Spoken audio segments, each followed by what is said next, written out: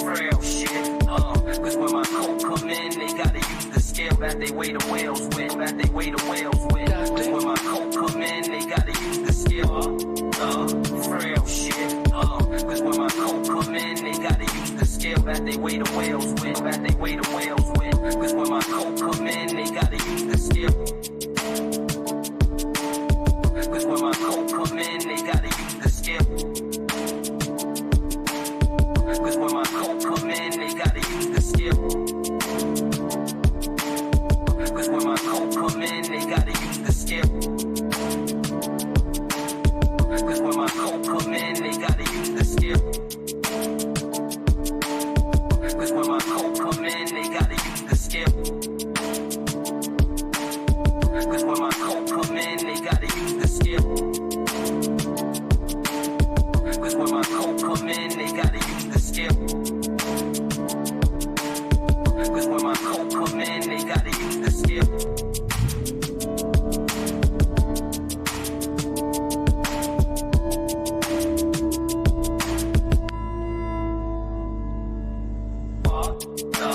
Frail shit. Cause when my coat come in, they gotta use the scale that they weigh the whales with. That they weigh the whales with. Cause when my coat come in, they gotta use the scale. Frail shit.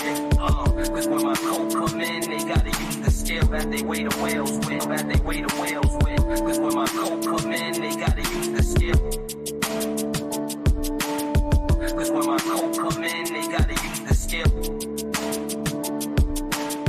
Cause when my coat come in, they gotta use the scale. Cause when my coat come in, they gotta use the scale. Cause when my coat come in, they gotta use the scale.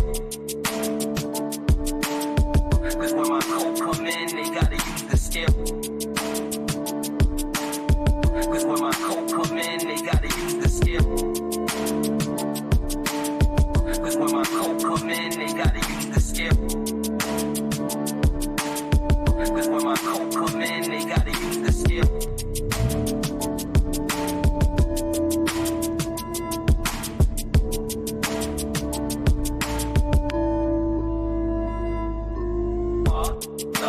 Frail shit. Cause when my coat come in, they gotta use the scale that they weigh the whales with. That they weigh the whales with. Cause when my coat come in, they gotta use the scale. Frail shit. Cause when my coat come in, they gotta use the scale that they weigh the whales with. That they weigh the whales with. Cause when my coat come in, they gotta use the scale. Cause when my coat come in, they gotta use the scale. Cause when my coat come in, they gotta use the scale. Cause when my coat come in, they gotta use the scale. Cause when my coat come in, they gotta use the scale. Cause when my coat come in, they gotta use the scale. Cause when my coat come in, they gotta use the scale. Cause when my coat come in, they gotta use the scale. Cause when my coat come in, they gotta use the scale.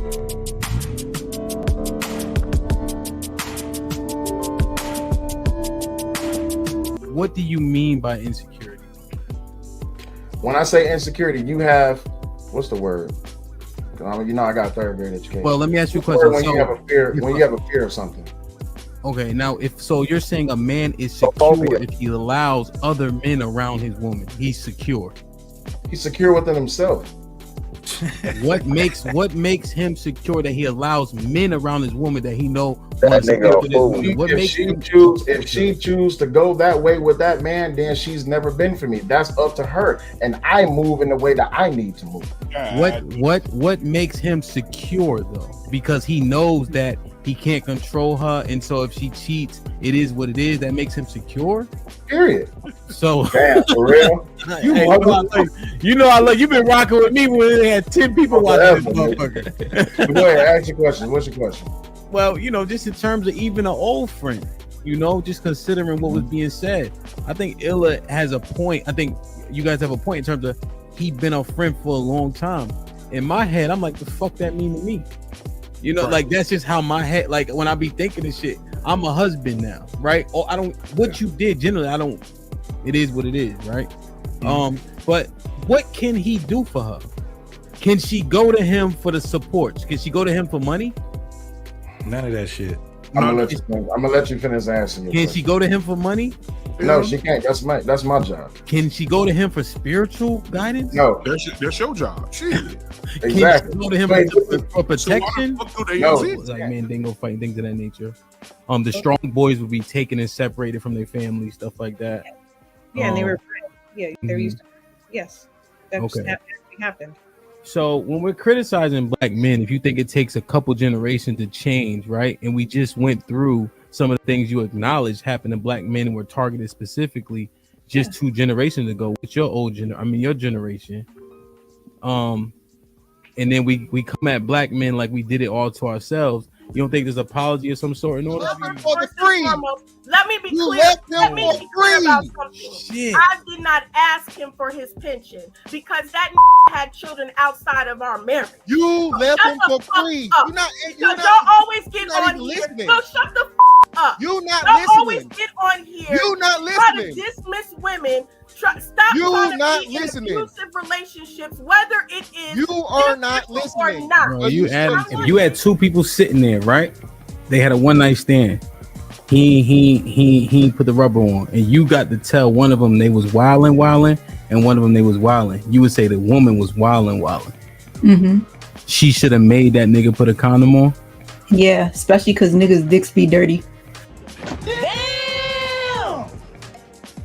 What level of responsibility? Well, not what the stats say. What level of responsibility would it be on? So he didn't put a condom on. She got pregnant. It's a one night stand. Who would you put the onus on for that happening more? If I had to choose the woman because she gives the access. Damn. So she should have made sure he put a condom on his dick. Mm-hmm.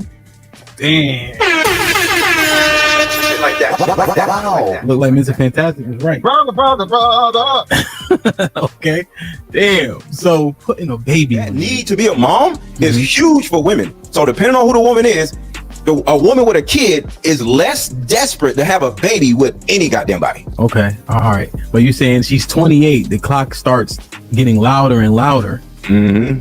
That's where the danger comes in. She have a baby by a homeless person. She don't give a shit. she ready to pull up under a bridge with no panties on. That guy from he just came home, right? He just got out of jail. What's his name? Meeks. Jeremy Meeks. I think he was a prisoner. Yes. He got with a good hair. Yeah. He got green eyes and all that. They wanted to get pregnant by that dude. Ain't got no job, no nothing. That's a perfect example. Yep. Damn, man. The dude with the green eyes, she wants her baby with. So that's what I'm saying. She find a whatever type of dude that would make a pretty baby. She online saying, I'm on birth control. You ain't gotta wear no condom.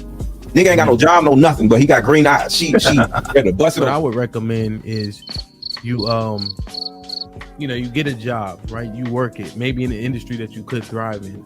Learn it, right? Without the risk, build a foundation. That way when you jump into it, you're ready, Are we having a conversation? Are you here? Can you hear me? I hear you. Are you responding to me, you think, or? Who else am I responding to? Mm-hmm. I'm telling you what I hear. You asked me what I hear as far as that question. I know, but as I'm breaking it down for you, is it? Move on. You're right. Let it go. You are part way chivalrous to like you and yours. Is that truly chivalry? Is it just you protecting your investment or your asset, which is your life? And I want to go back to maybe that isn't as chivalrous because you're protecting your investment, which is your wife. If somebody smacks her investment, but the woman on the bus, the old lady on the bus is standing up with a cane, and you gonna sit there and sit your happy hips, your wide hips down that bus, and watch her stand up on that with that cane the whole entire time. That's not chivalry. Are you saying that me protecting my wife is less chivalrous than me giving my seat up for some old hag? Are you No. Are you really chivalrous if you are only protecting your investment? It's mine, right? Right, you're protecting what's yours, but are you truly chivalrous if you don't give up the seat on the bus? I've been only pursuing so much for the attention of women. This is all. It sounds so new to me when I'm hearing it, but maybe I didn't have this perspective before. Calvin was good. Be Love, what's up? But it's just like why we do things. Where does our moral code actually come from? How far are we willing to go to stand on it?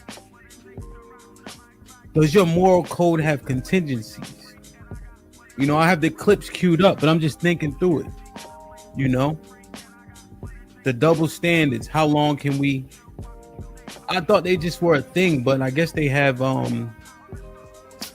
like there's a reason for it.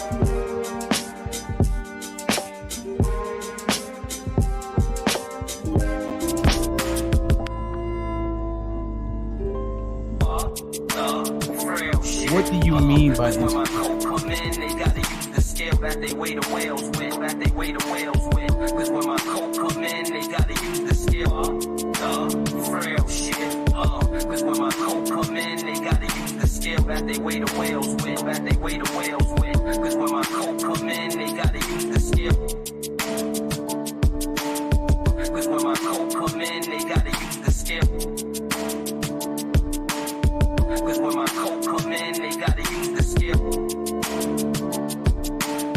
Cause when my coat come in, they gotta use the scale. Cause when my coat come in, they gotta use the scale. Cause when my coat come in, they gotta use the scale. Cause when my coat come in, they gotta use the scale. Cause when my coat come in, they gotta use the scale. Cause when my coat come in, they gotta use the scale.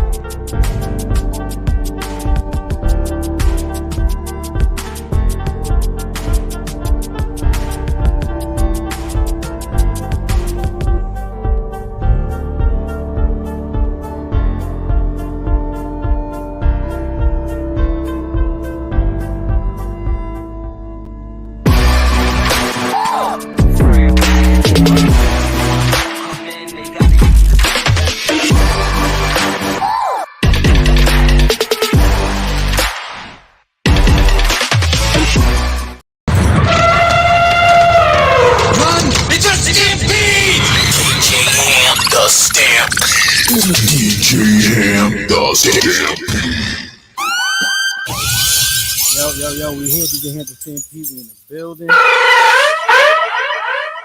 What's popping? It's gonna be a good day today. You know, they've been talking about who's the best and all that, etc. But I don't know. I had to go back up north. You know what I'm saying? We did Louisiana last week. But I don't know if y'all know why we call him Hove, man. My brother UT called me one weekend, like 2 weeks ago, like, yo, etc. I don't know if he was talking down the Hove. And if y'all know this song, Every Day a Star is Born, and Hove go through the history, all the eras he survived through. But it's like niggas forgot. Y'all ready? Can I do that? Yeah, I did that. Yeah, I did that. Big pimpin', baby. Let me know how it sounds. That's right. Big pimpin', spinning cheese. One in the chat if we on. G. You know I thug them, hug them, love them, leave them, but I don't trust or need them. Take them out the hood, keep them looking good, with diamond cuts that freeze them. First time they fuss, I'm breathing. Talk about what's the reasons. I'm a pimpin' every sense in the word, mama. Better trust and believe them. In the cut where I keep them, till I need the word, till I need to beat it up. And it's BB, and I'm picking them up, and I play when they cook in the truck. Many chicks wanna put jigger fist in cuffs, divorce them and split his bucks. Just because you got good sex, I'ma break bread so you could be living it up. I talk with nothing, y'all be frontin'. Me give my heart to a woman, not for nothing, never happen. I'll be forever macking. Hard-coded assassins, I got no passion, I got no patience, and I hate waiting. Mommy, get your ass in here, let's ride. Check them out now, ride. and let's ride. Check them out now, ride.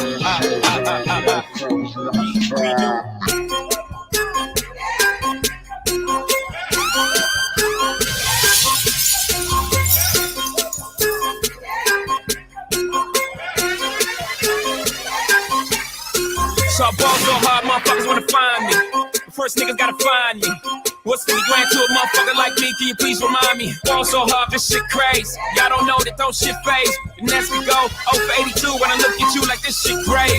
Ball so hard, this shit weird. We ain't even Pope be here. Ball so hard since we here. It's only right that we be fair. Psycho, I'm liable to go Michael. Take your pick, Jackson, Tyson, Jordan. Game 6, also hard, got a broke clock. Rollies that don't tick-tock. All the Mars that's losing time. Hidden behind all these big rocks. Also hard, I'm shocked too. I'm supposed to be locked up too. You escape, but I escape. You be in parents getting fucked up too. Also hard, to clap for a nigga with his rapping ass. Clap for your niggas with your trapping ass. Clap for a nigga with his rapping ass. So it's clap for your niggas with your trapping ass. Time for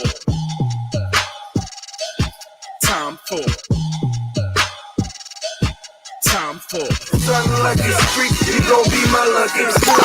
See some ladies in here tonight, I might marry. Going off the Belgian throne is too scary, baby. You can have whatever you like. That's what he do, man. I'll do anything to leave it at night. But you said, I said I do. You know I do. I said I do. You know I do. I do. Man, that boy's so calm, you look like it in here. I do.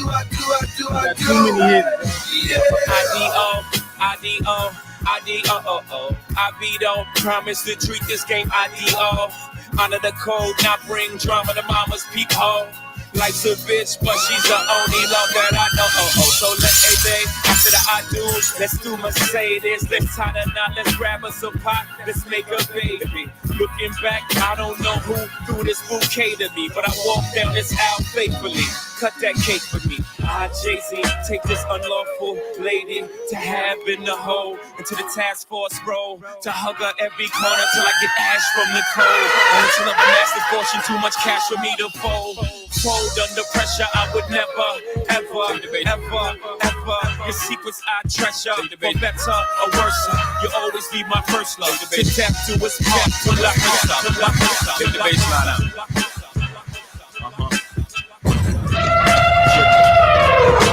It's a stampede! DJ Ham the Stampede. DJ Ham the Stampede.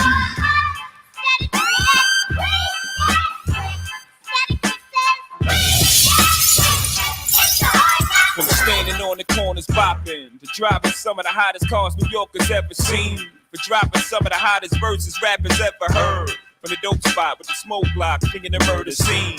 You know me well from nightmares of a lonely cell. My only hell, but since when y'all niggas know me to fail? Fuck nah, we all my niggas with the rubber grips or shots. And if you with me, mama, rub on your tits and whatnot. I'm from the school of the hard knocks. We must not let outsiders violate our blocks. And my plot is stick up the world and split it 50-50. Let's take the dough and stay real tricky. Let's sip the Chris and get pissy. Flow infinitely like the memory of my nigga Biggie. Baby, turn my music high. Yeah. Sure I do. I'm from the streets where the hood can swallow on me. Bullets will follow on me. There's so much coke that you can run the slalom. And cops comb this shit top to bottom. They say that we are prone to violence, but it's home sweet home. Where personalities clash and chrome meets chrome. The coke prices up and down like it's Wall Street home. But this is worse than the Dow Jones. Your brains are now blown all over that brown brown. One slip, you are now gone. Welcome to hell where you are welcome to sell. But when the shells come, you better return them. All scars, we earn them. All cars, we learn them like the back of our hand. We watch for cops hopping out the back of van. Wear a G on my chest, I don't need that for them. This ain't a song outfit, Holmes is about it. Was clapping the flamers before I became famous. But playing me, y'all shall forever remain nameless. Sure. Tell you the difference between me and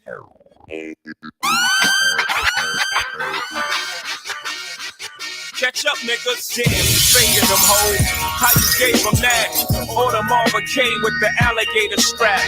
Sick of your niggas with your now and later raps. Rap about it now, hope you get it later. Do a couple shows, hope you niggas are saving up. I show you how to do this, son. But this particular watch be a 1 of 1. That means none before it, none to come. The homie that's rapping be the only one that has it. I show you how to do this, son. You ain't heard I push the 6 when the vibes is out. You can't fight me. In the Porsche, I box you out.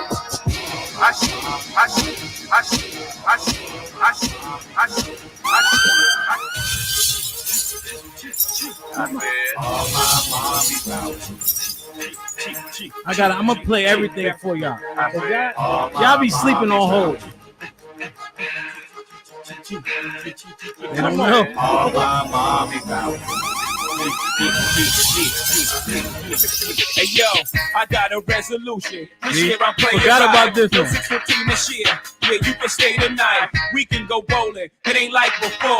Can't y'all see that I'm growing? I was so immature. I was young and having money. Having honeys come to the crib, digging their shit, and they couldn't get cab money from me. Some bad chicks didn't get past the bridge. I went to One Trump Plaza on their asses. No room service, just snacks and shit. Work with those little babies. When you done, get ready. The chicks I was fiending to smash, let them lean on the cash. Would take them on long trips, then break them with long dick.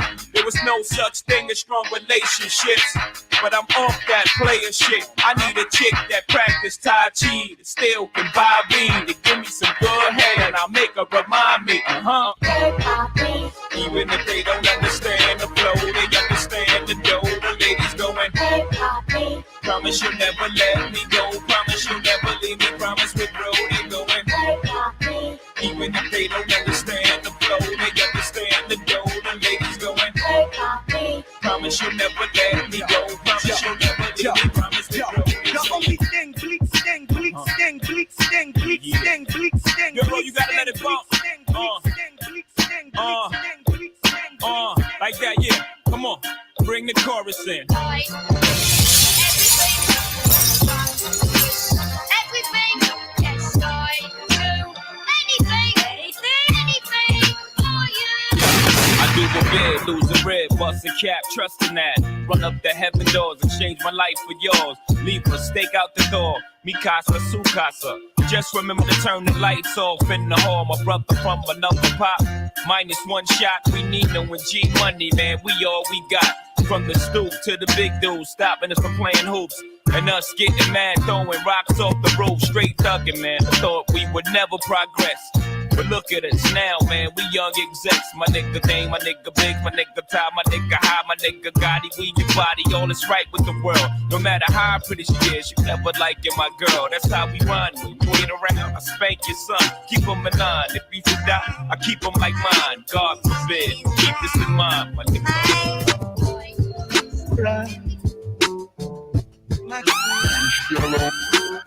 Light nigga, dark nigga, faux nigga, real nigga, rich nigga, poor nigga, house nigga, field nigga, still nigga,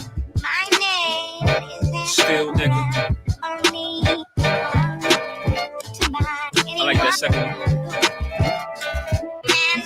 Light nigga, dark nigga, faux nigga, real nigga, rich nigga, poor nigga, house nigga, field nigga. 6 and forever.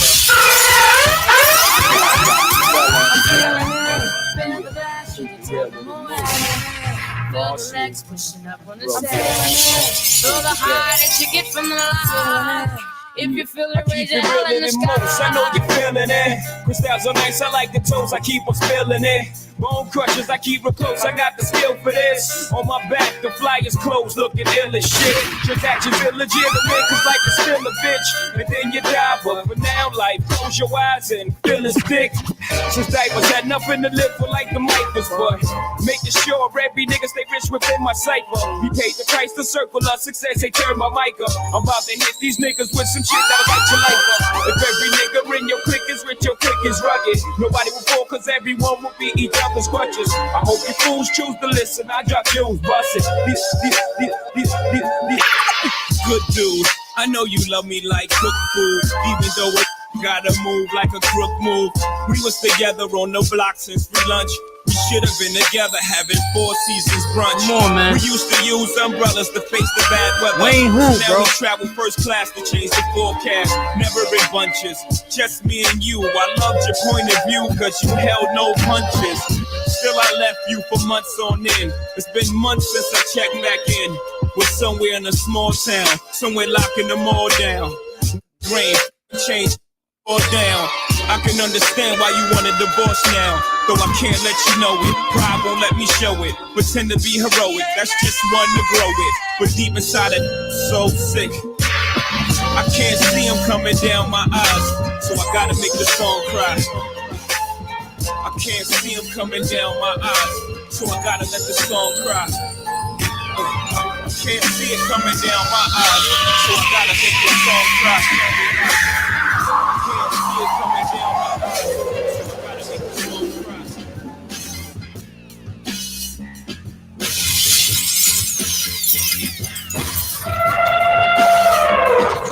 It just can't be! The stamp. I just want to Picasso in my casa, no my castle.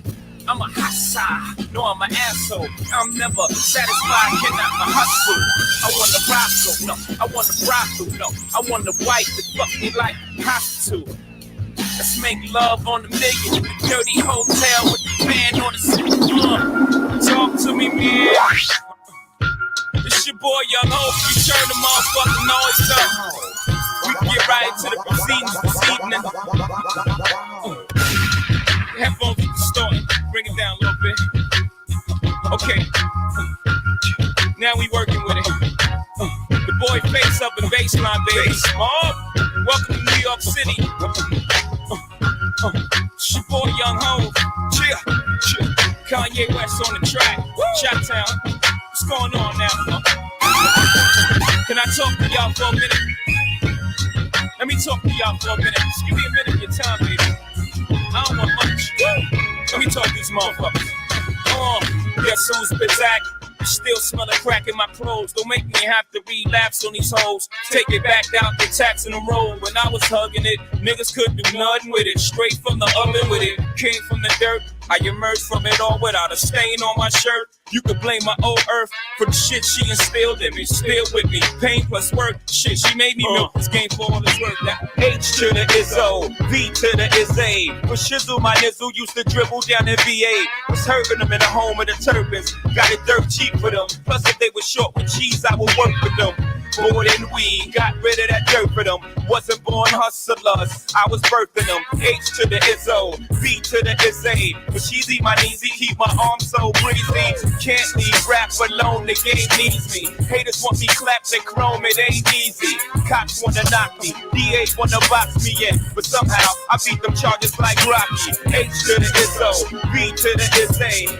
Not guilty, he who does not feel me is not real to me. Therefore, he doesn't exist. So poof, that move, son of a bitch.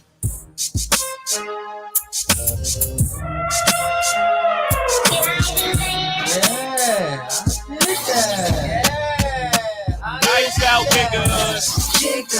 What's my motherfucking name? And who I'm rolling with, huh? My nigga. Niggas better get it right. Bitches better get it right. Who? What's my motherfucking name? And who I'm rolling with, huh? My nigga. Niggas better get it right. Bitches better get it right. Was down in AC. Back on the block, Jay-Z, motherfucker from the rock. Went solo on that ass, but it's still the same. Brooklyn be the place where I serve the thing. ROC, running this rap shit. Memphis Bleak, we running this rap shit. B-Mac, we running this rap shit. Freeway, we running this rap shit.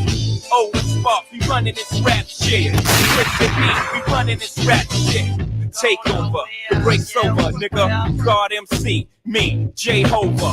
Hey, little soldier, you ain't ready for war. ROC too strong for y'all. It's like bringing a knife to a gunfight. I gotta let this play a little Chest bit. in line of fire with your thin ass vest. You bringing them boys to men. Them boys won't win. This is grown man B.I. Get you rolled in the triage. B.I.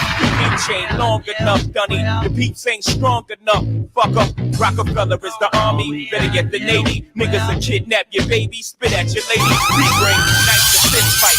Kill your grandma. We kill you motherfucking ants with a sledgehammer. Don't let me do it to you, Dunny, cause I overdo it. So you won't confuse it with just rap music. ROC, we running this rap shit. M-Easy, we running this rap shit. The Broad Street Bully, we running this rap shit. The that Brooklyn, now I'm down in Tribeca, right next to the Narrow. But I'll be hood forever, I'm the new Sinatra. And since I made it here, I can make it anywhere. Yeah, they love me everywhere. I used to cop in Harlem, all of my Dominicanos right there up on Broadway. Pulled me back to that McDonald's, took it to my stash spot, 560 State Street. Catch me in the kitchen like the Simmons whipping pastry. Cruising down A Street, off-white Lexus, driving so slow, but BK is from Texas. Me, I'm out that Bed-Stuy, home of that boy Biggie. Now I live on Billboard, and I brought my boys with me. Say what up to Tata, still sipping my top. Sitting courtside, Knicks and Nets give me high five. Nigga, I be spiked out, I could trip a referee. Tell by my attitude that I most definitely from.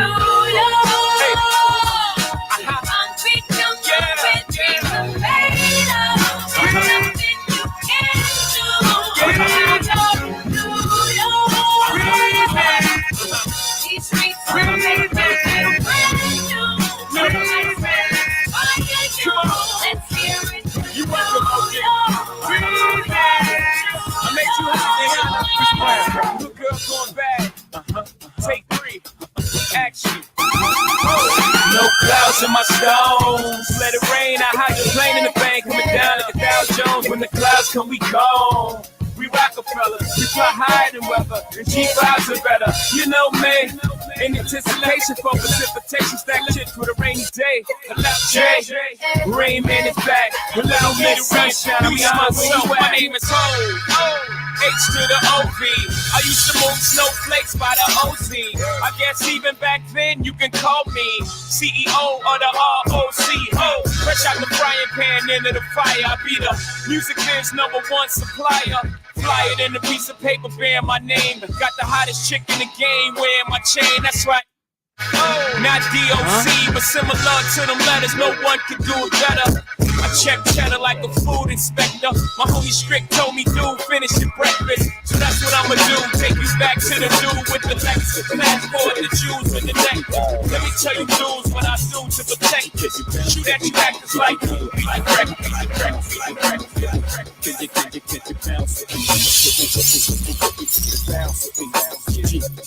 I forgot, bro. Yeah.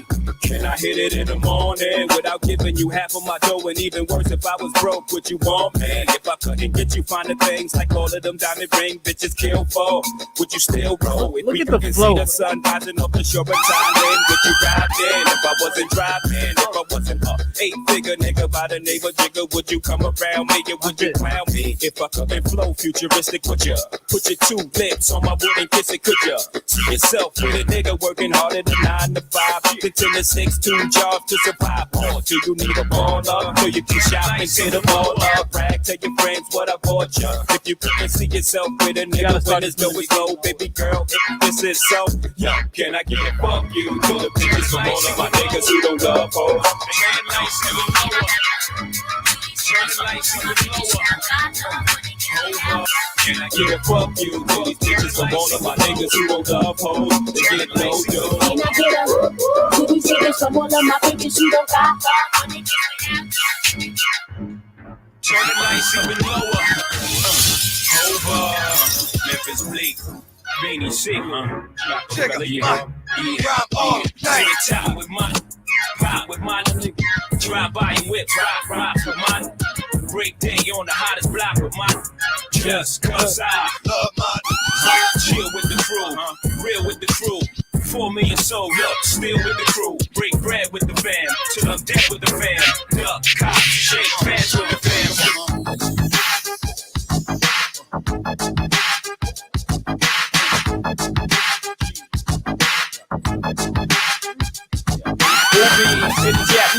restaurant eating sushi, drinking sake is me. And my mommy with the doobie, smelling like Miyaki. Half Philippine thing, but now let's call it Suki. Got me booty banging properly. In beside your pants, cocky, go leg stands, a thing of beauty. Watch your body crazy, take firm like Nathan, Foxy, and Navy. Truly reason to bust the duty and keep taking over. We taking over, soldier. It's murder. I'm here for that paper, player. Fuck one time. I'm here to break your player. 1-9, make you scream and holler. Partner when I block her. Partner when I squeeze, niggas squeeze like we the realest niggas. We killers, niggas. We murderers, fearless. Beat up, all my bitches. That's what you blunt to this one. You gotta put the J in this one. You can't even drink Cristal in this one. You gotta take this one.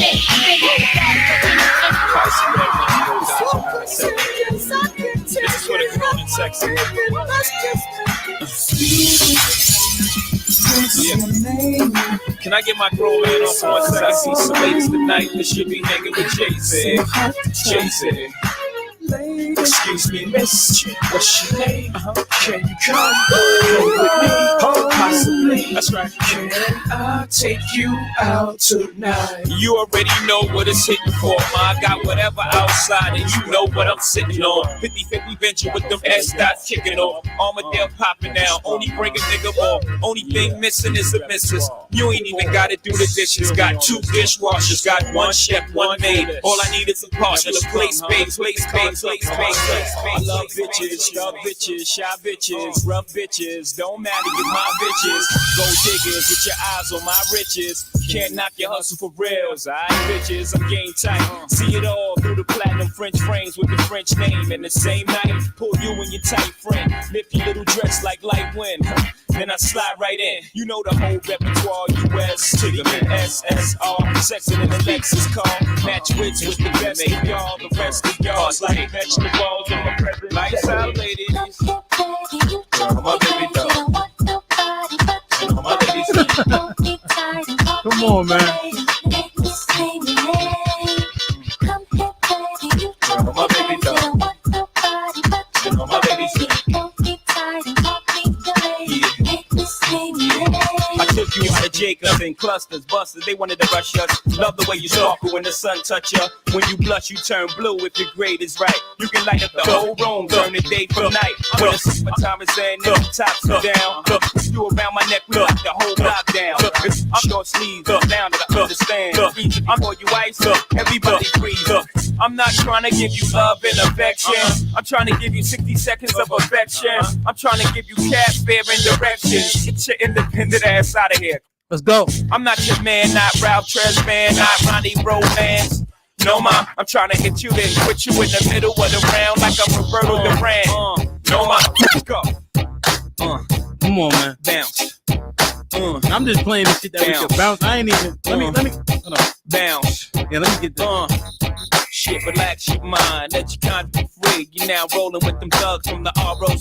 Seagull in the house. Sick bastard, get your wig push me. By the way, push me. Yes, y'all, Jigga man be ballin'. Leave chick pigeons though. Yo, this is home, man. For you whenever I put my all in. Have mommies calling for the law, darling. Jigga and Paulin'. Ass drop, coops with half the top. Expose half my knot. Nigga mad when I brag about the cash I got.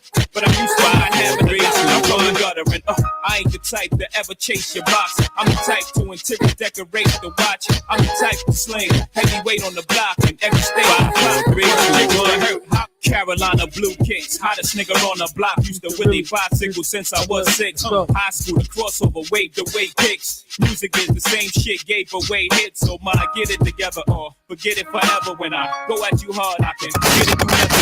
Act like Jigga can, get it whoever. Talking you got a man, okay, ma, and that's high school, making me chase you round for months. Having a fear, act like an adult for once. Plus my hand is up the skirt, goddamn you flirt. What's a little me on top gonna hurt? Maybe a little, but pain and pressure, man. Pressure bust tight, say you look like the I like your buff tight. We can crush the night, tell me what you like. I got a yellow bottle on a bucket of ice. Get right on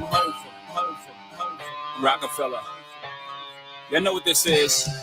We're giving y'all 5 seconds to put your drink down and report to the dance floor immediately. All busters, we giving y'all 5 seconds to get close to an exit. It's about to get real ugly in here. 5 seconds is up. Let's go. Throw the hands up. Throw the hands up. Ladies. Put him in the fucking bed. Put him in the fucking bed.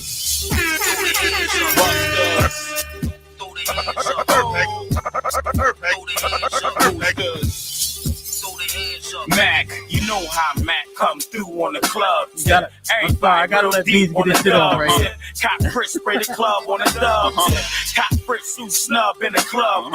Told y'all real high. When I come, you can try. If you want, you can die. If you want, we hit yours on the floor. I'm about to get it so started. Check back that thing up like juvenile. My peeps come to spin a diamond piece. You know Mac come through, line the freaks. Every chick on the hit, 9 at least. We hitting yours on the floor while you grinding freaks. Whole squad get it down like this. Whole squad buying rounds of Chris. Whole squad got their crowns on wrist. Whole squad got a pound of twist. Whole squad I gotta let pound these of get it spit. on. Yes, the clown on the flip. Mac never slip in the club. Told y'all 4/5 in the club. If you wanna draw it in the blood, it get drip in the club. You know how I get in the club. You know how I be, all high VIP, rolling up the B.I.G.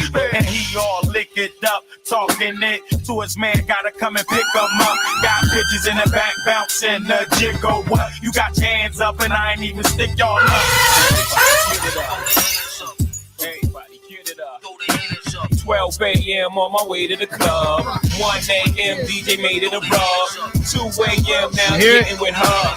3 a.m. now splitting with her. 4 a.m. at the Waffle House. 5 a.m. now we at my house. 6 a.m. I be digging her out. We still hustle till the sun come up. Crack a 40 when the sun go down. It's a cold winter. Y'all niggas better bundle up. And I bet it be a hotter summer rap. I you just to rock it down. You hot now. Listen up. Don't you know cops' sole purpose is to lock us down and throw away the key. But without this drug shit, your kids ain't got no way to eat, huh? We still try to keep mom smiling, cause when the teeth stop showing and the stomach start growling, then the heat start flowing. If you from the hood, I know you feel me. Let me get a free hold, never slacking, man. Sipping in the black rain, faster than the red goat. Getting go to pack, man. One time, know I got a knack to get that chain. Leader of the black gang, R.O.C. man. Bang like T-Mac, ski mask, air it out. Gotta kill witnesses, cause free bears sticking out. Y'all don't wanna witness shit. Free squeeze hammers, man. Put a freeze by you, like Louisiana, man. But I got a VTN, man. So I move keys, you can call me the piano, man. Rain, sleet, hell, snow, man. Slang, no-E, hydro, man. No, BC in the third lane. Ram still praying, working on my nerves, man.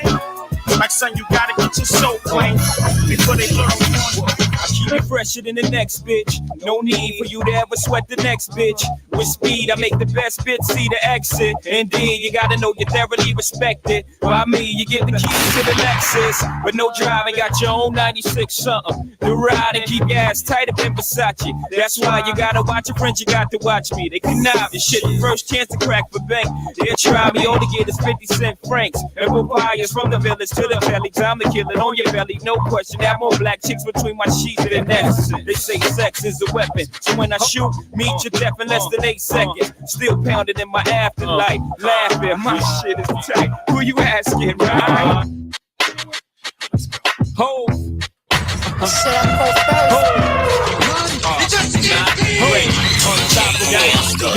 When you let me in the system, ain't no telling when I'm fucking when I diss them. That's what they be yelling. I'm up in my blood. Now we lay some, y'all be chase on. Now we play some, huh? Drunk on Chris, mommy on E. Can't keep a little model hands off me. Both in the clubhouse singing on key. And I wish I never. It gets better, ordered another round. It's about to go down, Up, down, up. down.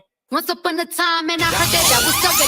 Came from a bitch who nigga wanna fuck. I said my face bump, ass tight, racks, stack up shack height, jury on me, flashlight. I been listening last night, hit him with that good, make a nigga act right. Boys don't deserve no pussy. I know that's right. Big bag, bustin' out the belly band, take a man, Balenciaga party back, you know this bitch is fuck. It's big bags, bustin' out the belly band, take a man, bring him back, you know you bitches fuck. If it's up, then it's up, then it's up, then it's stuck. If it's up, then it's up, then it's up, then it's stuck. Hey,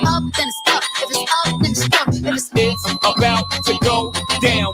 Give it to me. Give me that funk, that sweet, that nasty, that gushy stuff. But don't bullshit me. Come on, give me that funk, that sweet, that nasty, that gushy stuff. Give it to me. Give me that funk, that sweet, that nasty, that gushy stuff. But don't bullshit me. Mama, give me that funk, that sweet, that nasty, that gushy stuff. Yeah, save the narrative, save the narrative. Let's keep it real, keep it safe and it's scattered. You wanna see how far, how go, how go, how go.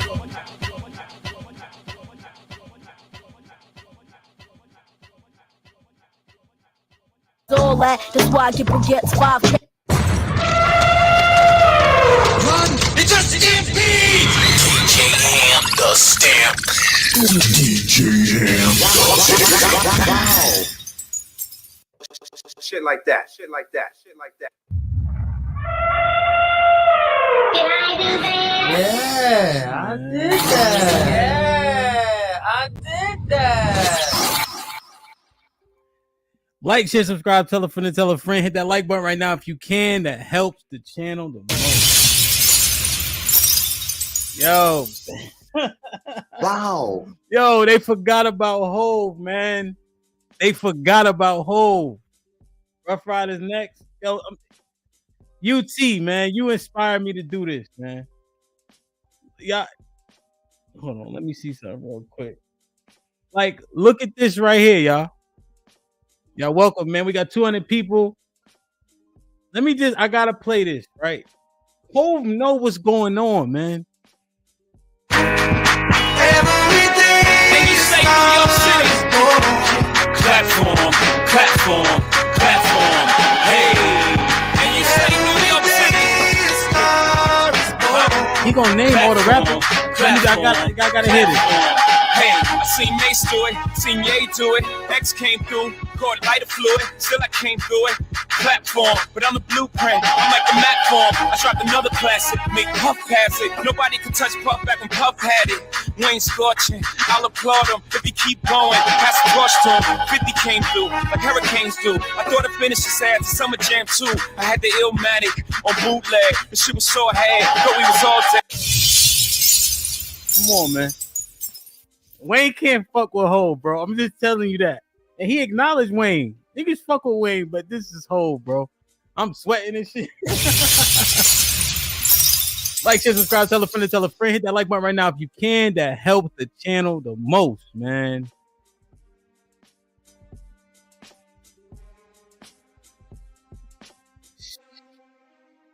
That shit fun as hell, bro. Let me read these super chats real quick. Nah. $5 super sticker. But Garrett, what's poppin', my brother? Appreciate you, Ock, for the support. Ronnie with the $10 says tip the DJ. Shit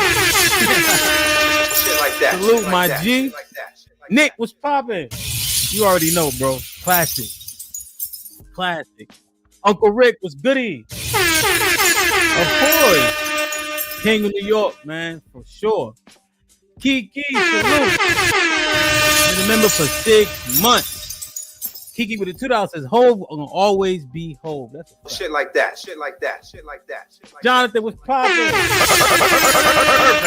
Hell yeah, man. Hove, you can't go wrong, man. You can't go wrong. And I skipped some tracks just because it was getting a little bit, you know what I mean? But come on, man.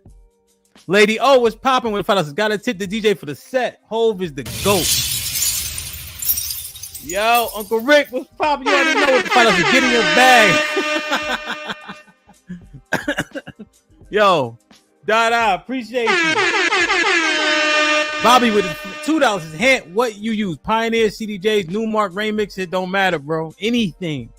I walk into the club, as long as they got something that's viable, I can rock with it. As long as I can plug in, it doesn't matter. It take me very little time to figure out any type of setup. The preference is the CDJs, though, generally speaking. You know what I mean? With the Pioneer mixer, usually with the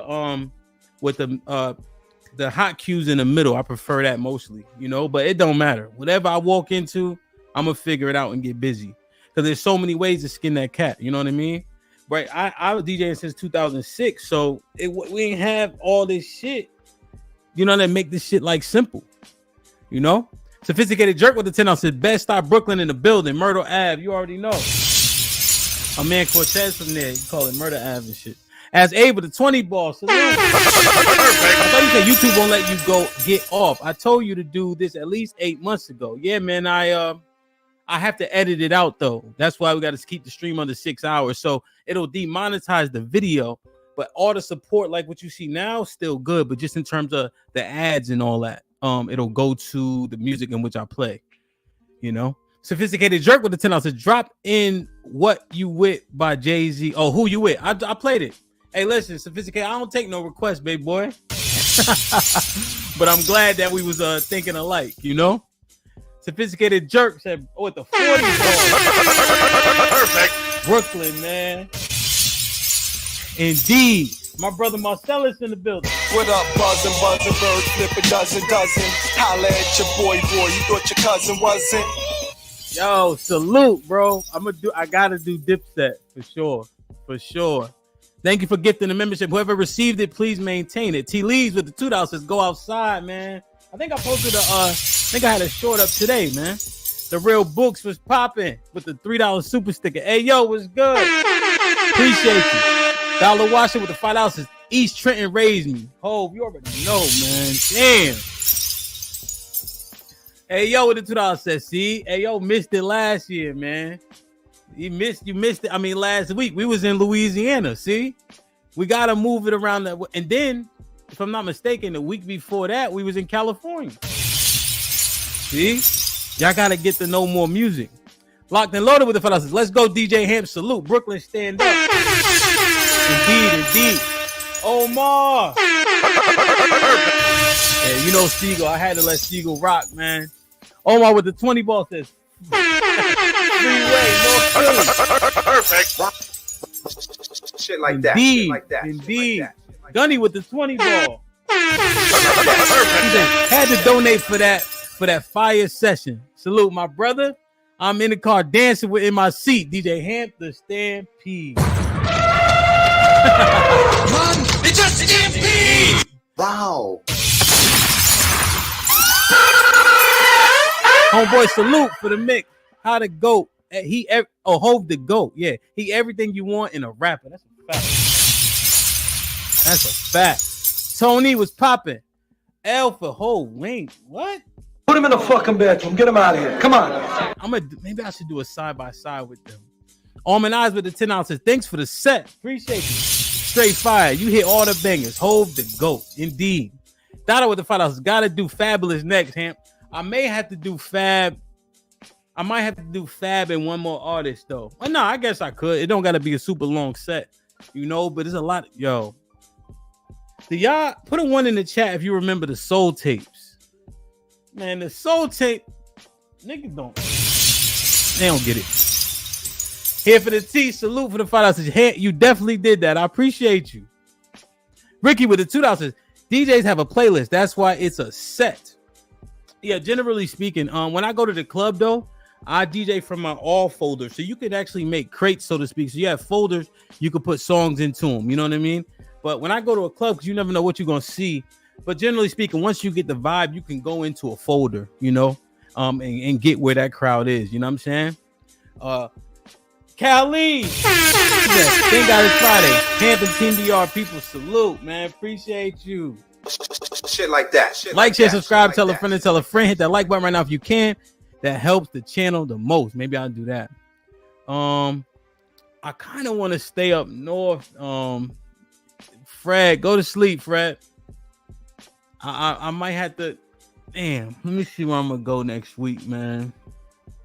Let me know what y'all think, man. I'm gonna put up a community post. Let me know what y'all think. All right. Salute, man. We got 230 people in the building and 130 likes. Salute to the 1 membership. Oh man, you wildin'.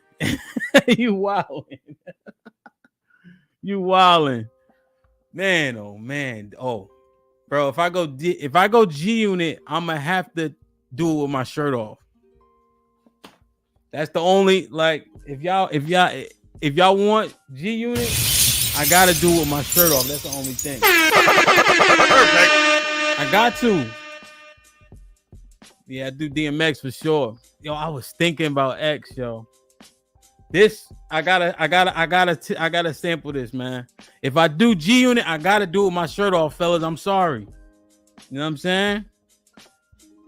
But y'all don't even know, y'all. This right here, I'm gonna get flagged. This right here, though. Let me see. Y'all niggas don't really know. I gotta sample this. There we go. Okay. Don't do me crazy. Okay. Hey yo. That's enough. Oh my God, yo. Yo. I'm gonna do X. Yeah, we're gonna get everybody. It's so many dope artists, man. I think what I gotta do though, I gotta go down south. I gotta go up north, down south. I think we do something like that. Maybe Wayne, since y'all acting like he's so close to Hov, you know. Get the likes up, get the likes up, get the likes up. 240 people in the building, and we have 134 likes. Not terrible, man. Not terrible, man. Salute to DMX, man. Salute to Aaliyah for sure. Outkast, I don't know. I probably got to mix Outkast with somebody. They got some shit, but Wayne ain't close. Yo, yeah. If I go G Unit, nigga, we gonna be here for 3 hours, bro. I'm telling you. Honor, what up? Let me see who in the chat, man. Salute to everybody who here, man. Marcus, Blue Jay, Mo Love, Gunny, King George was popping. Pay attention. You already know. DirectionCYOP.com. Yo, you see my shit? Unfamous, man. DirectionCYOP.com. Jonathan, D Black, The Villa was popping. Uncle Rick, of course. Homeboy, Tony, Mrs. Locks, Fred G, even though Fred Wildin, Callie, T.O. was popping. Did I? Oh, you missed it? I got you. Yeah, Texas. I'm gonna definitely do Texas. Maybe I'll do Texas. Maybe I'll do. Yeah, Texas. Okay. I got my cowboy hat ready too. Miss Live Your Life. Salute. Sozan was popping. Bobby Seal. Damn, man, we rocking today, man, for sure. Lionel, of course. Drabo. Dada in the building. T.O. Degenerate. I thought you was a member. Damn, who else I got? My bad. Almanides, of course. Tone was popping. I like it. Love C putting that work in, of course, man. Lauren in the building, man. Salute. Like, share, subscribe, tell a friend, tell a friend. SB, you already know, man. The real deal. AW. What up, sis?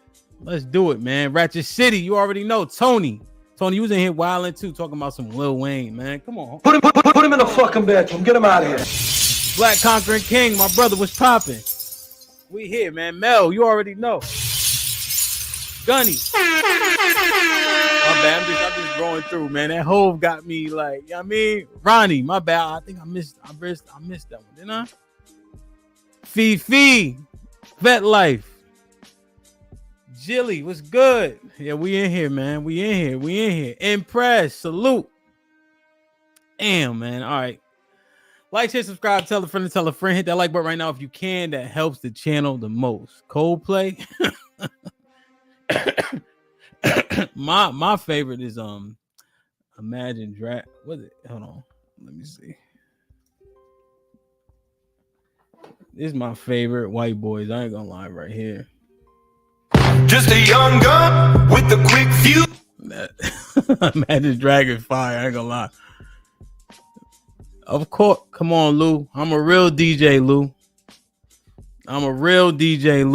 Come on, Lord Lou, what up? I got an Afro beat set, boy. I'm trying to tell you. Don't do it. We'll be here all day just DJing. You know what I mean? Just me, what up? Like, share, subscribe, tell a friend, hit that like button right now if you can. That helps the channel the most, man. Salute to the 230 people in the building. Feel like a commercial just hit. So yeah, man. We had a couple shows this week. Salute to the brothers, Singles by Choices, Cart Before Horse Productions.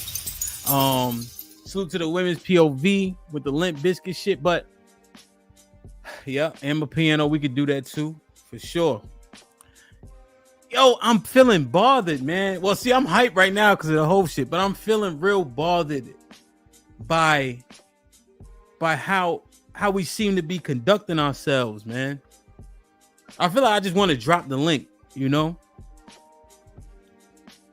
But yo, we've been making a lot of concessions, bro. And I'm trying to figure out, I understand that men, you know, obviously empower women in different ways with the different laws, and you know, men have to support the movements that women have in order for them to be successful in some way, shape, or form, you know. And I'm talking about from way back when up until now. But I'm not saying we are powerless, but yo, we have weakened ourselves, man. We have really weakened ourselves. And I'm saying this is a feeling thing. I didn't totally vet this out. You know, I don't have a bunch of stats and statistics. I'm saying I feel on purpose. I'm prefacing the conversation with feel. What's up, Mrs. She Said? The one thing we do, right? We talk about men and integrity, right? But we be lying to women all the fucking time. How you do anything is how you do everything, right? Men talk about we walk around with integrity and all that, right? But we do whatever's necessary to get them draws, though. Niggas be lying. Yeah, I love you. Yeah, I'm gonna call you tomorrow. You know, I was busy, etc. You know what I'm saying? It just like, it's so weird to me, man. Like, we say we got all this integrity, right? How men supposed to move, but to get them draws, that shit go out the window.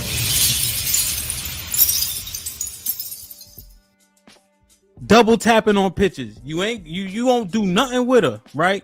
You know they got an inflated ego with all the dopamine hits that come with the internet. That every time we see a fat ass, regardless of the stomach, etc., we double tapping on that shit. Shit like that. Shit like that. Shit like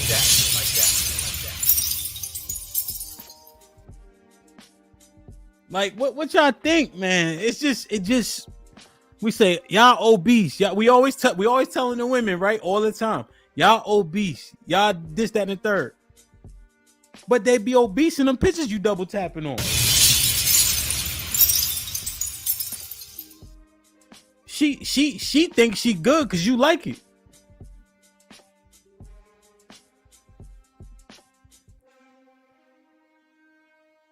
Yo, it just weird to me.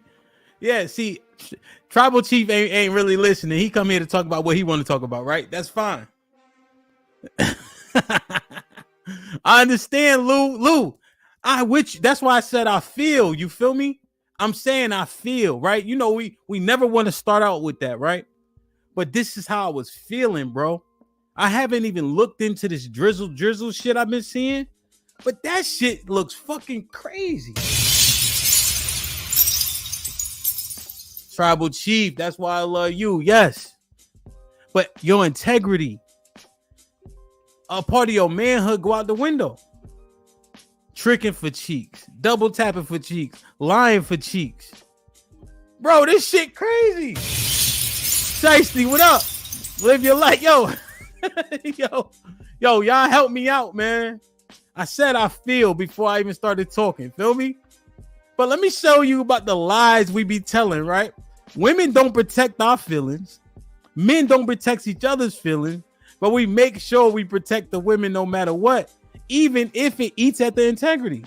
By lying. You know you don't like her. Yeah. You cool. You know, I'm a call. Come on, man. Like, share, subscribe, tell a friend. Hit that like button right now if you can. It helps the channel the most. Okay, fair. But why let me show y'all this. Let me show y'all this crazy shit here. This is one of the craziest lies a man ever told to protect a woman's feelings I've ever heard in my life, bro. Can y'all see my screen? Damn, I gotta drop the link soon, man. I can't do this by myself. Can y'all see my screen? Salute to Lauren Mack, man. The lies niggas tell, bro, to women to protect their feelings, right? To get the draws. You know, now tact is different than just straight up lying. Feel me? Just straight up lying. But yo, we talking about man and his principles. Is your integrity compromised if you lying for whatever the reason is?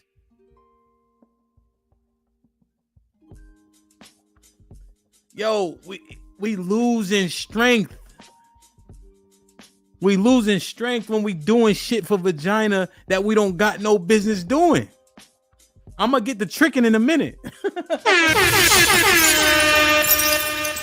Look at this shit. Somebody come look at this. Fred, Black Conquering King, Ricky Williams, come look at this, please.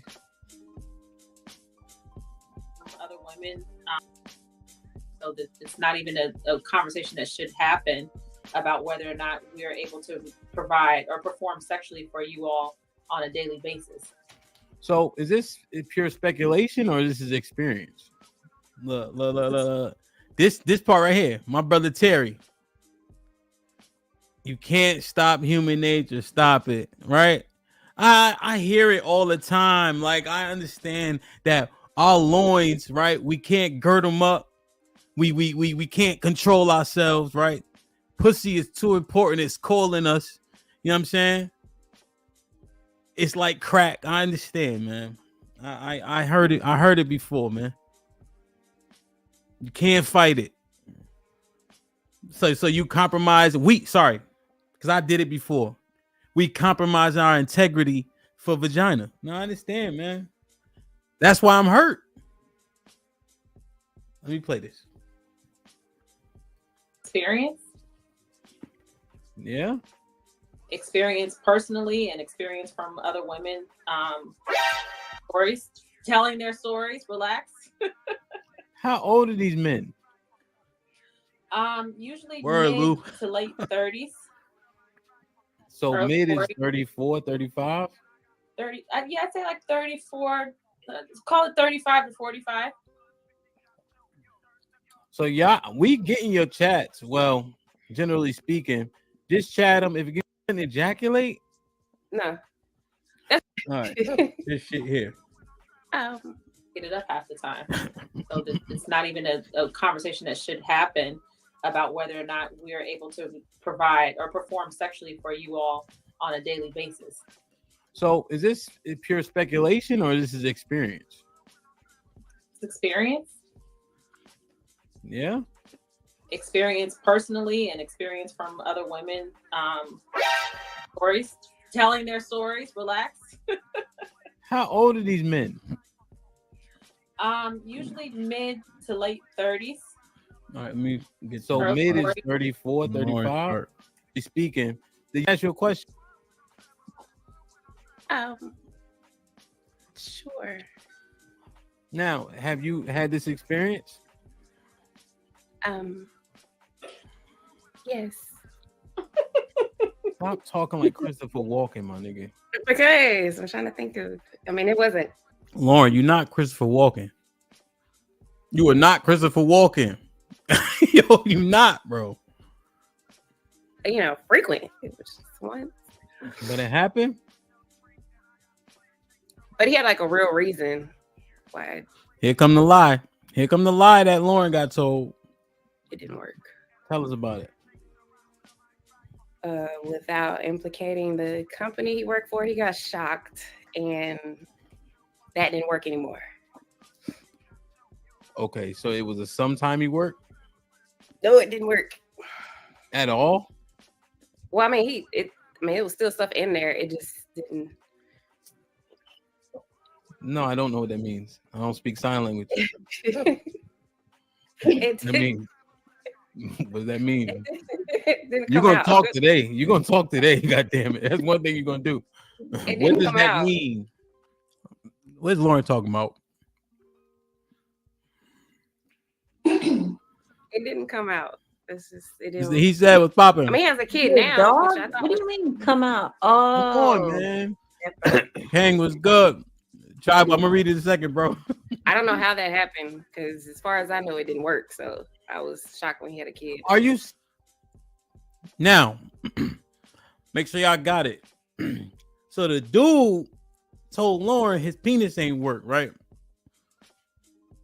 And then she pop up one day, he got a whole kid and all that shit. Brother. Windchime, what up? Top Cat, what's popping?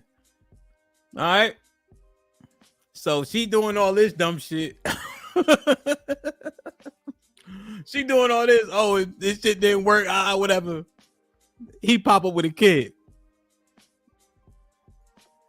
Saying that he had a problem. His penis didn't get erect, or he couldn't orgasm.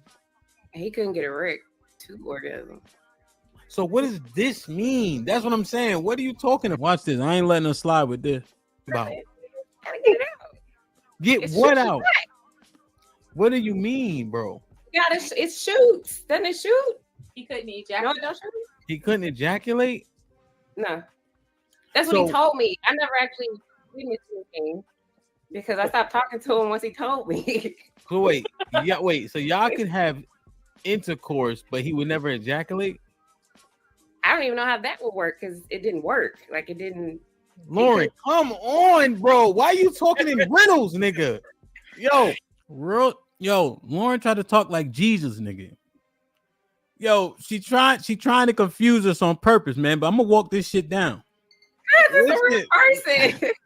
Listen to me. That nigga's out there. He know who he is. If he watching, his feelings is fucked up already.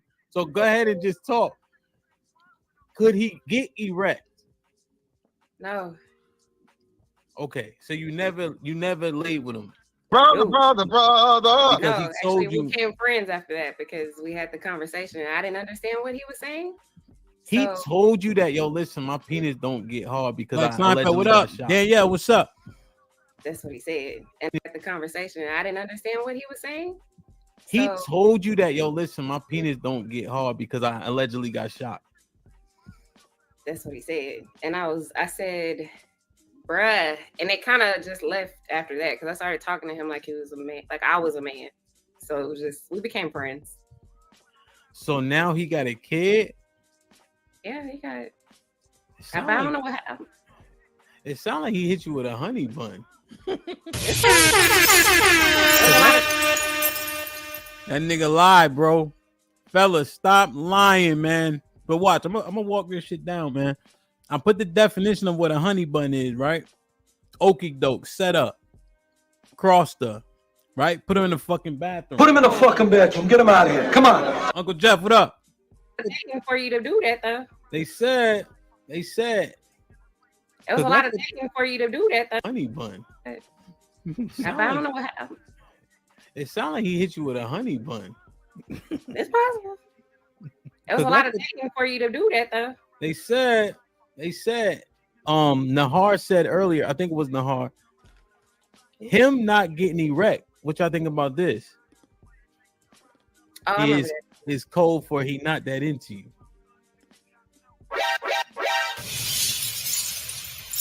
Why would you make up a whole story though?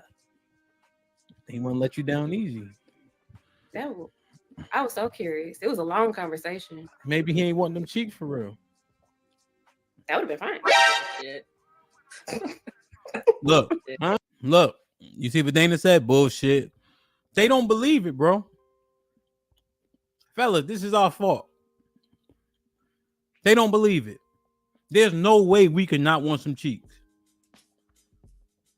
There's no way we turning it down. There's no way this is Lauren's fault.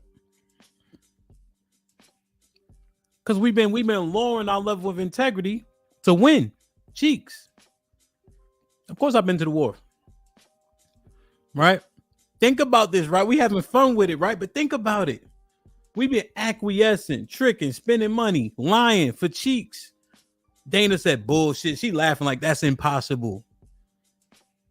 Bro, I walked out this one girl house. I'm trying to get a drink. She had noodles in all the cabinets. We too old for that, bro. Put him in the fucking bedroom. Get him out of here. Come on.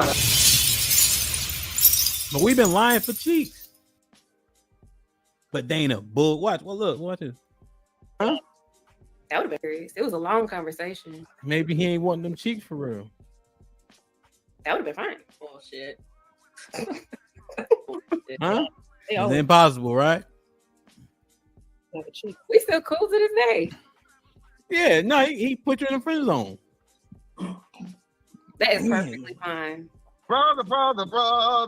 Damn, so now that none of the women believe it. None of the women believe it. Cause we be lying to them, bro. We be lying. Look. That is perfectly fine. Look at Dana. Look at Sweet B. Like brother. impossible. Damn, so now that you know you got put in the friend zone, how does it feel? Sis That's face not ain't what the changed. fuck I happened. am okay with that. I am okay with that. Wow. Coach Spice. Lauren got put in the friend zone. What do you think about my speculation? Okay. Maybe she did not get put in the friend zone. I mean, he had an accident. He already knew how he could perform. Like, why Now watch this part. even go there when he already knew? He was being straight up. He was giving her a chance to get out early on instead of getting those feelings in. You know, feelings get involved and the emotions change, and it's hard to let go. Right? So But you think he was telling the truth, or you think he was trying to let her off easy? I think he was telling her the truth. You think Because he already probably experienced it with somebody else. Nah, Coach Spice. I think they was talking at lunch or dinner. Lauren's being goofy like she is now. And you know what? I'm gonna tell her this story to get her off my case. Yep, she had that look on her face right there. Mm-hmm. What you think? You think I'm bugging? Black King said I'm more accurate. Hey, Dana, Lionel, Lou, Windchime, Shiesty, Princess, Ratchet City. I'm on the ass. My ass. Since when? So he just wasn't that into Lauren, so he decided he didn't. Like it's impossible. We so desperate, right? I highly doubt that. Oh, the brothers is saying I'm on point. Come on now, Yeah. Because y'all. Well, why even go out with her if you know you don't want to fuck her? Like, why even go out? Why even? That was a wild story to tell me after. Lauren, were y'all on the phone or in person? Watch this. We were in person. It was like the first time I ever came over his house. She over the crib. And not every man is. Oh, come on! All right. Now, Coach Spice. Now, yeah, leave your hair alone, Coach Spice. Now, you Sid, look at Sid's face. He got her to the house to tell her that. Come on, Coach. I'm bugging. You go 4 months of spending money. Why? Listen, y'all.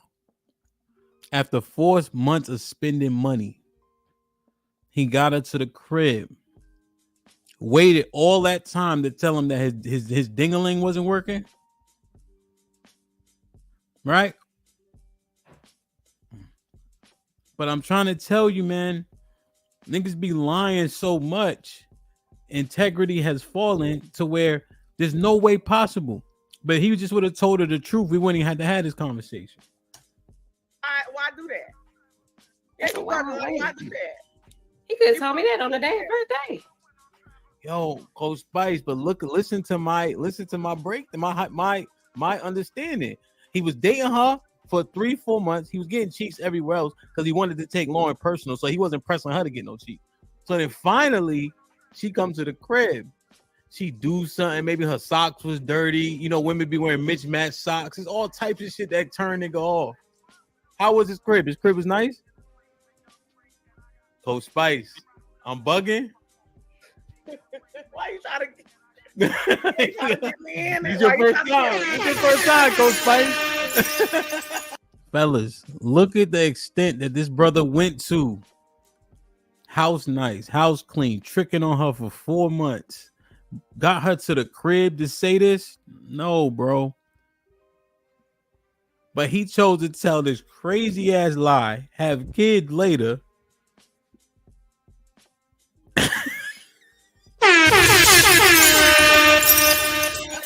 Coach Spice, I need an answer. The fella said I'm on point. The fellas is wrong.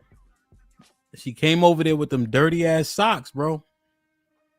Shit like that. Shit like that. Shit like that. The mismatched, dirty ass socks, man. I'm telling you.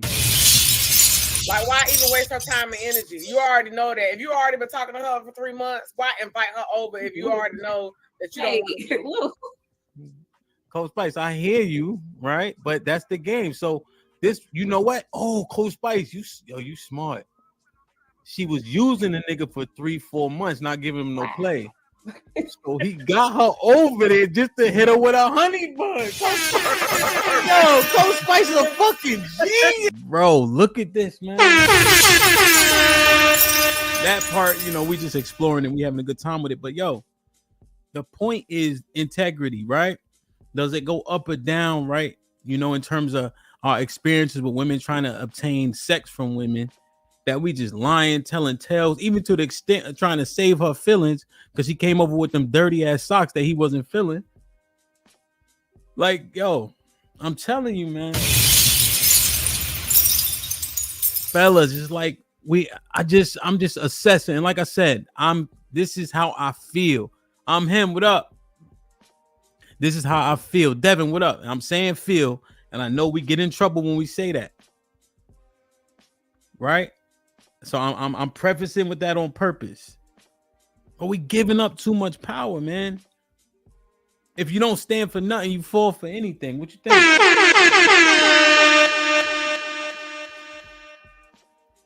Like, share, subscribe, tell a friend, hit that like button right now if you can. That helps the channel the most. Love C with the 20 ball says, for the ticket I didn't get for doing what I shouldn't have been doing while listening to you do what you do. That was dope. See, man, I appreciate you. Callie with the $2 all Dungeon Family set for show. Okay. Conquering King, about time, my brother. What up, buzzing, bird, flip a dozen. Holla at your boy, you thought your cousin wasn't? G salute. What up, buzzing, bird, flip a dozen. Holla at your boy, you thought your cousin wasn't? Correct me if I'm wrong in the building. But the member for 2 months said, yo, you ain't got no Yeezy in your Serato. LOL. Gotta show Chicago love. I do gotta go to the Midwest for sure. I do. John, hear me with the $5. You can't protect what you can't correct. But lying for sex is integrity compromise, flat out. So why we do it? Conquering King with the $2 if you can't stop human nature, you are undisciplined. Tribal Chief Don was popping with the $5. Drizzle is literally satire. They are parroting the women so they see how silly their preferences are. Love the show, Ham. Salute, my brother.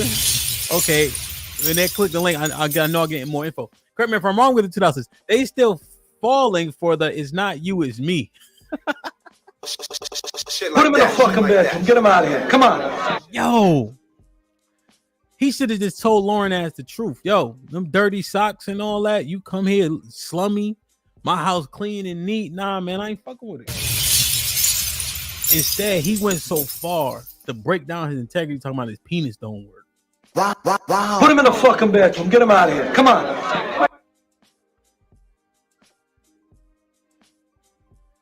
Like, come on, man. What we doing, fellas? What we doing?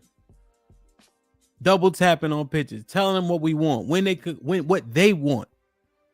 Just to access cheeks, bro. Do we gotta change this shit? We lying like a motherfucker. Who really got the power if you gotta lie to get what you want? I don't know, man. I don't know. I'm worried, man. Salute the Lord. Put him in the fucking bedroom. Get him out of here. Come on. Damn, yo. Let me show y'all this, man. Salute to my young boy Cheeky, man. Let me just say this, man. Have y'all seen Scarface? Huh? Did you hear Lil' Kim repeat it? Money, power, respect. Money, power, respect. Money, power, respect.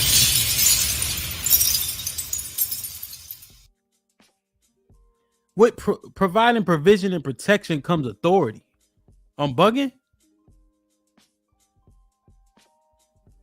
What comes with provision and protection is authority. These women like the same niggas they always like, just in a different mode. Niggas that put in work like this around the way. You tough. You got money in your pocket. Those two things you can't lose. It'd be two niggas. Nigga that nobody fuck with, like Debo. And then you got niggas that got money that can employ niggas that nobody fuck with, like Supreme. Money, power, respect. Money, power, respect. Know what I mean? So I understand Cheeky's point with the house husband shit. I'm gonna let him articulate it out. Right. And I think the end is key to where if women want to do these things that men are doing, right? And they'll see how difficult it is.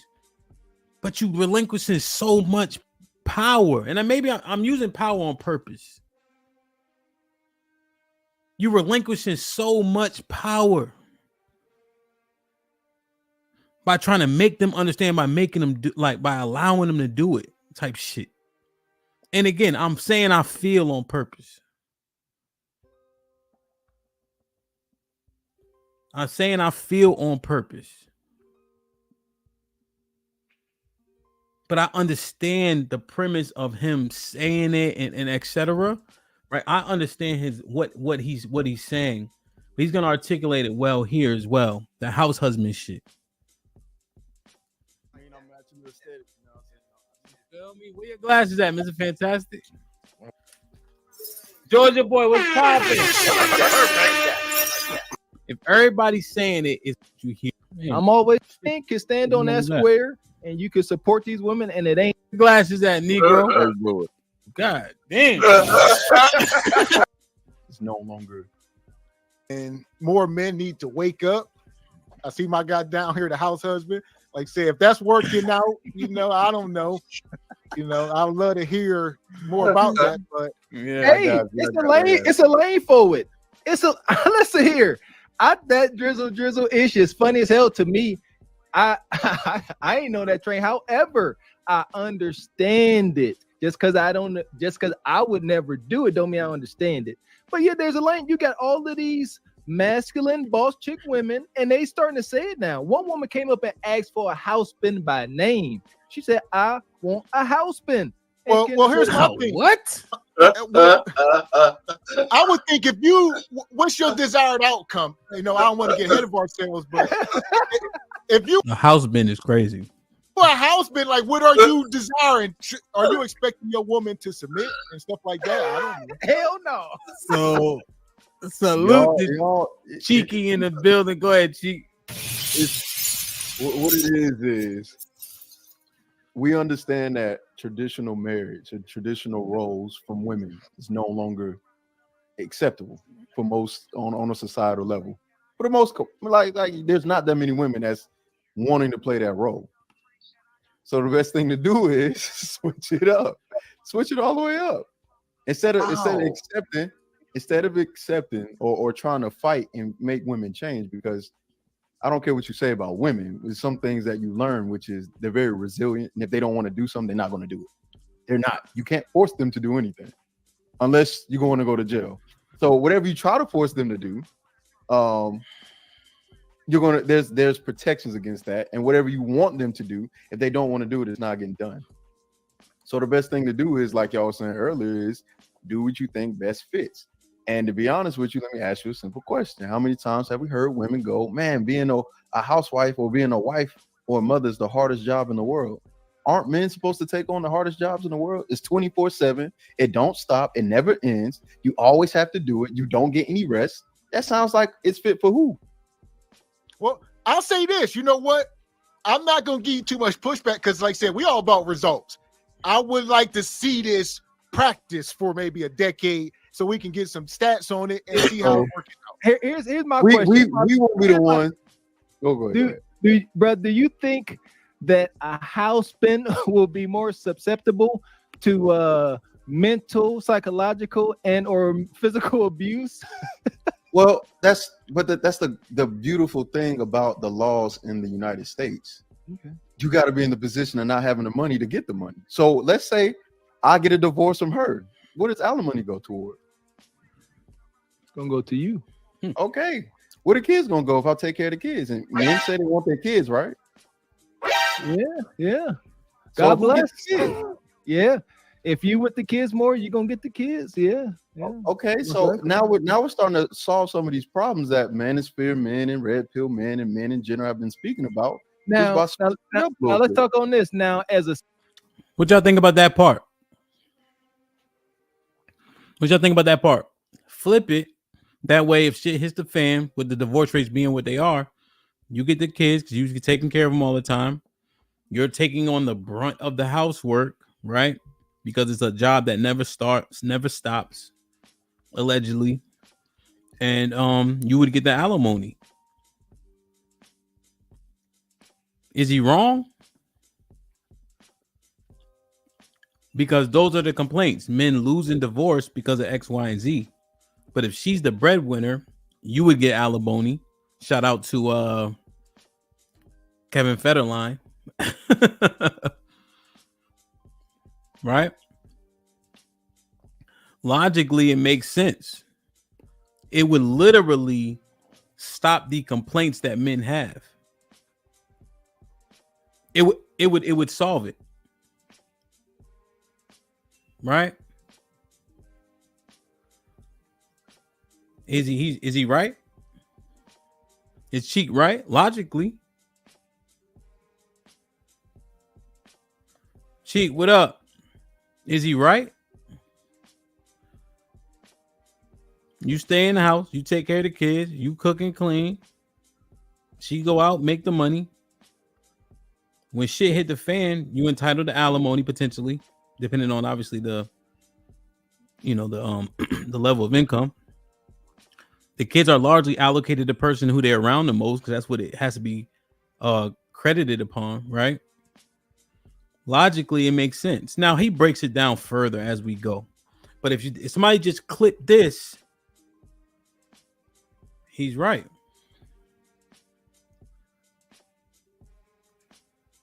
But in this construct, the allocation of power while that marriage is happening, he don't got none. The woman ain't gonna change.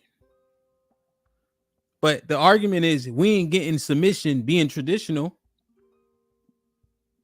So why not flip the script so I have less risk? It's like niggas have no fucking power. Provision and protection brings authority. But this is where leadership is questioned all the time to me. You know what I'm saying? I just don't see it, bro. I could never feel powerless. I could never fucking be like, yo, I need $100 to go to the grocery store. I could never be strapped. That's like a nigga moving in with a woman. How many cats you seen get put on the street because they move in with their lady? You got no power.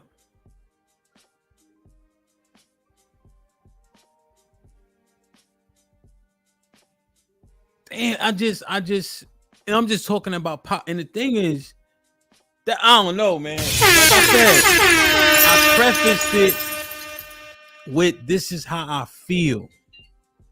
All right. I'm gonna let this play a little bit more. All right. Single man now, you by yourself, you done divorced your woman and you got your kids.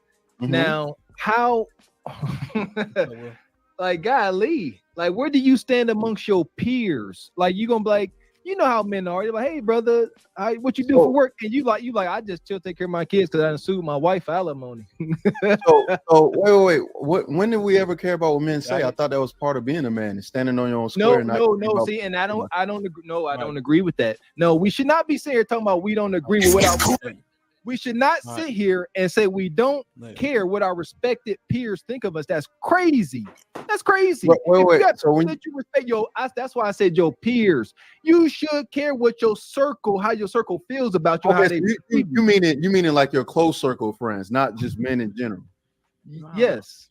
Okay, so my close circle of friends, if they're my close circle of friends, will understand the mentality and will understand what I'm doing.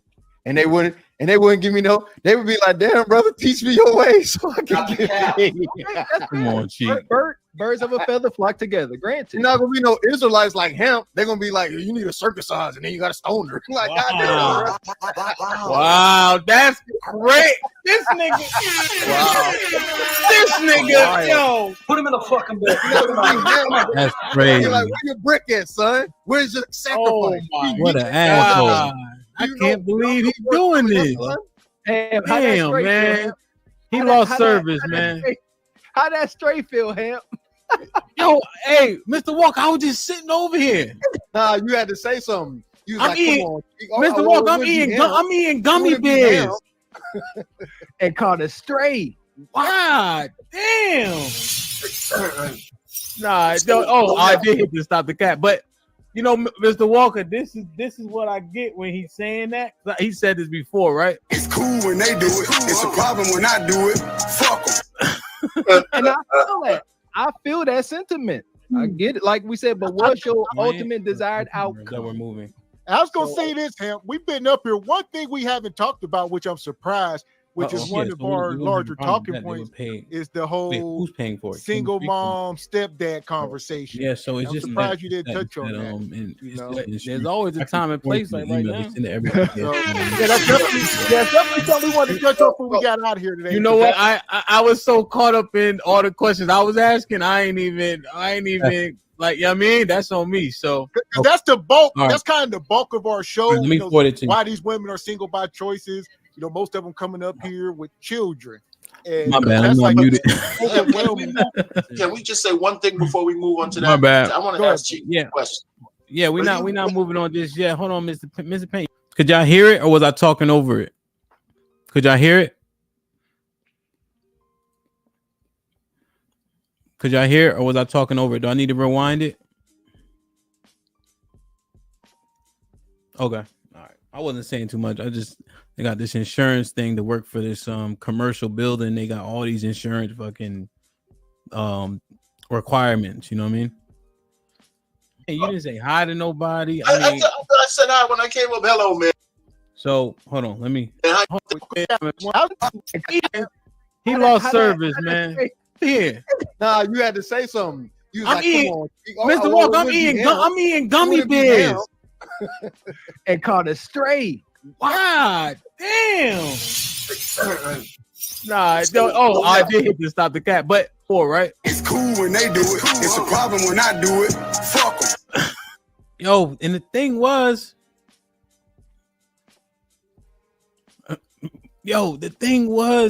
he was cooking. Yo, he was cooking though. But that's my problem, man. And 100%, she put in the chat. We don't have power now, providing and protecting. That's because we make so many concessions. And that's why our leadership gets questioned. If you ask men, are men natural leaders, you might get a 60-40 split. You might get a 50-50 split at this point. Here's the thing I got to work on, right? Me. I am much more understanding on a panel than I am in real life. When I'm conducting a panel and moderating, right? I'm making an assumption about intelligence levels and things of that nature. And I'm much more understanding on this than I am in real life. you know, but it comes with a lot of pros and cons. And I've also made concessions that turn into regret. And now you got to work through the regret and you got to overcome the concessions you made because they weren't right, but you did them essentially for the betterment of the community, you know, but it wasn't actually for the better. It was to make somebody happy. Right? But we got to do what's right. Happy is fleeting, right? But you want to be on the same page more so, even if that it requires one person maybe not being as happy as they want to be at that juncture. You know what I'm saying? We losing a lot of power because we trying to understand things that don't need to be understood. You know what I'm saying? God. Like, share, subscribe, tell a friend and tell a friend. Hit that like button right now if you can. That helps the channel the most. Mo List was popping with the 2000. If we remove ego from it, it's logically he's right. Nah, facts. John Henry. John Henry salute with the 50 ball says house husband concept is absolute foolery, quote unquote. Reason being, we live in a patriarchy. Therefore, a house husband will not provide or protect. Case in point, women now invite men out and want them to pay. A potential house husband is a non-select dude. I think, John, is this more referencing before they're married and things of that nature? And salute to the 50 ball, man.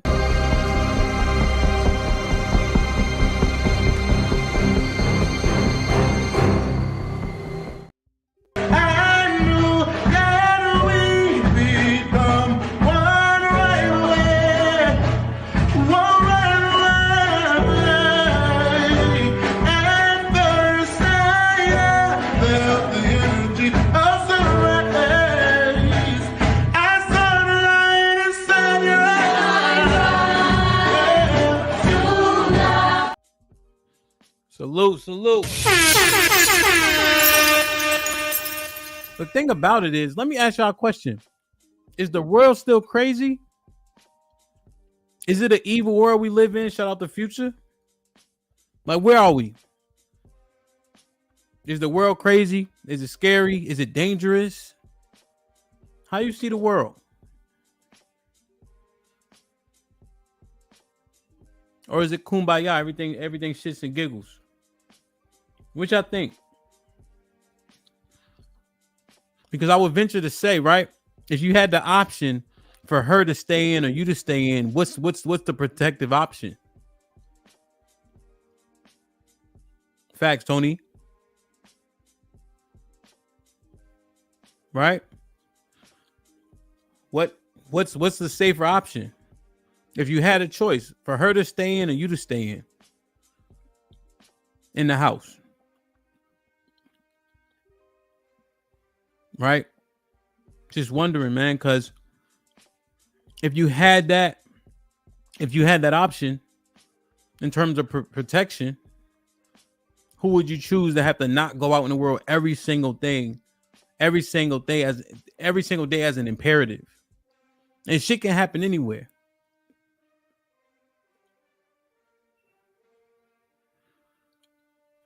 Just saying, man, we relinquishing power left and right. There's another thing. I'm about to get to the trick and shit, but I'm gonna drop the link.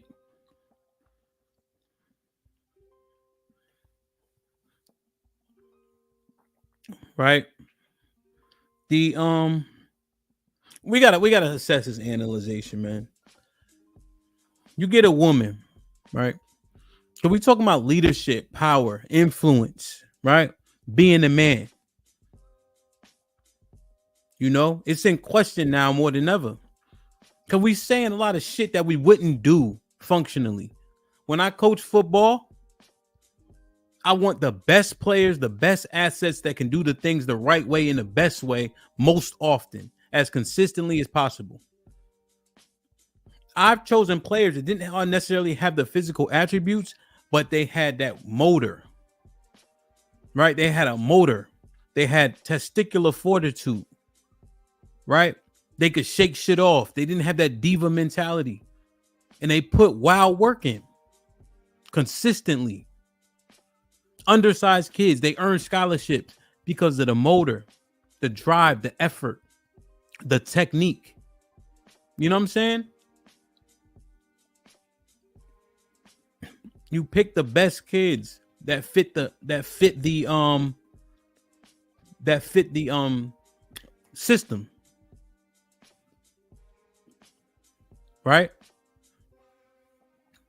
When I'm hiring people, I hire guys that have a decent amount of experience, but experience can also be bad. So I vetted out how they rap, pack, can they do pianos, etc.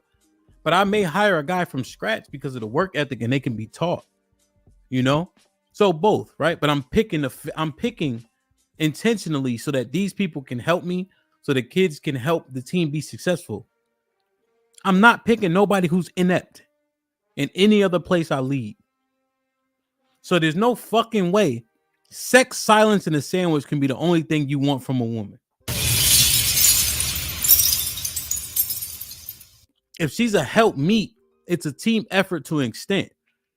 You in charge, no question. But motherfuckers gotta act like having a dumbass woman around will suffice. That makes no sense. To have a dumbass woman who just sex, silence, and a sandwich, that makes no fucking sense. You have to have a woman that's an asset. You have to. Ain't none of us rich. We don't come from no money. If you got a ball and chain hooked to you, how successful you gonna be? We gotta preface these statements with shit. Right, Harmonic? It's a ball and chain. It's a ball and chain. And I'm not saying we need a woman to have she need to be able to take over, right? But your kids, the teaching, taking coaching, having expertise in something that you may be slightly inept in, right? So for instance, my wife has her doctorate in education, right? So when we're talking about the kids and which school, etc., that is allocated to her.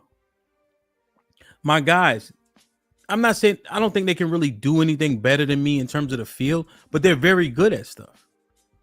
And so if they need my help on the job, one thing I don't do is come in there and take over unless it's just absolutely going awry. Because I trust them. They have autonomy. Hey, why'd you load that first? Oh, X, Y, and Z. All right, cool. Right? There's autonomy to work within the structure. Right?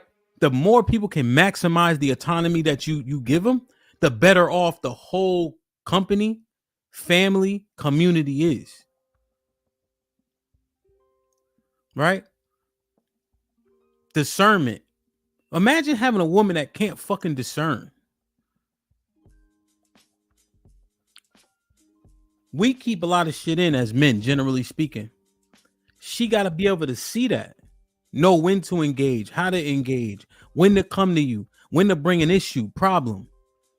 Because she don't got no fucking discernment and all she doing is cook, cleaning, and fucking washing clothes, she gonna get on your goddamn nerves.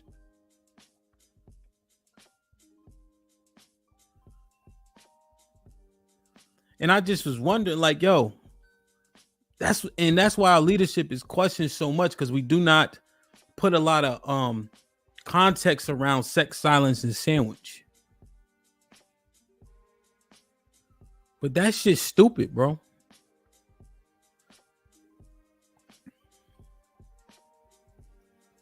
what I'm saying? But like I said, I'm much more understanding here than in real life. And I probably need to amend it a tad bit. But I refuse to lose, man. And I've done things foolishly a hard way a lot because I hate taking favors and shit like that, you know? But people are here to help each other. I got to get better at that. You know what I mean? For sure. But yo, like, our power, bro. There's power in leadership and understanding how to lead and convey a point. I'm going to use some examples. When you see Cali Bev on the yo, Atticus refresh, you might be behind the stream. I'm gonna use Cali Bev as an example. So Cali will be like, she be talking her shit on the panel, etc. Right? But you know, when her husband come in, there's times she's like, all right, guys, I gotta go. My husband here, or I gotta do this, that, and the third, whatever. Or even I'm like, hey, Cali, can you get on the panel? Let me check. I know y'all don't believe it about Dana, but when I'm around Dana in person, I'm DJing. Him, you need this, you good, you need that, blah, blah, blah. You know what I'm saying? If we ever out in like very attentive, you know what I'm saying? Just little things like that. But I know y'all don't like it, and I don't know why I'm bringing that up. And like I said, this is this is what I said. I feel before I start talking. But her husband got her ass in check. One time her son was getting yelled at on the live. This is her first time like hitting the channel, hitting the link. I dropped her down because I wasn't sure if he was yelling at her, right? But she stopped smiling and all that shit. But it was actually her son getting yelled at. And then I brought her back up. But when her husband put that energy in his voice, even Cali face changed. And they built their life up together. You know, Cali been pretty transparent on the panels and stuff in terms of money allocations and things of that nature. But you could tell that reverence and respect. But imagine having an employee that can't do shit. That's dumb as fuck. That's stupid leadership. If my guys can't think, we lose. If my guys can't pivot, we lose. If my guys are afraid to collect money, we lose. When you provide service for people, bro, you got to collect that shit before you leave. Fuck that. Niggas be taking forever to pay. I'm in charge because I'm qualified to be in charge. They respect me. They got wild autonomy. I hold them down when they need it. That's why I can ask for any fucking thing from them guys. And 99% of the time, they'll do it. Right? And I get it. Women in relationships is a different dynamic. But why? Because we use the line. We use this line, right? Oh, you go to work and bow down to your boss all the time and submit to your boss. But when you get home, you can't submit to your husband. Fellas, if you are in charge at work, do you allow that shit? Or do you reprimand, correct, help, assist? How do you manage other people? Do you employ similar standards and tactics at home? What are your standards that you hold yourself to, therefore you can hold others to? Power comes in structure. Money, authority, provision, protection. All this shit got to go together. So I've been thinking about this shit, bro, because Cheeky is ingenious with the house husband shit. I'm not balking against that, but I'm using it as an example of something, a thought process that I fucking hate that had to be thought of in the first place, man.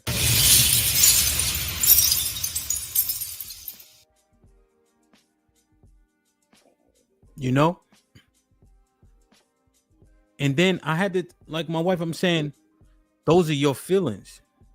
You are responsible for those feelings. You don't like what it is that we're talking about. You don't like my answer or my response. Right? But it's not wrong. So because you feel some type of way, you want me to consider your feelings in this conversation, but they don't actually have a place. You want them to have a place so you can try to change or manipulate what's going to happen. Right? Tears suck, bro. But tears don't change a motherfucking thing.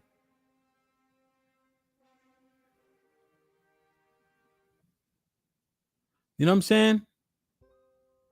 Like, yo, we gotta stand, man. We gotta maintain that power. And we have to be able to empower to be the greatest leader you can be. or else your leadership would be questioned.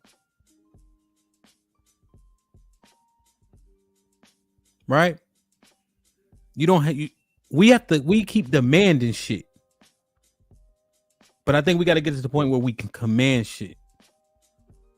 When you have command over your army, command over your team, command over your subordinates, you don't got to demand nothing from them. Damn, man. Like, share, subscribe, tell a friend, hit that like button right now if you can. That helps the channel the most. Ty Hoyt, what's up, my brother? With the $2 says, whole wordplay is, I think he corrected it. Oh, whole wordplay is different. I sport so much fly shit. I should win an ESPY. John, but the 20 ball said, take what you said about making concessions on a panel to the world.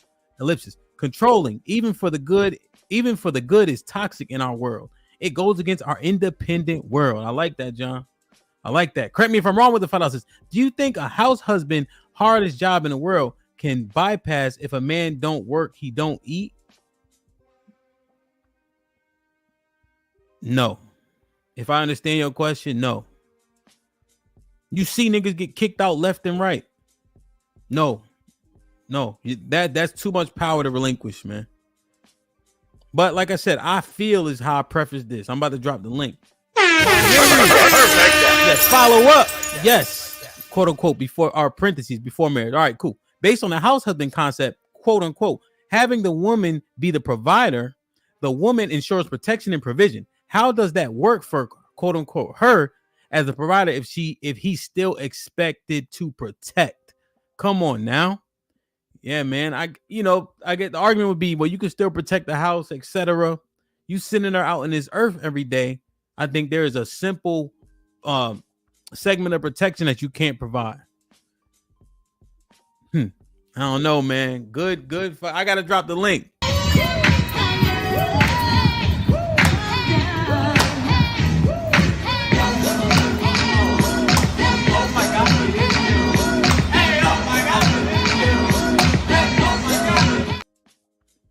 Salute.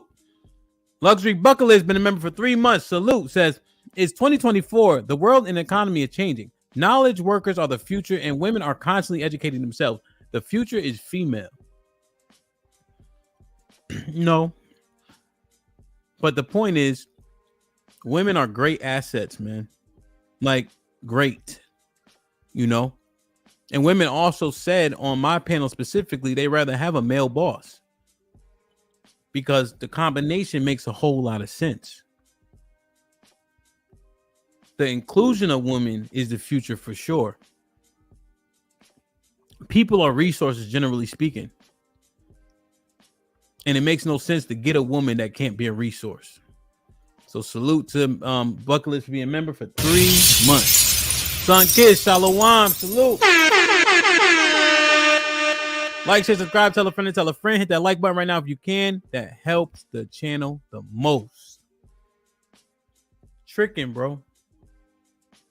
Tricking is like, I mean, it's just another, they leveraging vagina over us. We allocate so much power to these women in dating and relationships. It hurts my feelings, man.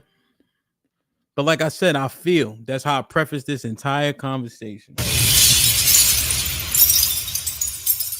We got the Prince. Brother.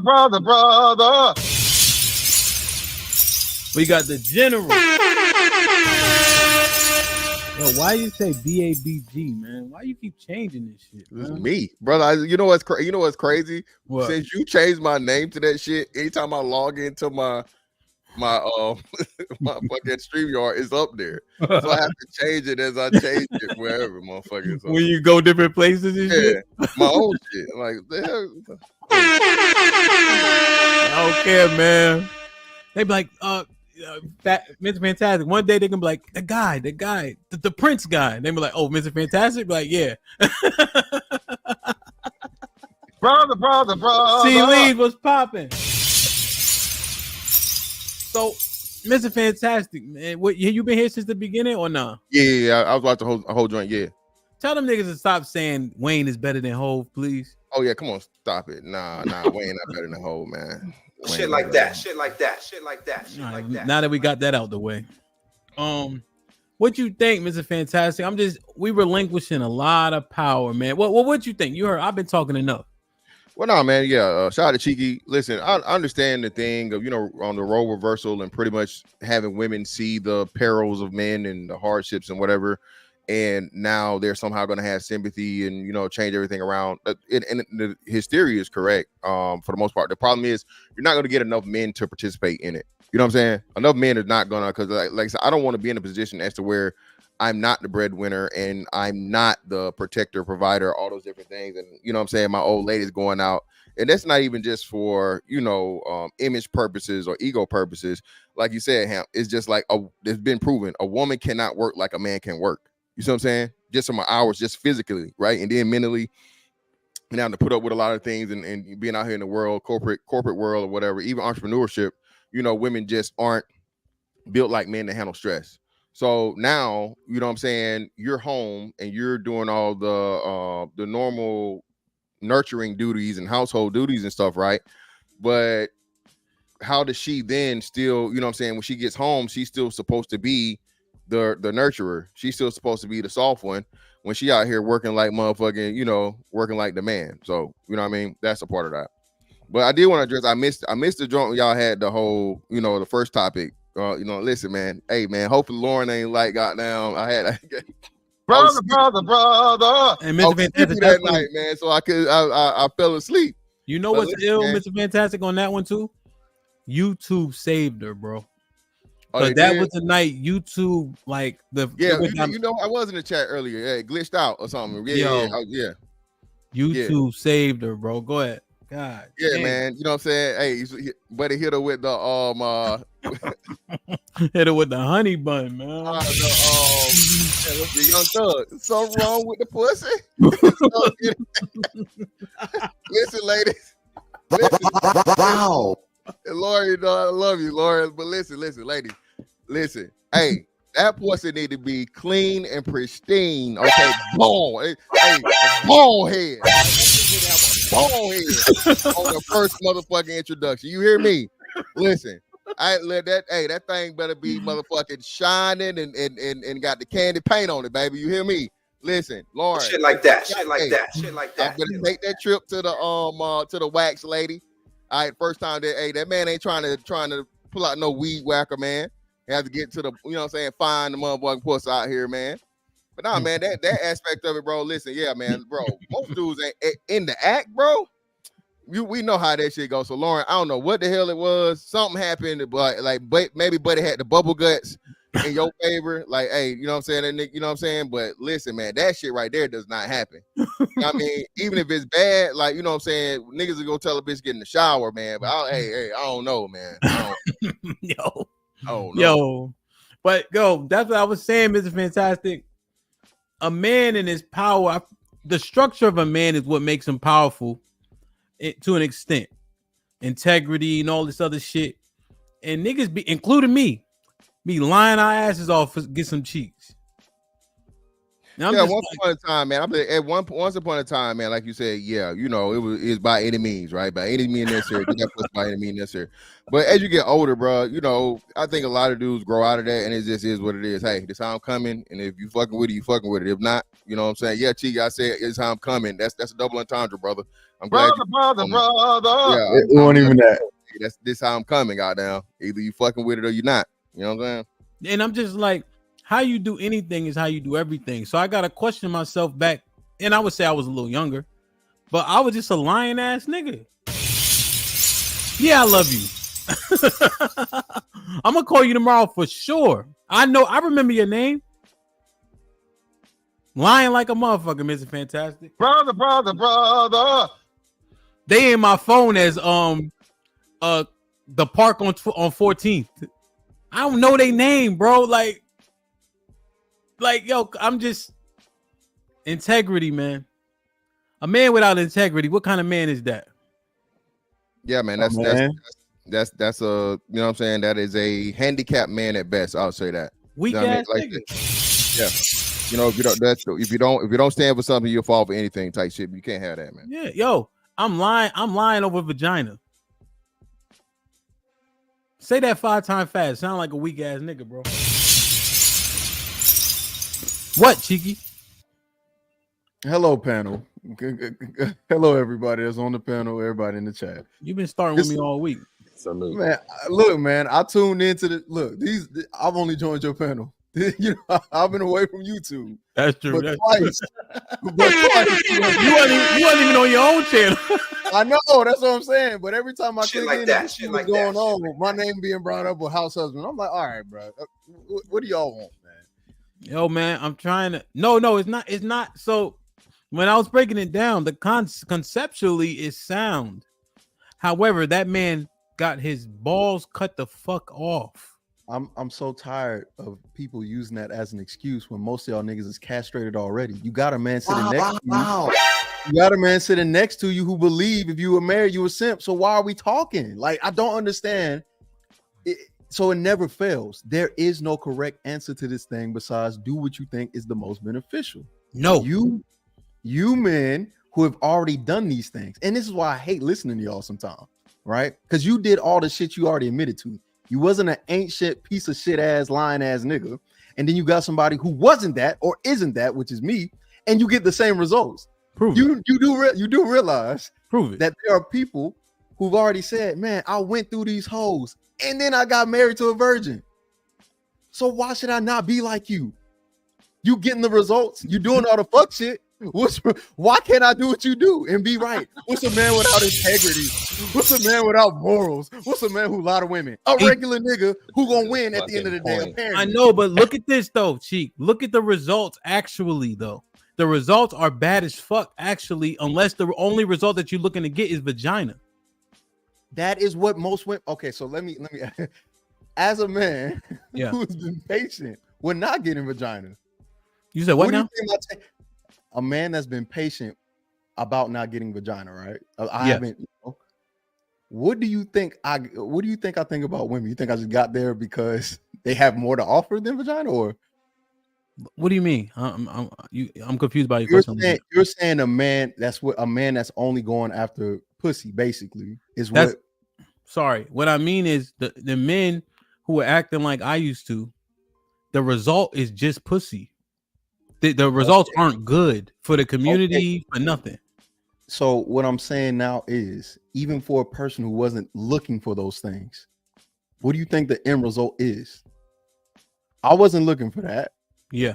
If that's the common consensus is this is what they have to offer, and that is something that they're willing to give, then what's the reasoning now? Like for you? For me, or for the women, abroad, what do you think women today have to offer besides pussy? I'm asking you. Well, you wouldn't know, would you? Yeah, I wouldn't. I mean, you married. That's Mr. Fantastic point. Listen, I know. Oh, okay, you know. Shit like that. Shit like that. Shit like that. I ain't gonna question it. I would just accept it. That's why I love you. I got you, dog. I understand, bro. I guess I think they have to offer great. The right woman has great things to offer in terms of being an asset, but we have to know how to allocate, and delegate, right, and understand the asset and mold and develop an asset. Agreed. Now, but I would guess, do you agree with the premise that women only have sex to offer? I think that's most. Unfortunately, that's most women's situation, because to be fair, what if a man is who he is, right? If a man is a man's man, what does he honestly what does he need besides maybe those intangible things like softness or discernment? But ultimately, when we ask the question, remember you asked the question on the panel, would you rather be with a woman that don't offer you anything at all, or is just a neutral? What was everybody's answer? Neutral sex. So again, when we look at what a man is, and if he is everything he's supposed to be, there's not much you can really offer besides maybe that and some other things, according to men themselves. There was only a few men that said, you know what, I'll take the woman. I was one of them. You want to know why? Because I see women outside of that. But naturally speaking, no, I'm just sorry. Yeah. So it's hard to be a woman and be like, yeah, I'm with this dude who can do it all. So what are you here for? Well, I'm here to be pretty and get pussy. That's how y'all make it seem. Yeah, I think we'd be lying. Oh, whoops. Now it's up to you. See how this always goes back to the conversations that you all have with yourselves and amongst yourselves, and whether or not you're being honest. Because if we're going to be fair about the things that I say about house husbands, y'all always say niggas, pookies, and ray-rays that don't have a home get to smash the same chick you get with. So, nah, and then you bring in a couple different arguments, but specifically the premise of this is men not having the power they're supposed to have. Okay, so what the men that are married today, how many of those men that are in marriages do you think actually have power? 50%. 50. And what does the divorce rate say? 75%. 70% getting divorced. Initiated, but that the percentage of people being divorced is under 50 by a couple of percentage points. So if you think 50% of men that are married currently have that kind of power, and the divorce rate, let's say 45 to 48%, then now we have to really figure out who really does have that power. If you're saying 50% of marriages, because your stats aren't making that work. No, you wait. So I'm not understanding the 48%. What's the 48%? Divorce rate. Yes. I asked you what percentage of married men today do you think have that kind of power where they have the control? I would say 50%. And now you say what? I say the divorce rate saying that 48% or almost 50% of marriages fail say otherwise. The divorce rate doesn't show the allocation of power. People can initiate divorce, right? See, the woman chooses to leave. That doesn't say to me that the man is powerless in that relationship, right? It could be standards. Okay. It could be standards that he has that she said I can't deal with. There's things that she doesn't like, and she says I can't deal with it, so I'm leaving. That part is that part. But I'm talking about the structure in his house. If you don't like it, get the fuck out. Okay, well then I guess you can do that as a man continuously till you find the right one. I guess you can marry. I mean, if you're going to do it by the book the right way as a stand-up guy with integrity, you're going to marry the women you're having sexual encounters with, right? Because that's what stand-up integral men do. Or am I off? You're right. So how many men you think will start marrying the women they start sleeping with because that's biblically correct or that's the morals and principles they stand? Like now we're starting to be realistic about the shit we're talking about. Are you bringing it? I didn't bring in the Bible. Okay, so let's stand up men and integritous men.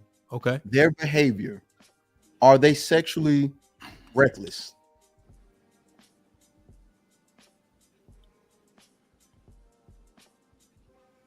I mean, what do we constitute as reckless? Okay, let's say promiscuous. Fuck reckless. Promiscuous, yeah, of course they are, because you have options.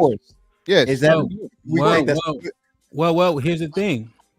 If the numbers come back into play as you presented earlier, Mr. Fantastic and Fatty told me the stat of 35 men at 35 and older, average body at 35 and was it 35 age? Average body count was 8. 8, yeah, lifetime. So they're not promiscuous men overall in general. So with that being the case, are we saying that most men are stand-up integritous men? 50% at least, if not 51. That's where I stand at, the 50%. Now, Cheeky, is this unfair to the conversation if I say there's levels to it? So, like for instance, the what I stand on, is that extreme? It's just yes or no, just so I can understand. Yes, it is extreme. It is absolutely extreme. All right, so that would be thrown out then, right? But just in terms of just like a good man, if we can call anybody good, 50%, I think is solid. You think 50%? Okay, if you think 50% of men are good and their results are still trash, like now are we starting to put together the issue here? If you think 50% of men are good and the results that they're getting with women, just generally speaking, is still absolutely abominable, Why in the world would I? Why in the world is the idea of house husband or anything being questioned? Just find a way to get some shit working. No, now here's the thing. Okay, go ahead. Good isn't perfect. Good isn't great, right? So there's holes in that game. You know what God it is good. God is great. Jesus Christ, man. Nah, don't call God or Jesus. They ain't coming. Just us right now. Now, talking that about the holes in their game is what the concessions they make for women. This the shit that I'm talking about when men are acquiescing and falling short because all the concessions that we make for women, the things that we do for a Klondike bar, aka vagina. This is why these men are only good and not great because they don't hold themselves to a standard when it comes to getting pussy. We relinquish our power when it comes to getting pussy. I don't agree. This and it don't really start this generation. This is the yeah. So the problem is, if you're saying these are the issues with men today, you can't look at us and go, it starts here. Because are you saying something different than what I said? Just generally speaking, you're saying? I'm saying generally speaking. And the problem, the thing that the issue is we're not regressing. What you're talking about, man, getting a power back and what it would take in order for that to happen and be maintained would be considered regression. And we're not going backwards. As a society, we're not doing it. Mm-hmm. And on an individual level, I'm sorry, you can say, society don't run your household, but it definitely influenced the mindset of your spouse or significant other. And if they think that they don't have to do what they want to do, they don't have to do what you want them to do anymore, it's over. But you said that's not really a testament to the man being powerless. It's just the situation he was in. Mm-hmm. But men are saying we don't want to be in that situation at all. So either we just smash and never get married, or you do what I do. Look, if I get married, I'm making sure the benefits, if this go left, go my way. Because I don't trust you. I don't trust you. I'm gonna be honest. I just don't trust you at all. Yo, Metro.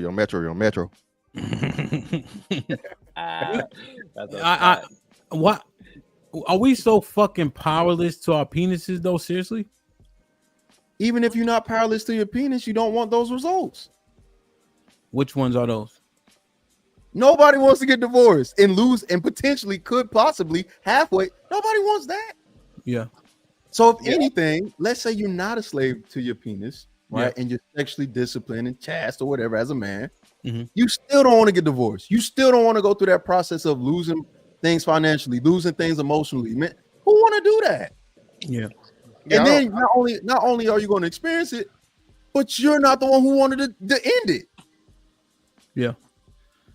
Wait a minute, Fantastic. Well, no, I was gonna say, I don't think you're a prisoner to your penis, man. Again, people make it. Listen, bro. You can have casual sex responsibly. Again, you can't blame the man for a biological imperative in fucking hormones that encourages you. Hey, it's some pussy over there. You know what I'm saying? I wonder what that'd be like. So when we start saying these things about, men are, prisoners to the penis or whatever, niggas compromise. Yeah. But like I said, I think that's something that a lot of men, if not most men grow out of to a point because you prioritize pussy in its proper place. You know what I'm saying? So as you get older and you learn that, hey, look, man, like we always say, hey, you'll never lose. You'll never You'll never gain money chasing pussy, but you'll always lose money. The hobby shit. Yeah. You feel me? So yeah, man, I think it's a thing too. But like you said, one of the biggest pussy. Yeah, shout out Uncle Joe, appreciate you. So the craziest thing though is, like you said, the biggest leverage that the woman has in a marriage, especially, is the sex, because by law you're contracted to having sex only with her. And if you do that with anyone else, now you've breached the contract, and then she can go tell the courts and then take your shit, like Cheeky's saying. Yeah. No, it's solid. And like I said, when I prefaced the whole conversation, I'm saying this is how I was feeling, So we still minded it out. But it's making a lot of sense. And I understand Cheeky, the mitigating risk and things of that nature. My feeling is that man's just left powerless, but it sounds like it's regardless. Let's get tea leaves in real quick, and then we'll bounce to I think was Uncle Jeff up? I think Uncle Jeff. Tea leaves, what you think, man? I'm hurt, man. How's my audio? Can y'all hear me? Yeah. All right, cool. I'm still getting used to, completing thoughts on panels, man. So I'll please be patient with me, walk with me. I had a conversation yesterday about something similar to this, and at the end of the conversation, is about dealing with relationships and dealing with a woman and your experiences. And what I realized is that, or what I came to had to accept, is that the world is unfair. And the things that men have to accept when it comes to dealing with women and their innate nature, which is emotion, and how we have to navigate that emotion, is highly unfair, especially when a man is doing everything he can to try to rectify whatever the issue is when it comes to the issues that they're having, right? So I think what men are doing now is that they're not like in the old times where men probably realized the world and marriage and all these things weren't unfair, and they just kind of worked through it, or they kind of just accepted it and dealt with it. I think men today are now starting to think and put action behind words and saying, no more, I'm not doing this anymore. I'm actually try to figure out how to make it fair, or make it fair. What I think sometimes is hard is that there is no such thing as fair when it comes to men, man. It was a hard pill for me to swallow, to understand that no matter how much good I was doing, no matter how much I tried to articulate it and break it down to a third grade level, there is no beating that emotion. And if I don't navigate her emotion correctly, she's a good woman, but she's going to be emotional. If I don't navigate it correctly, I'm going to be looked at as, I don't know what I'm doing. I'm not being a leader. You got to understand what you're getting yourself into. So now, not on top of that. Damn, man. So see, yeah, go ahead. That's her fucking fault, though, man. But that's not. But see, when I was talking to the guy, I was having a conversation with the guy. Said you knew what you was getting yourself into when you got in the relationship. You knew. You got to take responsibility and accountability for that. Why you ain't call me instead? I told them. I told both of them. I told the lady and the dude. I was like, I can't articulate the points the way that I know the people on this panel who can debunk and break that shit down like a fraction. I can't do it because I lack the experience with my body. Look, I don't mind. I'm transparent. My body count is under 15, right? And people like, oh, that's not a lot, but when we talk about men and on these panels, they saying they body, what I'm saying, it's up there. So I lack the experience with not just the women, but the women of the quality that I wanted. So when I'm dealing with these situations, I gotta accept the fact that I put myself in a situation, and it's unfair because I'm not being deceitful. I'm not being I'm not misleading. I'm not lying to him. But are you on eggshells though? Because you trying to manage a bunch of shit that belongs to her. So like, let me give it. My wife start that crying shit. We having a conversation. Yeah. I literally say, "What you crying for?" Nah, that don't work. That sword don't work over here. You and go finish crying. We could finish talking. Yeah, and the response that most men would get is that either you're not hearing them, you're not hearing them, or they feel like they're not being heard, or they feel I like know you're T. judging. I'm not disputing. I'm saying that. Yeah, that's what I'm saying. Right? There's too much shit that work on niggas that relieve our power from us, man. I got you. I'm with you.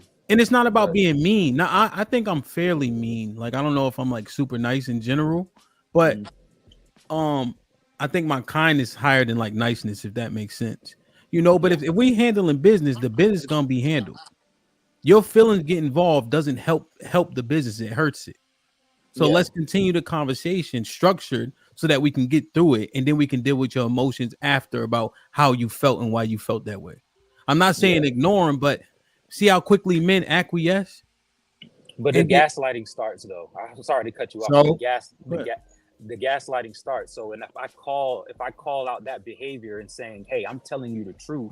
I'm telling you this is a misunderstanding and this is what it is," they're not accepting it.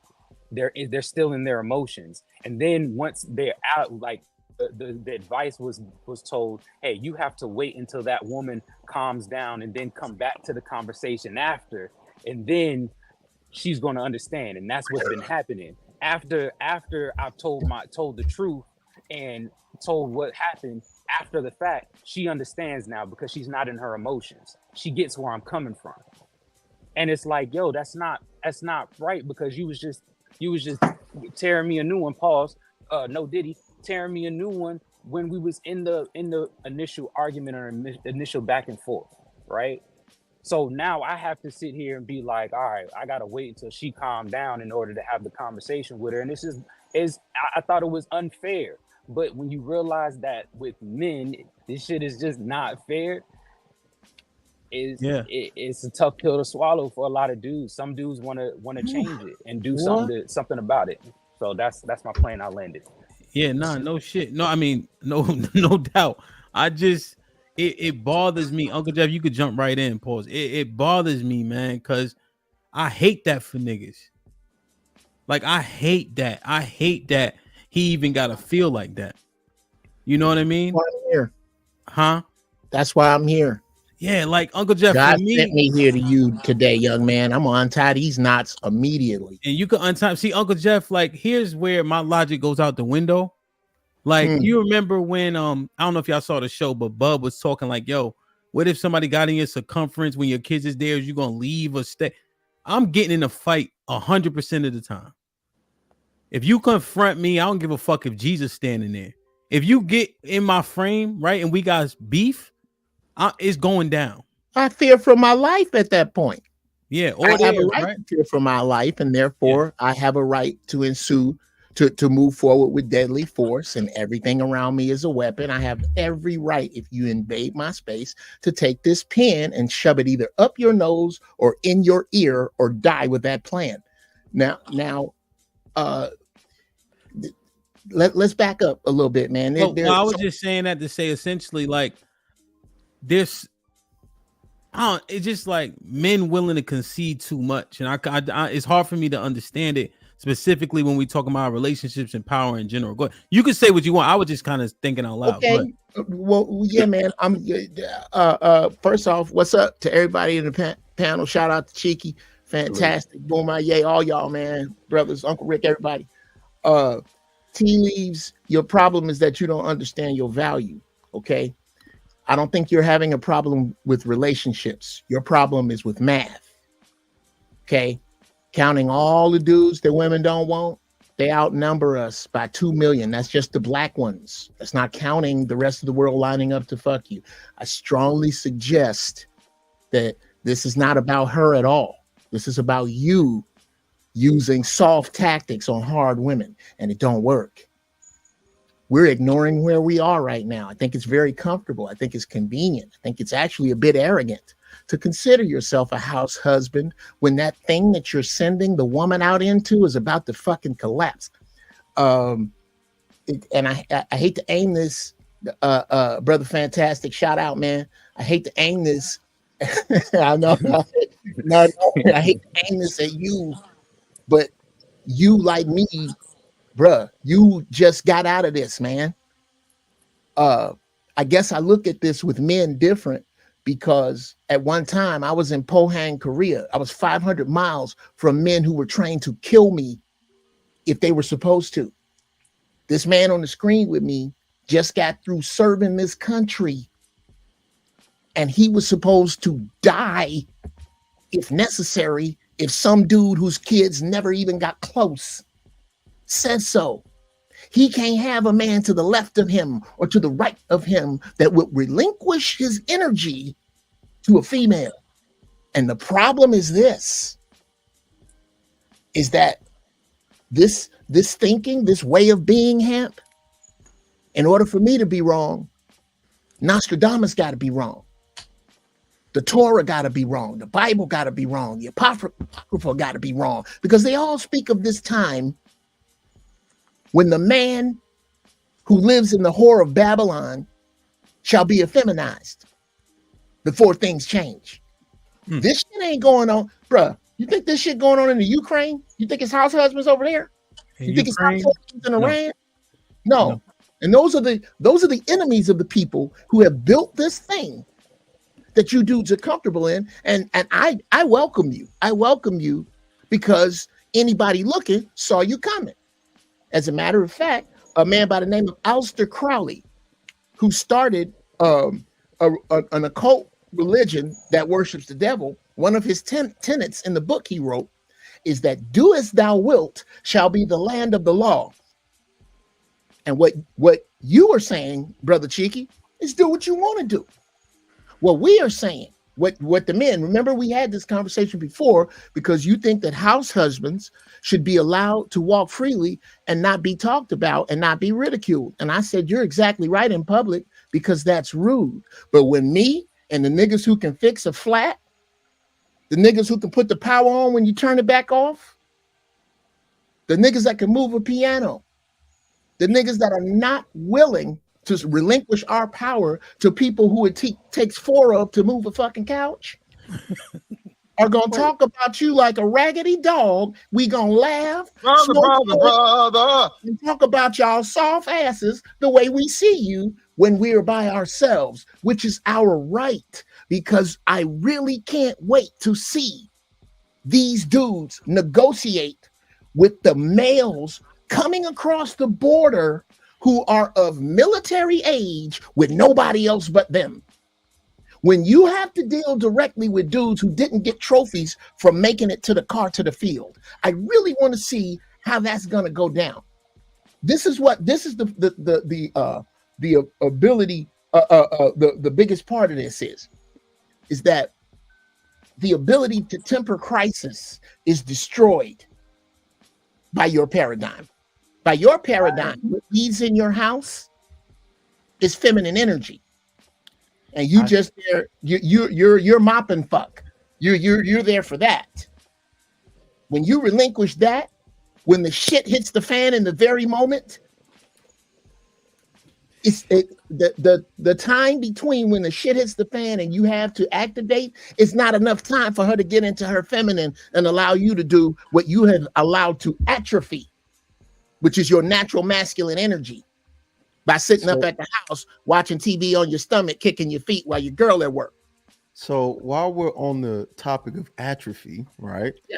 A lot of you men that come on the panel obviously have muscular atrophy as well. And I'm guaranteeing you the man with the house husband logic is out benching, out squatting, and will fight. So what I'm saying is, hell, just because you're a gorilla, I'm talking to human beings, all right? I'm not talking to silverback ass. You're not making any sense. What I'm saying is, you're not making any sense at all. I'm saying is, let him finish, Uncle Jeff. I hate this idea that house husbands are just these out of shape ass people. But every traditional man that we've seen on a panel, I'm not saying you, Uncle Jeff, you in shape. I don't want no problem. I don't know smoke, Uncle Jeff. Okay, don't be my back. No. Hold on. No smoke intended, brother. I ain't gonna dance around with you, Cheeky. I wouldn't dance around with you, but I'll whoop your uncle's fucking ass right now. Keep going. I'll stomp your uncle right in front of you. Good thing I don't got no uncles. I don't want to see my good uncle. thing. You sure don't, because they didn't really keep going. You're right. I don't know smoke. Yeah. This ain't no uncle shit. This is auntie shit you on right now. But go ahead.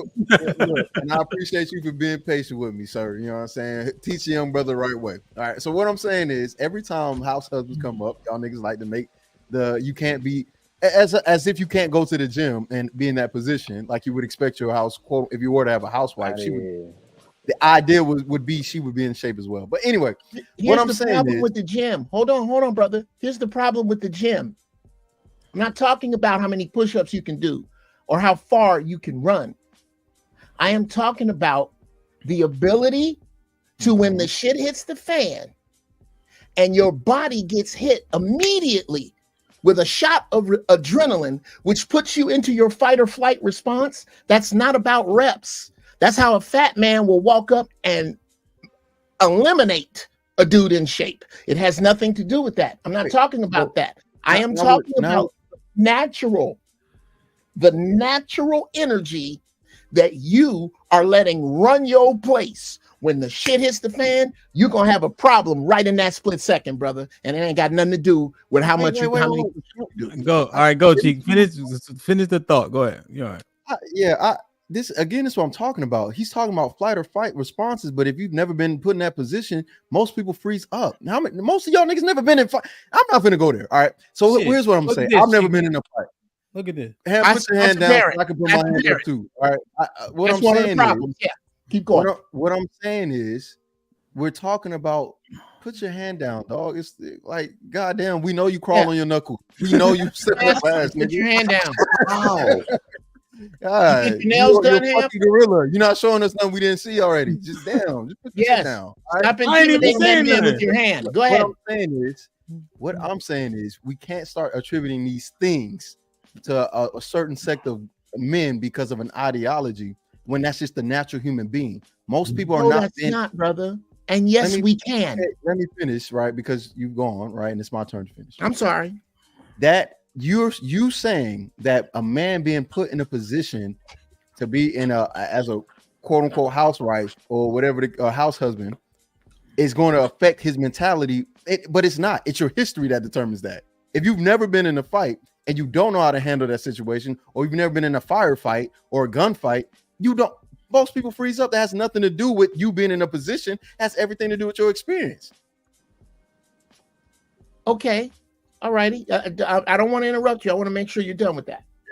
I'm just saying that's just the truth of the matter. You can't start attributing the natural something that happens like an adrenaline rush to the position of somebody in their household when that's just really just based on your experience as a man, whether or not you've been through those things. That doesn't make sense. I mean, Uncle Jeff, before you go, I got one question for him. It's slightly yes or no. Do you think a man that's been outside getting it popping for whatever the reasons are is more or less likely to be a house husband? Cheeky. Say that again. Do you think a man that, let's say, was outside scrapping, getting it popping, was military, whatever the case was, right? They got endurance and experience, is more or less likely to be a house husband? I don't know, because there's niggas out here that don't have homes and still fucking chicks. So like, and they go through those fights too. So what I'm saying is, I can't determine that. I don't know. How would I know? The answer to another question. Yeah. I said I don't know. That's the answer. I think I made that clear. Okay, he didn't ask you what you knew. He asked you what you thought. Just if you could speculate, what do you think? Not what you know. What do you think? I don't think so. I think if a man in a fight, he could be a house husband. Yes, absolutely. I think that. Okay. I happen to know this is all anecdotal. I know a few house husbands, and most of them use the windmill technique when accosted. I really, and forgive me, Cheeky, please allow me or if I and Fantastic is a great referee. I hate to keep throwing you in this, bruh, but because the Marine Corps' Department of the Navy, we have kind of a similar mindset with regard to protection, to defense. So if I'm full of shit, Fantastic, please just jump in. I don't mind. What you're trying to sell me is on this new breed, and you don't have to. I'm acknowledging your existence. That this new breed of man that can't fix a flat, doesn't know how to look up in the sky and tell where he is, can't read cursive, can't ride a bike without a helmet, can't get around without assistance. Well, when I was young, we had a name for those people. We called them retarded. So I understand that they exist. And I understand that this mindset that you were saying exists. Mm-hmm. You seem to think it's going to burn bright. I don't. I think it's going to burn like a match. And I think that the minute that everything else in history that contradicts what you're saying, and everything else currently that contradicts what you're saying, other than those that follow this logic because they haven't looked backwards, Anybody who looks backwards can see that this is not going to last long. This is a convenient mindset in a setup economy and infrastructure. At the end of every empire, all this ignorant shit burns. And you are at the end of an empire. It's very convenient and mildly arrogant for you to have this thinking, because to relinquish your job naturally as defense, you cannot say is natural. It ain't. It ain't. Not by any stretch of the imagination. Your thinking, I'll say this and I'll land the plane. Your thinking, by history's account, by astrology's account, by religion's account, by plain old common sense's account, is GMO, and it's gonna burn out.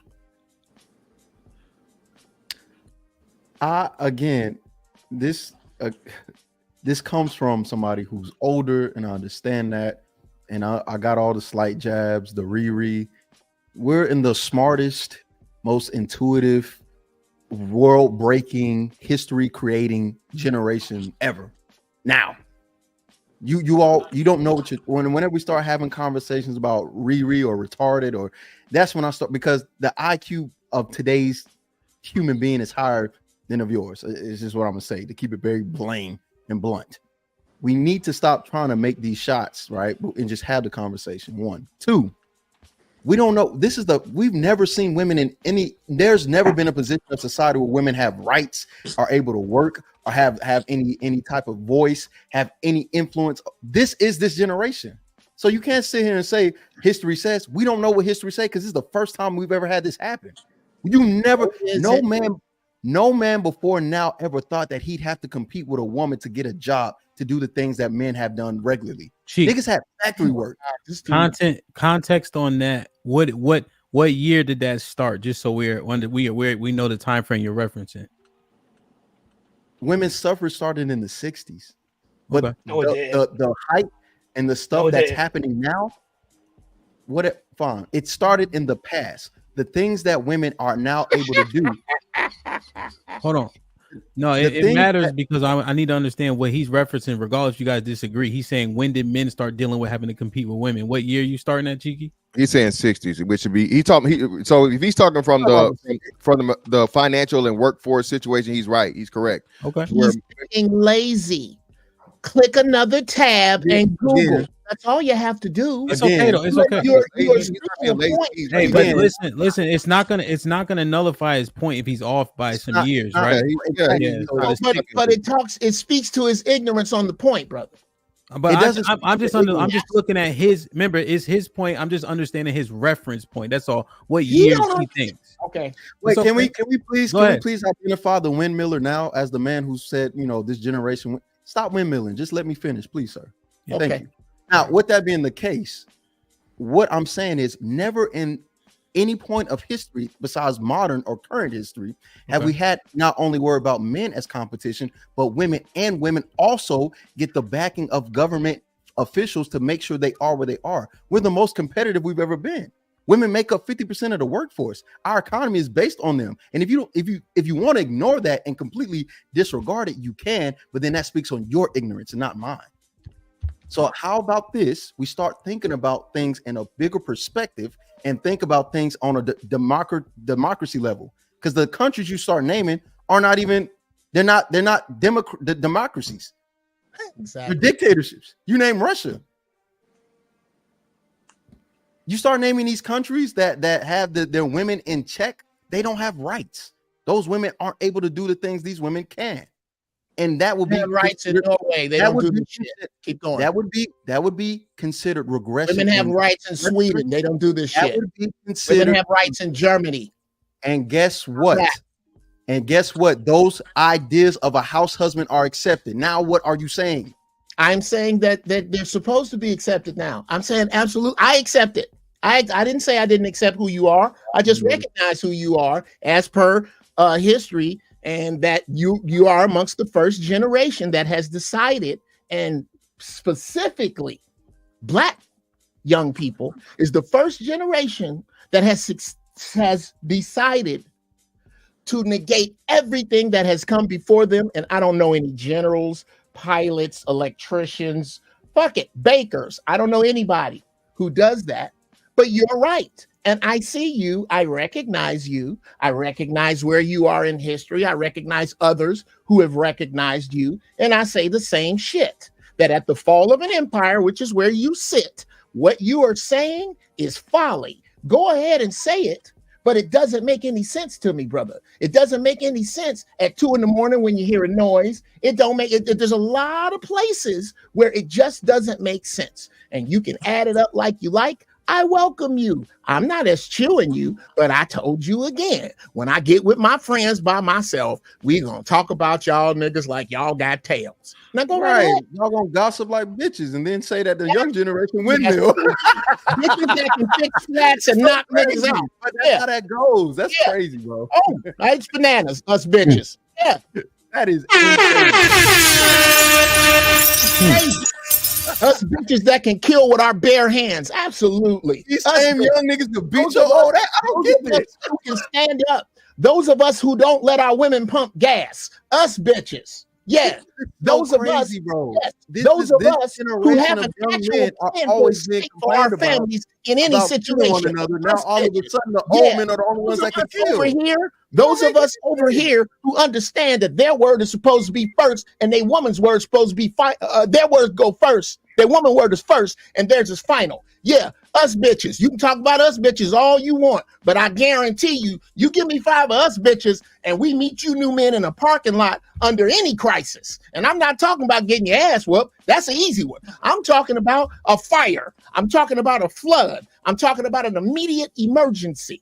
And I'm not talking about all brothers your age. Just some great young dudes out there, but they certainly don't think like this. And that house husband shit, that shit ain't gonna last long. I'm just saying, don't call a younger generation feminine and you clapping your hands. That's crazy to me. No, crazy. Come on, bro. Come on, man. Sorry, well, come on, man. Yeah, come on, man. Because, dude, that's because you have been trained to see anything that you think from a man as feminine. Bruh, I promise you, the niggas I pattern myself after took women from the niggas that you pattern yourself after. I promise you. And you don't even know who that is, though. We don't, or one, and then two, we don't even know who that is. How much it costs, because we know old niggas paying for pussy. Which ones? Bruh? Again, don't personalize it to you. Do not personalize it. Let me start here, Cheeky. Let me. Uncle Jeff, you can't personalize. I'll shut up. We know you married, and I'm not. Don't personalize it to you. But I have to represent the younger generation because the older generation keep talking trash. We ain't starting this shit just now. I don't want you to be married. I don't want you to be married. I don't think you've heard me talk about this, Cheeky. I think marriage is a mistake for young black men. I think it is. Okay, so if we all right, so how about this? Let's reset it. Let's reset the tone, right? Because we had our back and forth. So let's I know, okay, we both playing, but let's reset it. Sure. If we both agree that marriage is not ideal for men today, and I say, hey, if I'm going to accept marriage, it's going to be under the conditions that you take the fall and not me. Do you think that's better to do? Not at all. And I'll tell you why. Right. Go ahead. I'll tell you why. As fast as I can. Then we're gonna get Uncle Rick in after this, all right? You guys kind of hit on it earlier. Marriage is a European concept that don't have shit to do with you. It has nothing to do with you. We come from villages. And in villages, men have more than one woman. You're supposed to have more than one woman. And the numbers say that as we move forward in the future, if you can move adequately, you don't need to make a contract with the state to do that. You're going to have to be able to lead more than one woman if we gonna make it out of this. But you gotta get that marriage shit out the way. So I don't believe in that shit either. I don't like it as much as I've lost fucking around with that contract bullshit with the state, because that's really what it is. And I understand young dudes, y'all right. Why should I gamble half of my shit on your whims? Fuck that. I'm not doing it. And you're absolutely right. And you shouldn't be fucking with substandard broads. Let them twist in the wind. Agreed. I'm gonna be quiet though. I don't want to take over this. Like, share, subscribe, tell a friend, hit that like button right now if you can. That helps the channel the most. That was a good dialogue to me. John Henry with the 10 says the quote unquote inclusion of women is future, no doubt. But as long as she doesn't want to stink, be physically exerted, or have danger be a part of her day, the man is expected to carry the weight. Pound facts. Y'all mute if you're not talking. There's a little bit of feedback. T.O. with the $2 says niggas be lying on panels. They still lying in person. King Goody with the $2 says, say, go DJ Crazy Hope set. Salute. Appreciate you, my brothers. Callie Bev with the $5 says, are fathers teaching their sons to get as many women as possible, or teaching them to get them to be heads of their family? Blue J 999. Dayton Pool with the $5 says, what part of it's not fair and never will be don't men get? Punching a wall is useless. John Henry with the $5 says, experience, exposure in your personal sexual endeavors will affect your approach towards how you as a man exert your masculinity. Okay. Sin with the $2 says, hitting him with a honey bun. That's a fact. He spent that at 2:30. Devin with the $2 says, most these little movements be, what's that mean? Cope. What's that mean? I think he meant to say cap. No, cope. Exactly what it means. Cope, like coping, like coping mechanism. Cope. Okay. I got you. See. What up, buzzing, birds flip a dozen. Holla at your boy, you thought your cousin wasn't. Thank you, C, man. We almost at 500 members. We got 35 to go. Salute, man. Whoever got it, please maintain it. Welcome to the family. Omega Green with $2 says GBG is soft. Aaron with the $2 says AI and cyborgs are the real issue. iRobot soon come. Hell no. Nah. Hey, you see, y'all niggas say it every time. We gonna talk about that. No, we did. I researched. It costs so much to make a robot, bro. Like, it's a lot of factors that go into Hamp. Thank you, Hamp. You remember plasma TVs when they first came out? Yeah. Now how much you get a plasma TV don't even exist no more. Technology squares itself every 10 years. Every time, bro. Yeah. I'll tell you what, Mr. Fantastic. That's the problem. You keep buying them Hisense TVs. I've never brought one piece of electronics out of a Walmart, sir. I don't really believe we went to the moon, but we went to the moon with a 50th of the power of this thing. Please understand that about robots being expensive. That's okay. All right. Elon Musk got them Tesla phones coming out, nigga. So listen, man. Look, okay. That shit is a million miles away, man. But that'd be an interesting conversation. Yeah, but we're moving at 1,000,000 miles an hour. Yeah, y'all, man. It's 1,000,000 miles away, but we're moving at 1,000,000 miles an hour. Niggas can't change it. Niggas can't change the tire. Now we about to have iRobot. Exactly. That's what the robots for. Why you think these little smart, weak ass niggas building these robots? Bro, it's interesting. It's interesting. Kevin's such a meathead, bro. He is such a fucking meathead. I'll just punch it. They're like, oh no, nigga, that's not how that works. I trust Tesla. Y'all trust Tesla if y'all want to. Mad shit. Thank you. Robot, and then they don't die. Like, no, I got a 1330 on my SATs, baby boy. You're lower than the smartest young nigga, so you better chill. Gorilla smart, gorilla strong. Hey, yo, man, I'm just saying, man, niggas better start being strong. I don't give a fuck what y'all talking about. Hey, man, y'all trust those Tesla phones if y'all want. That shit'll blow up. All right, let me finish with Chaz, y'all. Correct me if I'm wrong with the $5. Says lots of quote unquote members living under women be active, brother Hamp. Black King with the $10 says older folks believe that if you're not the vanguard of their priorities and beliefs, the world is coming to an end. Stop. Uncle Jeff, the sky is not falling yet. It sure isn't. Devin D with the $2 says you got to be a man regardless of what women do.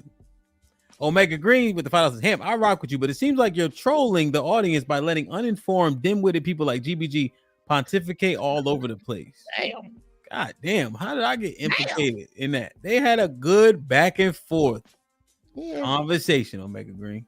UT with the $5 says Pookies and Ray Rays are really house husbands and they fight.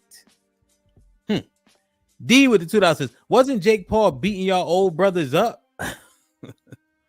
John Henry with the $10 says as long as a woman don't want to don't want to stink, be physically exerted, or face danger on a daily basis, women will not look completely at full accountability of leading. But that was just the argument, though, John. Right? Just literally, he called me a Neanderthal because I'm like, you got to change the tire. Niggas don't want to stink apparently no more either when they go to work. Dirty hands. What? I might crack a nail. TN with the $2 says, you hooper hyper or protected by Viper. Oh. Aaron with the $2 says, did you not see the videos of the robots in Japan? Yeah, I saw it. I was just looking at the cost and things of that nature. But I guess to your point, if it's volume, do you think the people that would buy one of these robots are concerned with the cost? No. So John Henry, well, just talking about in mass, right? Because he mentioned iRobot, so that was a reference point in which I was addressing. iRobot, everybody had one, even like regular people. No. Everybody has one assigned by somebody who already bought it. And iRobot, like an Elon Musk, somebody who could say make 50,000 robots and then assign them.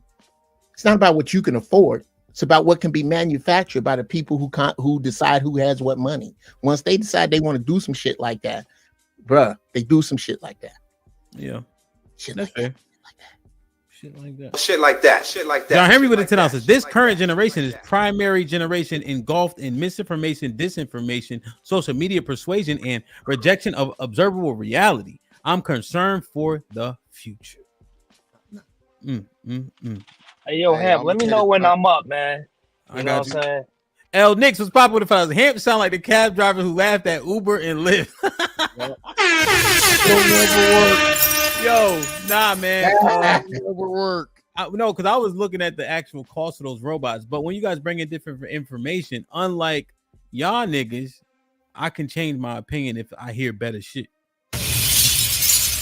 Yeah, but why would you have to change brother? You don't ever change your opinion when you got the best shit, brother. You got the best shit. When you got the best shit, brothers don't need to change. But hey, man, listen. Hey, Hemp, you got it. Hey, that's another. Hey, that's a great show thing, man. Like I guess, shout out to John Henry, the conspiracy theory thing. Hey, nigga, conspiracy theories bad in the 10,001, nigga. Thank you. We've been trying to tell y'all. Some of y'all assholes still riding around with masks on.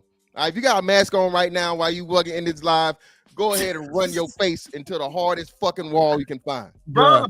Oh, man. All right. I mean, it's damn, man. Uncle Rick, what's popping, man?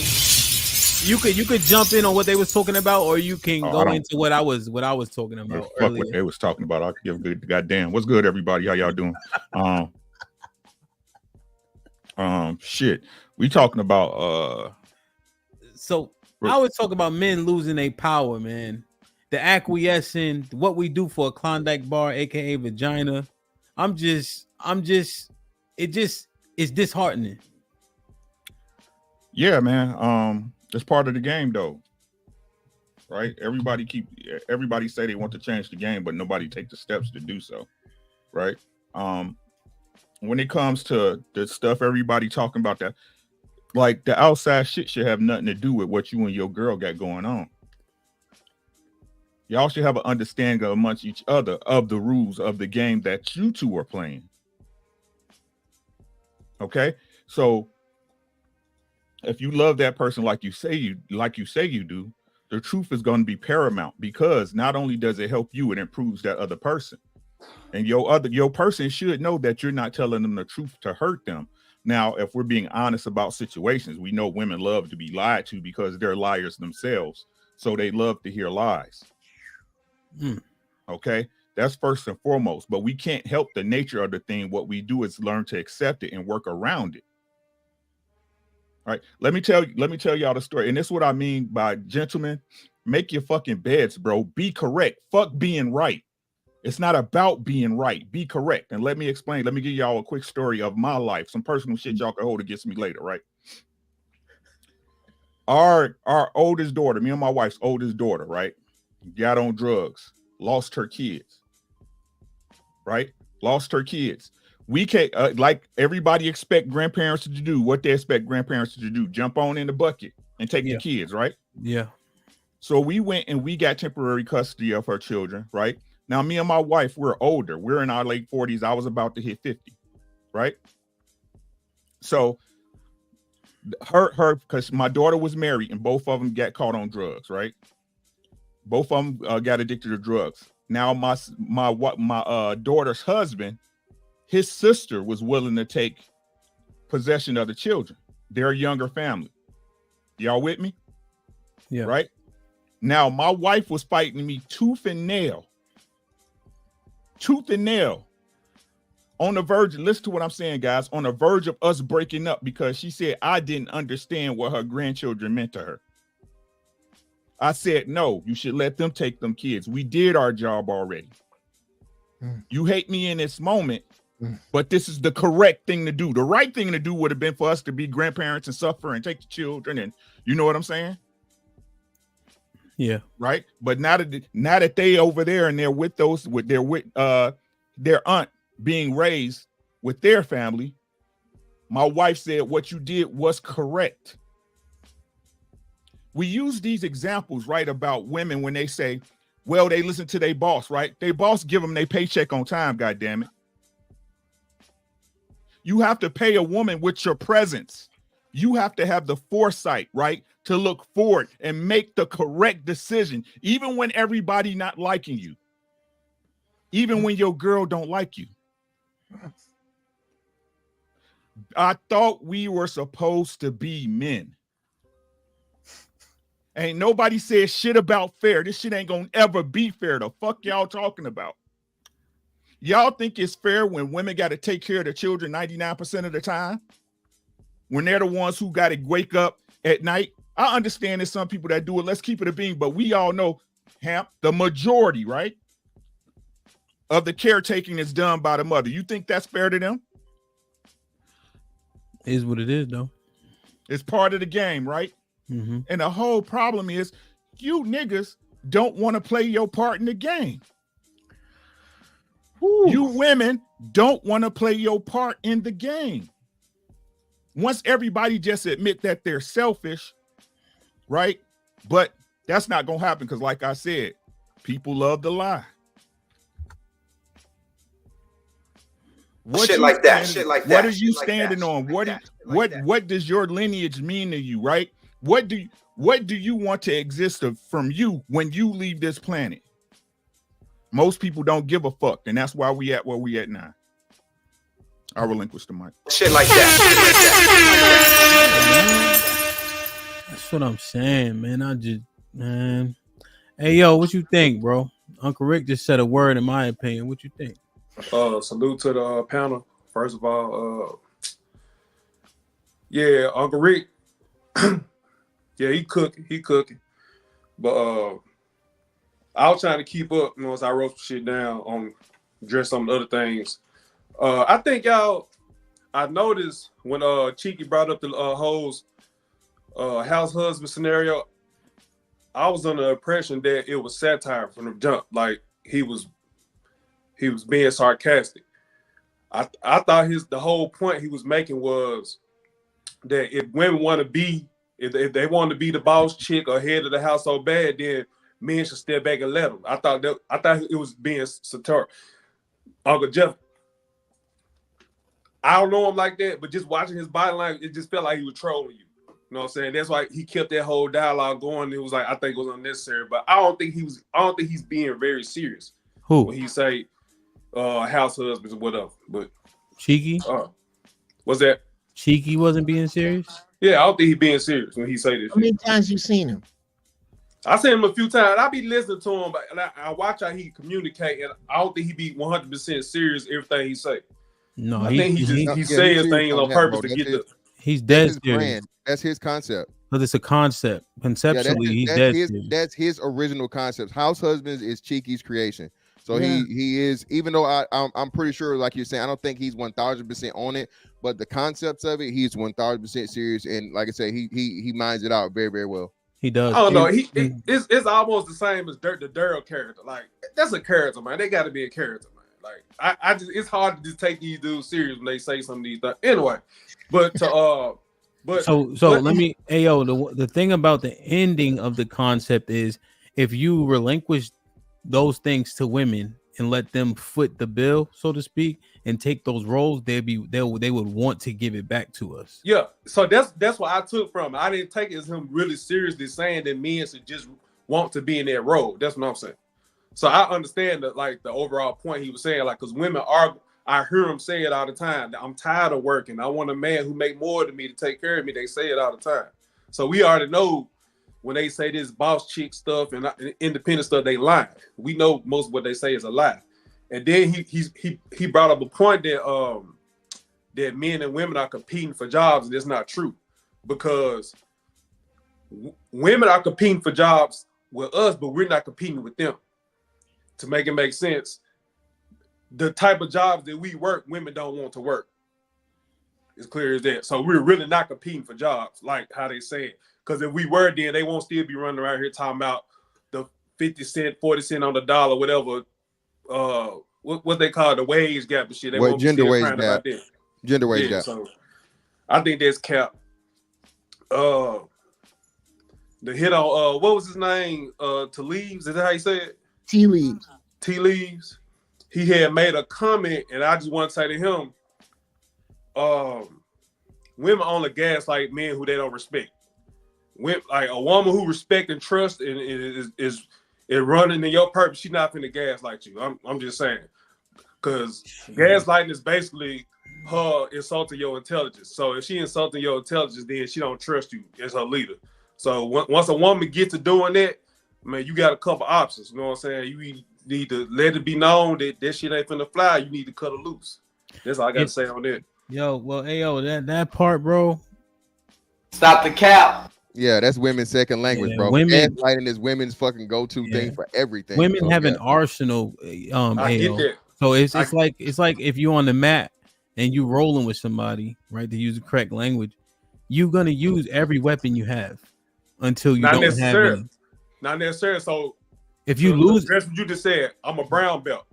okay. If I'm going against a white belt, I'm not going to use all my arsenal on him because he's way inferior to me.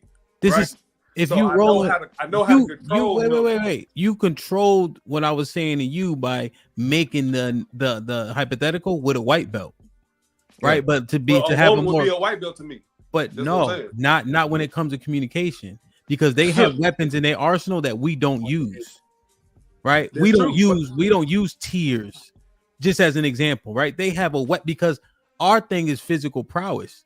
Their mouth is their strongest weapon. So when you dealing with a woman in communication, she's a brown belt, my nigga. Yeah. No, I don't agree. I disagree. Because like I said, I made the comment. I don't even deal with women who come into the table while they cross and all that back talking and all that. I ain't got time for it. Like, because like you said, women are capable of doing it, windmilling and throwing jabs and all this stuff. Why would I even waste time with it? Like, you leave and I haven't dealt with it. You leave? Yes, I kick to the curb. Because you can't, because they got a leg up on the communication part. So we usually remove ourselves, get quiet, and say, "Yo, you better shut the fuck up." And I mean, and that's just if she doing that extra shit. Like if she actually making points, I know when to know what I'm saying, point out somebody actually making good points. But when they start just doing that extra shit, like you saying the gaslighting stuff, I'm gonna have to remove myself. Let me ask you. I got one thing, Rick. You could jump in just to try to clarify. Hey, yo, you ever heard of the Mountain? You talking about Game of Thrones? World's Strongest Man. But he's a big ass dude. Yeah, Game of Thrones dude. And so it wasn't the Mountain, but it was another big strong guy like that. He was rolling with a black belt. Yeah, right. I forget who it was. Dustin Poirier, I think, maybe. I know you're talking about. Yeah, the other guy who was the world's strongest man. Yeah. And exactly. And Dustin couldn't do shit with him. So he was a white belt, didn't know nothing about it, but he was too big, strong, and fast. That was his thing, just being physical. And Dustin couldn't get him off top of him. And Dustin is a world champion, UFC fighter. That's women because they only have their mouth for the majority of their life. No, I understand. You know what I'm saying? But all women are not like that. That's my point. Like, I feel it's just what I feel. If a woman really respects you, and you know how, like, I see it kind of like the bullfight. You know what I'm saying? As a man, you have to be the matador. You know what I'm saying? When she come in all emotional and stuff, you gotta know how to get this shit out of there. You know what I'm saying? So if you usually like once they realize that you that nigga early on, they're not gonna try you with all this stuff. because speak from my personal experience, if I get into that case with a woman where she gets to doing all that, I just kind of let it be known I'm not even gonna go there with you. So now you look stupid because you wasted your time. You talking to yourself. You arguing with yourself at this point or whatever. So I'm not saying that the minute a chick get out of line, I just cut off. I'm just saying if I realize that's in her person, that's her personality to do that, and that's the only way she knows how to communicate, then I exit. That's the only point I was making on that. I'm not no dictator like, no, it's this or that. No. And just last things, what's her name? Laura or Lauren? The girl the clip you showed earlier? Yeah. Yeah, I don't know her, but when I was watching the clip, because I agree with everything you were saying in that particular clip on how old boy basically friends on her. But I was looking at her mannerism on just how she was answering the questions. And if that's how she acts, I can see why he would lie to her and try to get out of there. Because just like as a man, part of dick discipline is being able to talk yourself out of some pussy. That's what I believe. Like as a man, you have to know how to talk yourself out of pussy sometimes. Because sometimes you will be in there and then you start seeing red flags before you get the draws. And then it's like, should I still hit it or should I just go on, like just kick her out or whatever? And sometimes we got to do that. But women don't realize that they do the same thing. Sometimes they talk themselves out of dick. Like I've had a woman over here ready to pull it out and get going. But it was too late. She had already talked herself out of it. I was not interested. Wow. I mean, I think as men, that should be a part of your dick discipline routine. Is learn how to talk yourself out or just get out of there when it ain't too late. I was just saying, don't lie, nigga. Just fuck. Hey, Mandrell, I'm not letting you up. You didn't say please for the link. I don't know why y'all have such terrible manners. My bad, bro. My bad. No, Uncle Rick, you good as him. And then he gonna come up here and talk out of turn and shit. I gotta get my mind right to bring Mandrell up. So we good. Hey, Ham, I want to respond to AO when you get a chance, brother. Yes, sir. Let me see. I think Uncle Jeff, did you want to reply to AO and then we're gonna get Joseph, then my brother Arnold in. And I apologize for being long-winded, fellas. I'm working on it. I'm gonna go as fast as I can. Just watch the clock. Yeah. Okay. Brother AO, it's room for. I say both of y'all right. The only place I think you wrong is when you say every woman is not like that. Because you contradict yourself at first when you say that if a woman respects you, she doesn't gaslight you. Now, I want to say that gaslight is different than manipulate. Because manipulate is not negative. Manipulate just implies that the thing you're dealing with is intricate and there are different ways that you need to handle it. There are ways to positively manipulate a thing. There is no positive way to gaslight. All right. And they all have the energy to do that. Now, just to hit on what you're saying, I think that became, and that's why I think both of y'all right. Both of y'all right. Because in order for one of you to be wrong, then parts of history have to be wrong. If one of y'all right, then Samson and Delilah don't work. If one of y'all right, we all know empires that have been brought down by the persuasion of women. And this is why you're supposed to examine everything a woman bring to you. That's why when Tea Leaves was talking about, well, if I start this, then she starts saying that she don't feel like she's being heard. Well, that's when you're supposed to retreat directly to your logic.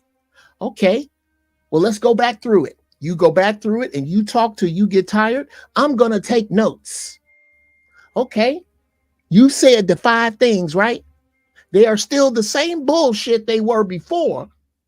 But now I need you to understand that you have been heard and this is what we're doing. And if you are not with that program, I'll live under a fucking bridge. I don't give a fuck how much of this is yours. I don't give a fuck how much money I make. Farewell, sister. We're going to do it this way because I'm in charge. If I'm not, then who is? After that, you've had the conversation, brother. But now you're speaking to her like an adult that went to high school and speaks English. That's how you have to deal with women. And in order to do that, you got to have your shit right. I'll say this and I'll land the plane. This is why you usually see really successful women with himbos. They be with these dudes that look real nice in a suit, go somewhere nice, but they shit ain't together. That way, if your shit ain't together, then nigga, you can't tell me about my shit. So we do this my way. You fuck around here, you mop around here, you go to the store around here, and when we put on clothes, you look good in public. But it's the way I say. That's why they had them dudes. They don't usually go from where they at to another alpha male. That's not how it goes. So yeah, bruh, you're the commodity. Until you see yourself that way, you're gonna have them problems. I'm done. And I agree. I want to add on to his point real quick, because we came to the same conclusion, but again, what Uncle Jeff said was absolutely right. There's brothers up here who have been married or are married who had women that respected them. They got out of line at one point in time, and they had to correct it in their own personal way or in the way that they saw fit. So even if a woman respects you dearly, she could still do something or say something that is in the realm or is actually gaslight. You know what I'm saying? But again, like Uncle Jeff said, it's about how you respond to it and how you dissect it and talk to them like an adult, right? But we draw the same conclusions about when you get to that point of how you deal with that woman. Like I said, I'm still learning, but yeah, you have to say what it is that you say what it is and you stand on it. If she's not accepting it, then you go back, you let her calm down, let her get out of her emotions. And when she's calmed down and we have a conversation about it, if she understands what I was saying and where I was going with it, then the conversation is done and you move forward. What if she don't? Then you have to do something. You have to make a decision as a man. You got to figure out what you're going to do. Are you going to continue? If you stay, she's going to continue to keep doing it too. Huh? That's not the time to figure out, brother. I love you, but that's not the time to figure out. So what are you saying, T? I think that the problem you're gonna have is if she get out of her emotions, come back, still don't agree. Now you still in a waffling mode. You got to get out of that waffling mode. She may not like every decision you make. The woman is counsel, right? Your counsel advises you, right? You ask them for, hey, what you think about X, Y, and Z. She can give you good counsel. You can ignore it. You can go with it. You can implement it. You can what's it called? When you give somebody responsibility. I agree. I agree with you, but I agree with you. Don't be in a waffling mode when she come back and y'all still don't agree. No. That's I agree with you. I 100% agree, but that wasn't my experience. My experience is that after we've gotten into our disagreement, our back and forth, when we come back to the table and have the conversation, she now understands where I was coming from, and then she apologizes, right? And then we can move forward. We don't have to stay stuck on that issue. Now, what you're right is that if we have another disagreement in the future and the same situation, even if it's a different situation, the same gaslighting thing happens again. Now your point is absolutely correct, and you stay in that waffling mode. I completely agree. Yes. All right, let me Joseph, what's popping? Let me get Arnold in. I'm gonna get back to work. Y'all take it easy, brother. Indeed. Yeah. Hey, well, good afternoon, y'all. Good afternoon, Sir Hamp. What's popping? Y'all getting on my fucking nerves. This is the reason why everybody say that in the chat that some people just come up here to talk, because this is starting to become a very, very circular conversation. And this is one of the reasons why I don't. Cheeky is misguided. I don't know who's putting this kind of game goofy nonsense into his head about this house husband bullshit, but you can reference a lot of things in society, and even in the Bible, God punished Adam, not Eve, for listening to Eve. When they both took the bite of the fruit, Adam got punished. Man was supposed to live forever. So that lets you know that you're not supposed to listen to women. Also, look at house husbands. They ended up getting divorced. It's not in the man's nature. It's counter to his nature to be in the house. This is the reason why scientific studies say that when women become more career-driven and more goal-oriented, outside of the scope of being a wife and a mother, her testosterone increases. when a man takes on the role of that a woman is supposed to take on, his testosterone decreases, estrogen increases. A man is not ultimately respected by his woman because ultimately she knows that as well. And another thing too, yeah. Joseph, one question. What Yeah. do you think about when it says she would have pain in childbirth and her desire will be towards her husband and he will rule over you? So a part of her punishment was actually the man becoming rulership over women in that juncture when that happened. What do you think about that part? That part I don't know nothing. I don't know. I don't want to speak on what I don't know. You know what I'm saying? It's See right. what I did? See, I can honestly say that I don't know instead of guys coming up here well-milling. No, I just wonder because Adam's punishment is articulated a verse down after Eve's punishment. So Right. it's Eve is 3 and 16. Adam is verse 3 and 17 in terms of women than the man when So I don't know God how gave you the got it. punishments out. But this conversation is very gang goofy and very dangerous for the younger generation. You know what I'm saying? No, Like, but Joe, but I guess what I'm asking though is you were building a premise, but now you have more information. I'm off the and- religious thing right now. I'm off that. No, I know, but here's we're just going through the points you made.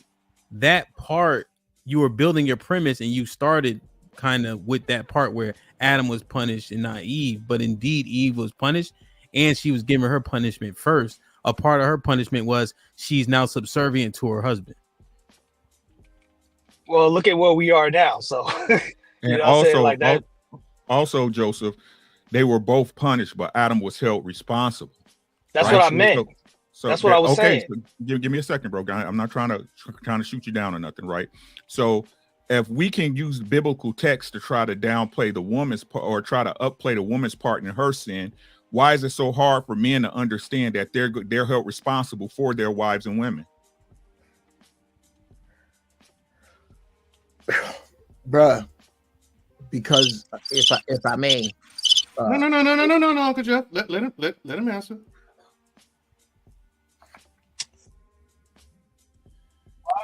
Men not held responsible. That's what you asked.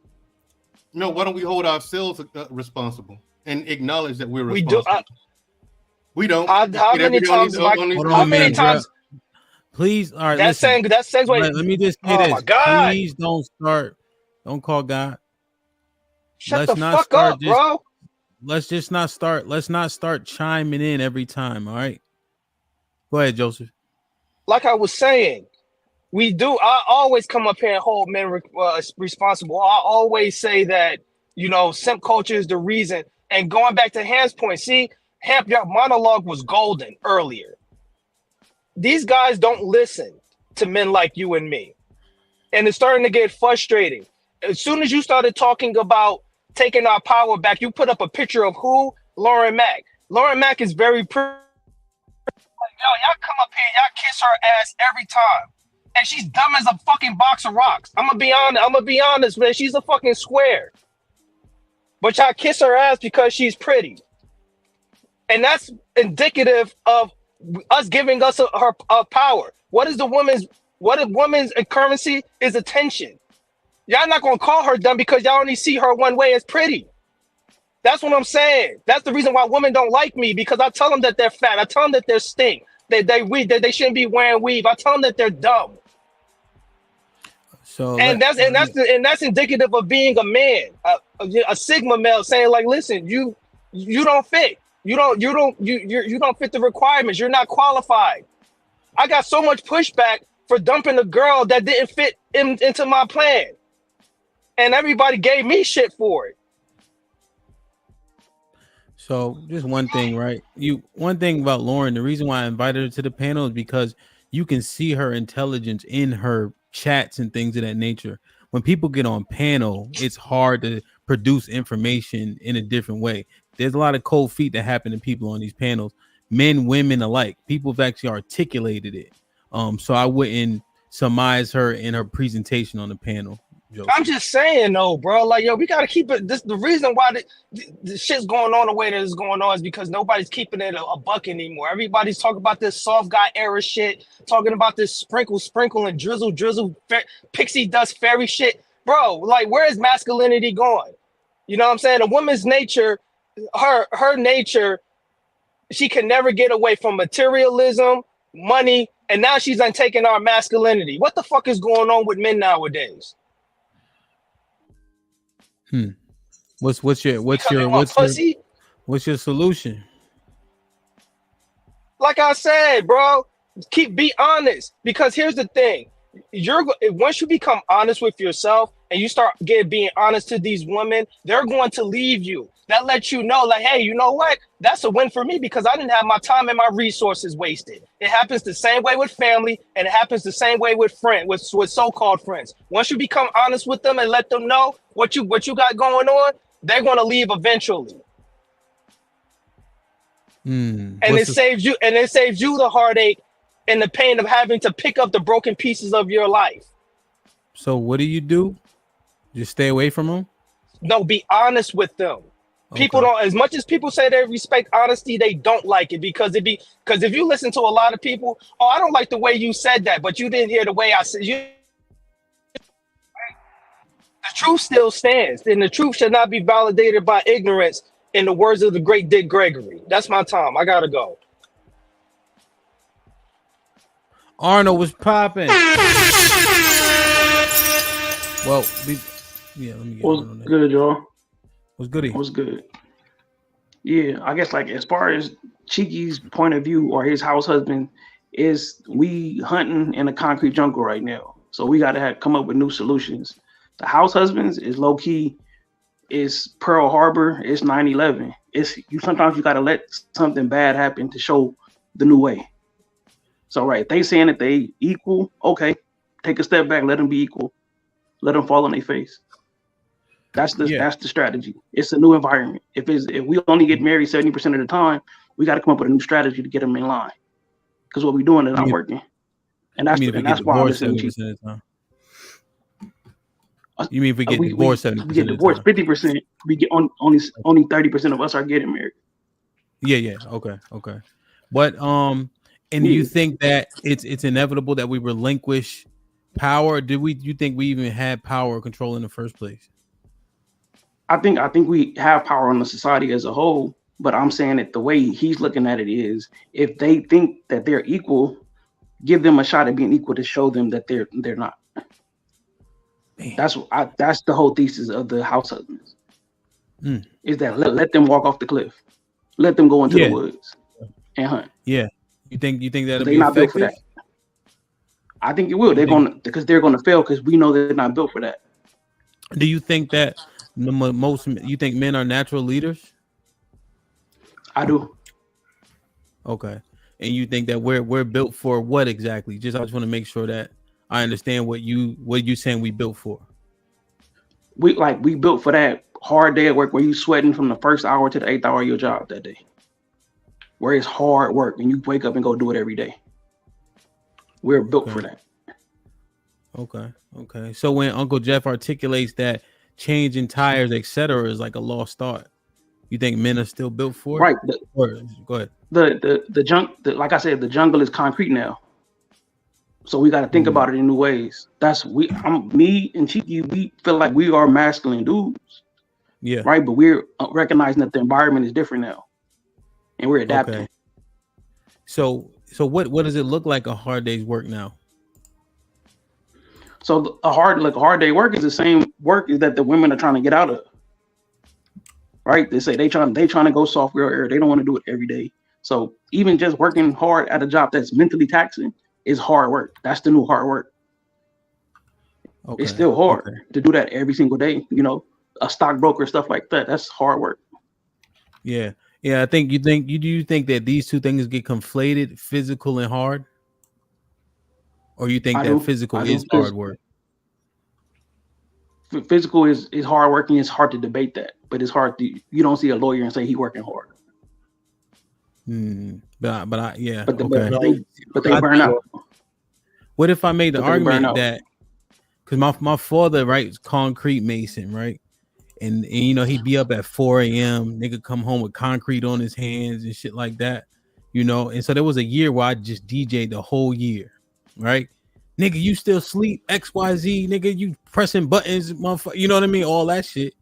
I'm like, motherfucker, you could do that shit with your eyes closed. That shit ain't hard to you. It's just physically taxing. You know what I mean?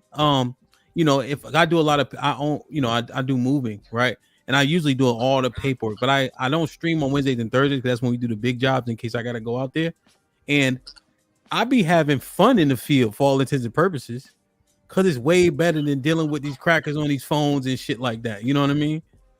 Just picking shit up and putting it down. So I would argue that physical don't mean hard. It's physical.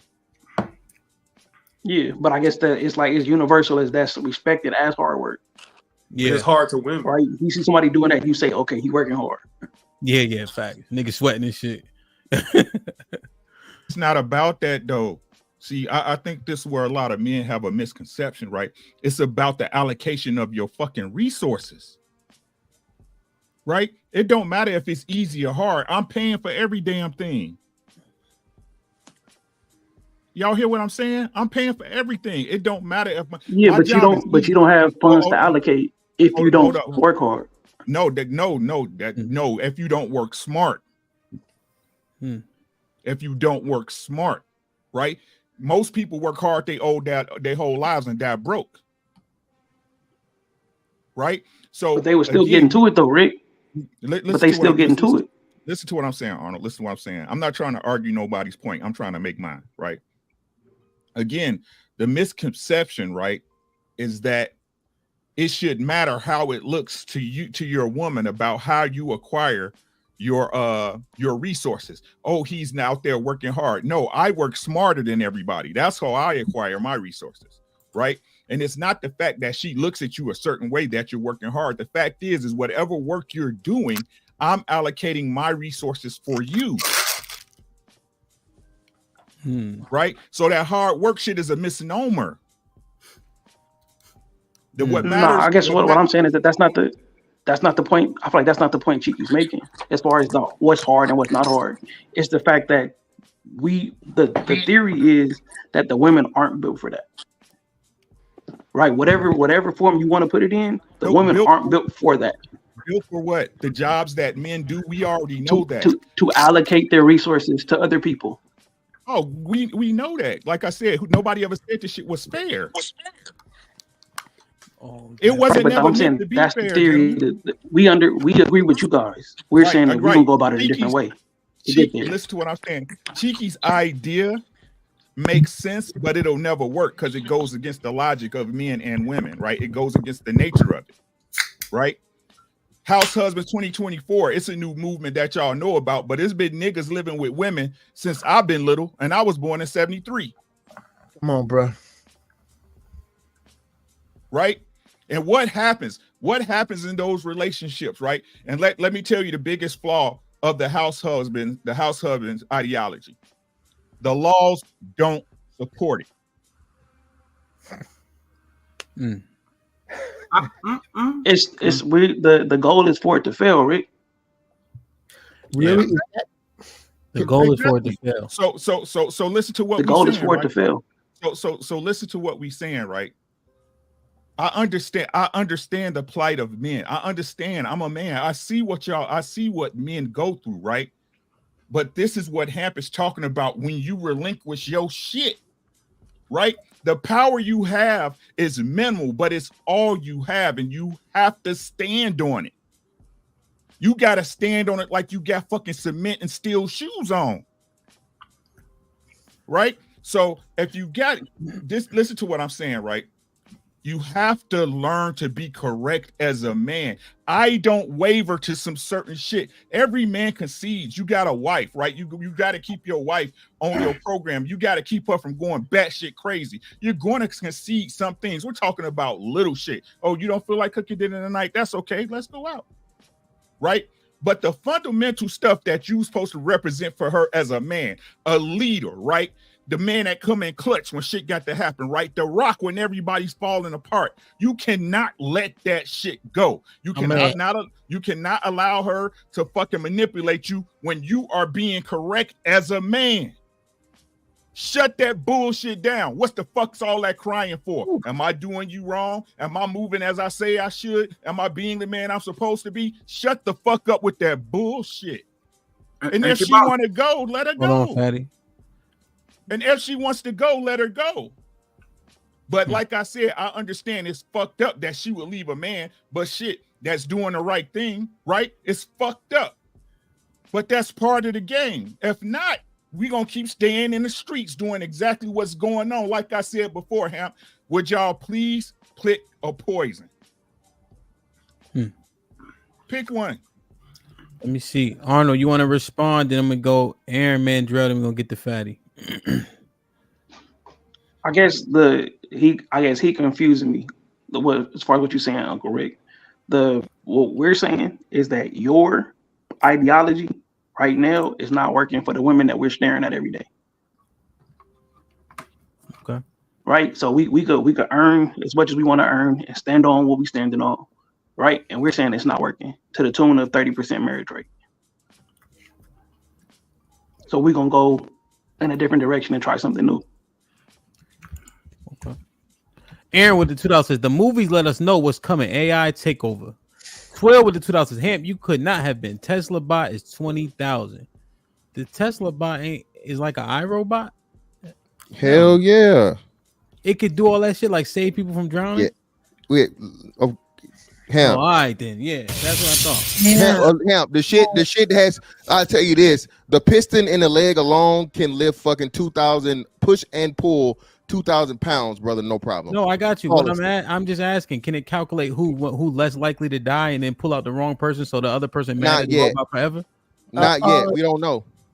Why? Okay. EBD. Yeah, we gotta have it. I was just joking. I don't want to belabor it too much. Go ahead, yeah. Okay, just real quick, bro. You got to go to Japan because it didn't hit me till way back in 1987. When a friend of mine, we made fun of him. You gonna be on the rock for a year? He wound up extending to stay there. By the time we made there, we were supposed to be corporals. He was a sergeant already. He pulled up in a MR2 with the wheels, the lights turned with the wheels. When he got out, he talked to the stereo and made the stereo mute. This is 1987. Bruh, everything you think is technologically advanced here in America is garbage. I'm telling you, bro, go somewhere else and it will blow your mind. Because the America per capita has the most idiots. That's why they don't let this shit out here. Man, I had a robot serve me the other day. Technology what's here. We're not where you Japan better start making some kids. All that shit gonna die. That's true. They need EBD with the $5 says we are living in a world where generations will be separated by technology. The older men have built social muscles which allow us to cold approach.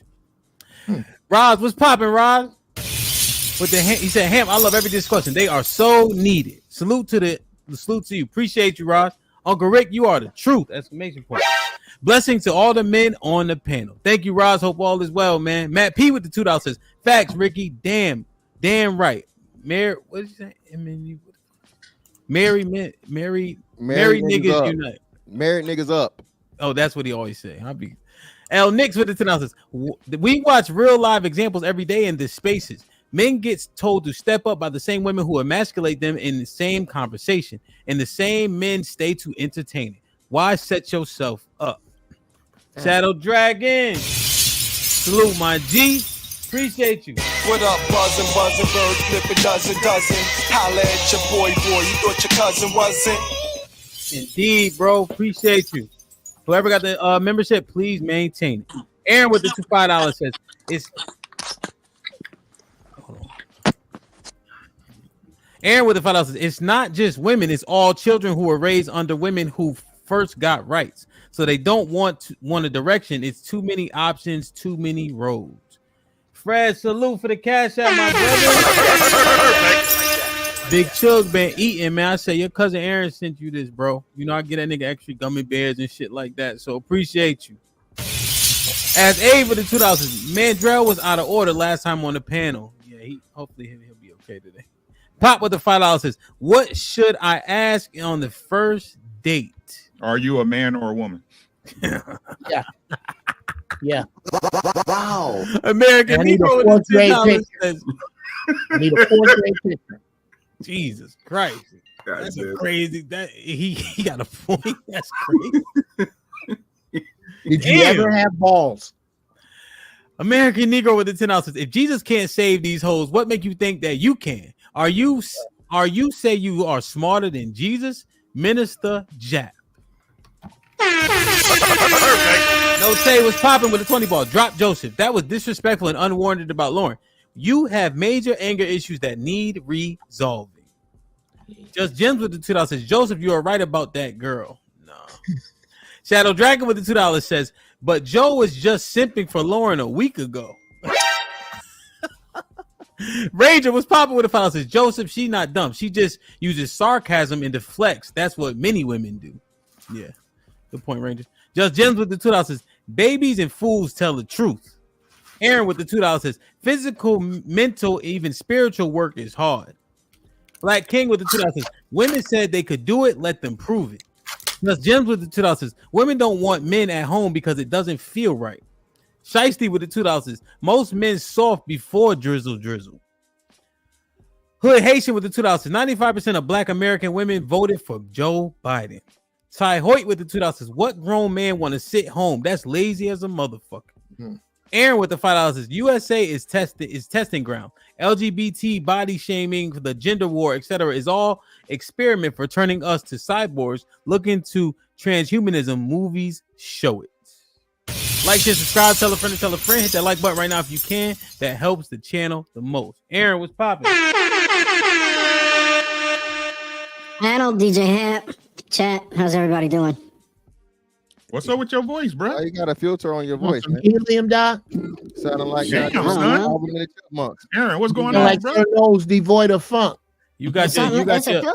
Shouldn't be. Yeah, you sound We crazy. hope it's a filter. Oh, wild. We hope it's a filter, brother. You got the roadcaster? Isn't that the chipmunks? There you go. Chipmunks. Yeah, Chipmunk Alvin now. and Chipmunks. Good There now. you go. Good now. Good Oh. now. I don't know what you did, but it was dope. How you doing, good brother? That shit sound crazy. But What's poppin'? well, we're doing better now, presumably. Yeah. Man. First, let me say, liquid crystal display televisions is technology that's been around since the late '60s. All right, I'm done with that. I want to clear up a few definitions. Hard, physical, and hard are three different things. Physical is a descriptor of kind or species. Hard is a descriptor of magnitude and direction. Hard is difficult. It doesn't really say anything to physical because you can have hard mental labor. And then to work hard is a third thing. To work and dedicate all of whatever resources are necessary to the task fervently. So there are three different things, right? And I think there was a conflation that kind of fucked up the whole argument or the whole discussion, let me say. Arnold, I want to ask you this. If the strategy that you're saying with this house husband is designed so that women walk into a situation, you know what, fuck it. You have a pilot's license. You're an FAA aviator by any chance? Arnold. Jesus, I hope not. No, I'm not a pilot. You got a manners license, driver's license? I got a driver's license. Okay, would you let anybody behind the wheel, just because you're experiencing a little bit of traffic, would you let someone else behind the wheel because they're backseat driving, complaining, and say, well, you know what, you're a better driver, why don't you get behind the wheel, knowing they're not a good driver, knowing they don't have a license? Would you allow that? Would you allow an aviator to let someone grab the stick because of turbulence? That's essentially what you're doing. And it's not like a 9/11 situation or a Pearl Harbor situation. This is a bit more blanketing in its catastrophic effect. What would happen is the baby would go right out with the bathwater. It's not a localized event, this failure that you're expecting to happen that's supposed to be so didactic, supposed to be a learning lesson. It's not a localized failure. It's a failure that you run the risk of losing it all because women they're half of everything going on. And if you give everything to that half, expecting them to fail, what are they going to do? They're going to take it all out. That was a great fucking comparison. It's not a good strategy, man. Now, I agree. What we're doing is the baby in this analogy. mankind.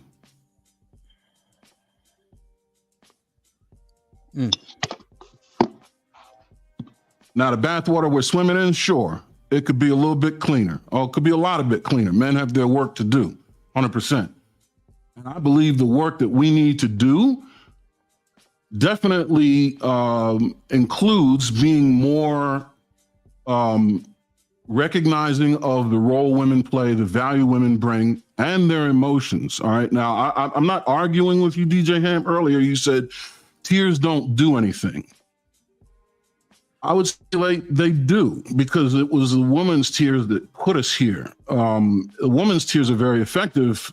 You know, by your own account, that's a weapon that they use in verbal combat, right? So tears can be very effective, just not for us. No, in the midst of a. So the context of me saying that is when I'm talking to my wife directly. Right, but well, more to the point though, her tears may not have any effect on you personally, but her tears certainly has an effect on reality, because women's tears have an effect on reality. And I think part of that's why where we're going wrong as men, especially with the recover.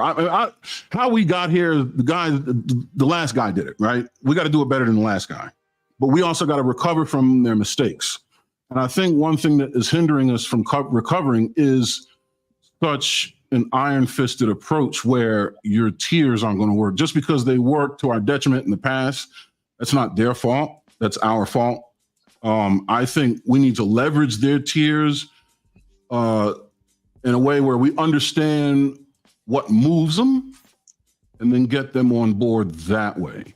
Because like somebody on the panel said, by force, they're not gonna do by force what you don't want them to do, unless you want to get illegal, immoral, or unethical. And then, you know, now we're baby with the bathwater again, right? We don't want to go the violent route. Mm-hmm. But I do believe, now I'm not saying listen to women and employ every tactic, measure, and logic that they propose, but I do believe there's a level of diplomacy and consideration. And Hamp, as a leader, I think you understand what I'm talking about.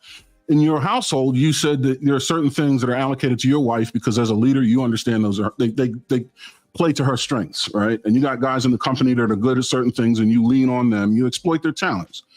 I think men are doing a lousy job with that with women today in the effort of recovering. Now, women aren't making it easy because they're trying to take the ball and run with it. But that's because the ball was given to them. What would you do?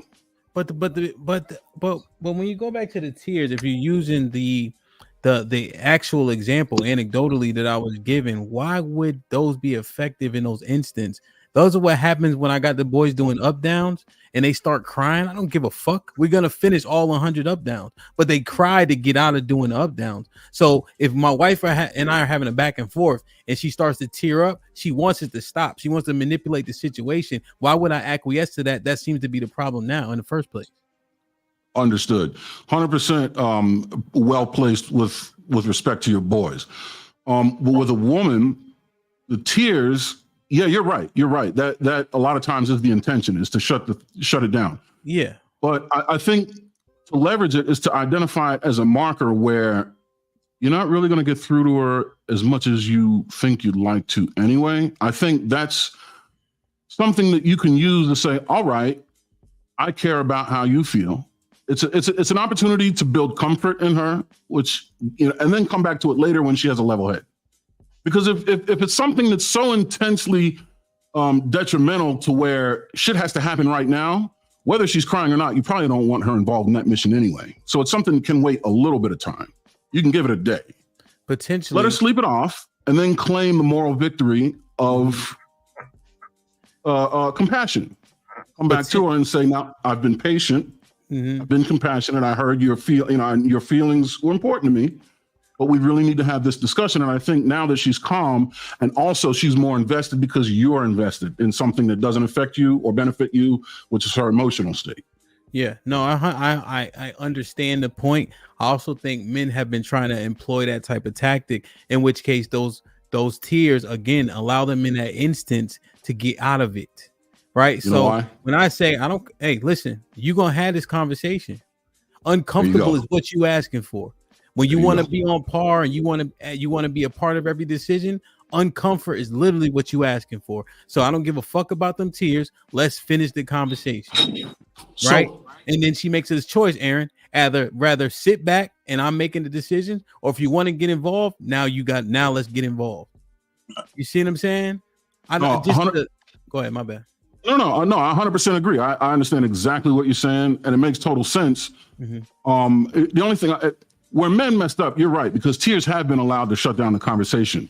And I think you identified the flaw. Men messed up in the follow through. They didn't follow up. Right. And that's what you're saying. We're going to come back around and have this conversation. And you need to understand that the conversation we're going to have is difficult. Mm-hmm. And we're conversing about a solution that is also going to be difficult to implement. Probably exponentially more so than having a conversation. If you want on board with that, I need you to make a clear-headed decision to get on board with that, knowing what's required of you. And what's required of you is to leave those fucking tears on your bedside table. If you're going to get in the game, if you're not going to leave your tears on the table, if you're going to bring that shit to the battlefield, stay home. They're only going to serve to be traitors. It's friendly fire. We don't need it. But you need her to have a calm reference. She has to have a calm frame of mind to even catch any of that. Yeah. Right. Otherwise, it doesn't get absorbed in the way which you like it. And then under duress, things are absorbed, but to an extent and probably not as effective. Okay, that makes sense. You already know. Solid. Uncle Jeff, you want to add some commentary to that, and we'll get Mandrell in, and then real quick. Tears are for us.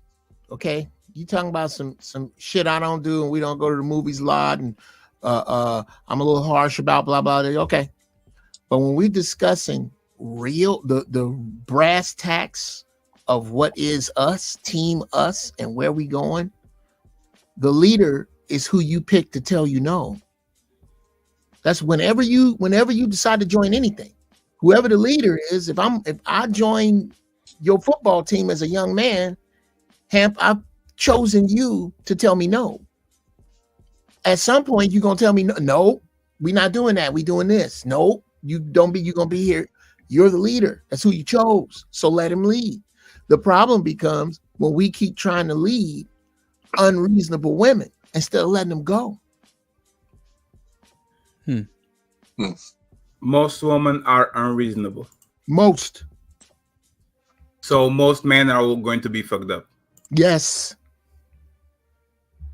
Mm-hmm.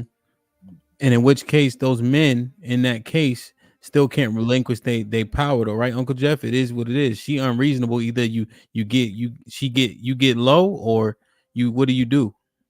You go inward, brother. Who am I really? If you find yourself living with some woman, ask yourself how you got there. And ask yourself why her roof is bigger than your God. Scoop up some balls and get the fuck out of there. Go with what a lot of men are hiding from when they live with these women is the Damascus Road experience that they have created in their own lives that they don't want to face. A lot of these dudes is house husbands because they didn't fuck their life off. And now they don't have a choice. And in that, they can't find any manhood there. They can't find footing. And that's because they weren't taught how to find footing with an empty pocket. And if you don't know how to do that, then you need to find yourself. You need to find yourself. If you're already that dude and you putting up with this, I have no idea why. Because you can't. Know anyone? Listen. Do you know any house husband? I know a few. Yeah, you know a few? I know a few of them, dude. This is LA. Yeah. Were you at some point ever a house husband, Jeff? No. Because you said your wife worked, and at some point she earned more than you while you were at home. Yes. So you were a house husband part-time at some point in your marriage, right? Well, if you define a house husband as a man who maintains a domicile with a woman who makes more money than him, then I absolutely was. If you mean a man who maintains a domicile with a woman, and it doesn't matter how much money he make, whether he got two nickels to rub together $50 million, that he's a man, and he's a man with a plan that makes sense to a woman that will fall in line with that plan, then no, I wasn't. So you had to choose one of them. Yeah, no, I'm talking about your situation because you talked about your situation before, right? How does it work you for periods of time in your relationship, not being the breadwinner while your woman goes outside of the house and gets the money and you stay at home? How did that work? How did you got the results that you got by her being the main breadwinner? How did that work? Because it sounds like it works because you are a pro of it, not full time at least, but part time. It works. So if you got the results, explain it. How did you got there? Okay, step one, I never stayed at home. Let's stop that right there. Stay at home and play PlayStation while she go do her thing. No, it just so happens that the work I do, I can do from anywhere on the earth. And when I leave a house, I'm leaving the house with purpose. Them kind of dudes don't stay broke long. So no. Number two, because of the way we both make money, there are times when there are years she doesn't make any money, I make it all. There are years that I didn't make much money at all and she made it all. But in that time, she was never disrespectful. We were never outside of the plan that I had when she met me, that she got on board with, that she agrees with now, that absolutely works, especially right now, ever. I don't what I say is and I've said this before as well. These dudes that lay up on broads and let them take care of them give hustlers a bad look. They give us a black eye. Those of us who get it from the mud, we get a bad rep with these dudes that just lay up. How? But they're not hustlers. But they're not hustlers. How do they give y'all a bad name? Here's how. Because the story gets conflated. That Gotcha. If you don't fit this social paradigm that we made up by white people who don't even fit it anymore. There are white people burning their cities because they don't fit that anymore. Money's not made that way. Money's made like Uncle Rick brought up. Money's made smart now. We're not pulling ox carts anymore. Yeah, but how can you say that house husbands doesn't work when for multiple years your woman took care of you, and for more actually that sounds like a perfect world. Some years I pull you, I put you on my back, and I give you a piggyback ride. And some years I'm going to be the house husband, and you put me on a piggyback, and you go on. Actually interesting in this situation. I really want to know, why do you look at it so sideways? On my point of view, I understand that shit doesn't work, right? Because I never had a woman that I could depend on. But on your point of view, knowing that you have a relationship for multiple years where woman put you like she took care of you in multiple, why are you so against that concept? Because of these, I don't know these years you're discussing. There has never been 30 minutes that my woman, quote unquote, took care of me while I was not in the pursuit of or the procurement of resources and cold hard cash. There hasn't been 30 seconds in the 15 years we've known each other that has happened. That is different than the dude who is compared directly to dudes like me who don't have hourly jobs. And get up, day woman go to work, and this nigga's riding around with other girls in their car, want to brag about the fact that he done been to the Super Bowl on Madden by the time she get home. Those dudes are a different breed of dude than the dude that I'm discussing. But that's kind of irrelevant because, like Uncle Rick said, women don't care if you work hard or you work smart. They care about results. Yes. They don't care if you put your money on the S&P 500, on crypto. They care how much money you get by the end of that investment. That's what they care about. They don't care about the process. They care about the results. So I know, man, no matter how many job opportunities you try to get, how many resumes you send, they care about results. At the end of the day, did you get the money or did you don't? So again, I will try to let me ask this because so like a clarified question you can. For the years that you are married, how many years did your woman make way more than you, or make she took care of things while you didn't care of things? Give me a percentage. A percentage in years? Yes. 30%. 30%. Okay. And on that 30%, do you think if it was 50%, 60%, do you think she would pick up shit and leave? I think she would stay here if it was 95%. And So I'll tell you checkmate. why. You believe in house husbands? So you believe in house husbands? No, I don't. 90% of time, that woman will take care of you, get the brunt of the money, and she wouldn't leave. You believe in house husbands? You No, I checkmated don't. yourself. No, I don't, because you and I, until we can agree upon what a definition of a house husband is, then I couldn't possibly. And Yeah, we because don't. you are not the breadwinner. She's the breadwinner. She's picking up the brunt of the bills. She's the one that actually carrying the motherfucking carriage. You might be somebody that is pushing, but she's the horse. If you believe that your woman on 90%, 95%, she would carry 90% of the time and she wouldn't leave, you believe in house husbands, because that's what the house husband is. No, Drizzle. No. That's nice to conflate, Fatty, but that's No, it's not not. actual. Just because, and again, and maybe I can help you pick women. You seem to have a difficulty Yes, there. thank you very I am much, sir. Don't discussing- be I condescending, am by the way. discussing Well, the one type second, of individual. Jeff. Hold on, Jeff, I'm we're having a conversation. Don't be condescending, please, because I don't want to go there. Okay? Forgive me for that. Please, Forgive me for that. Yes. But what I'm discussing is the track record that you said. I have never had a woman who would support me like that. So you come from that. I'm not telling you that I want that. I'm not telling you that it is that way. I'm telling you I have that because I know how to pick those women. Just because a woman makes more, I don't allow dudes to just shit all over all women. That's totally fine. Mandrell, I know your point. That's what a disconnect is. Just because Mandrell, a woman makes more money, I know your point. Mandrell, Mandrell, just because a woman makes more than you doesn't mean she's the one carrying the load. What Uncle Jeff said is throughout the years, there was years that he was carrying the load of the brunt of the bills because he would have a lot of work, and there was some years that he wouldn't get no work at all, and the woman actually would carry the load of the bills, right? That's not what I said. Hey, Jeff. That's not what I said. I'm going to just say this, right? And you can get the microphone and go ahead.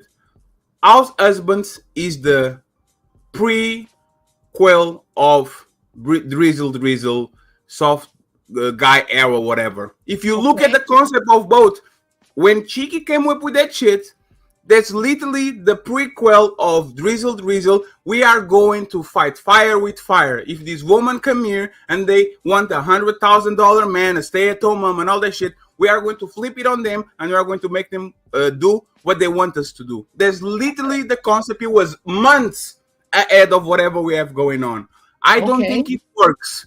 But if you say that your woman will be willing to care, like if a time of your marriage will be like, let's get 10 years, and she will be willing to sustain you for 9 years and a half, the house husband's concept works in your situation.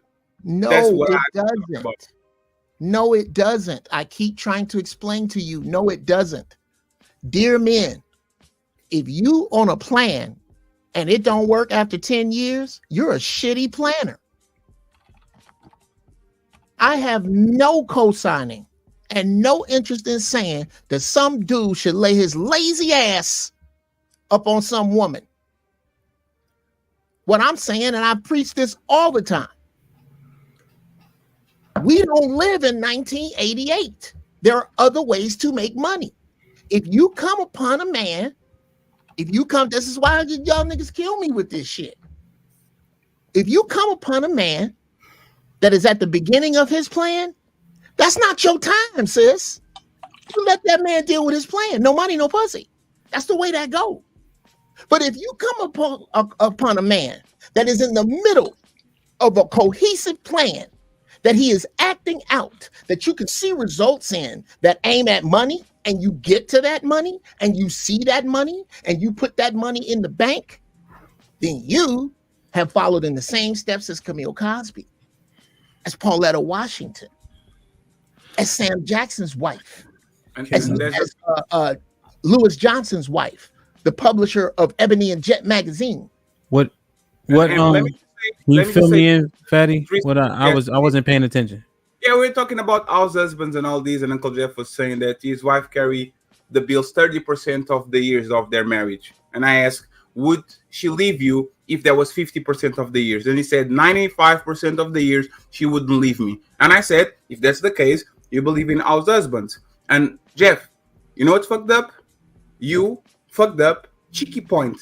Who talk about lazy? You guys like to build fallacies. You like actually establish fallacies and then build it up on it just to prove your point. Cheeky never said that the man was lazy. Ever. So build the, like, if you're going to fight him and if you fight in his concept, and again, I don't agree with it. I don't agree that it works. Don't do the straw man cases where you say the guy is lazy and he's under his woman, and now you go from there. Make the man a productive member of that marriage, taking care of the kids, making sure the clothes are clean, making sure the kids are taken care of, and all that shit, and build up from that. My question to you, Jeff, is what were you doing in those years that your woman was getting the most of the money and you weren't working? What were you doing?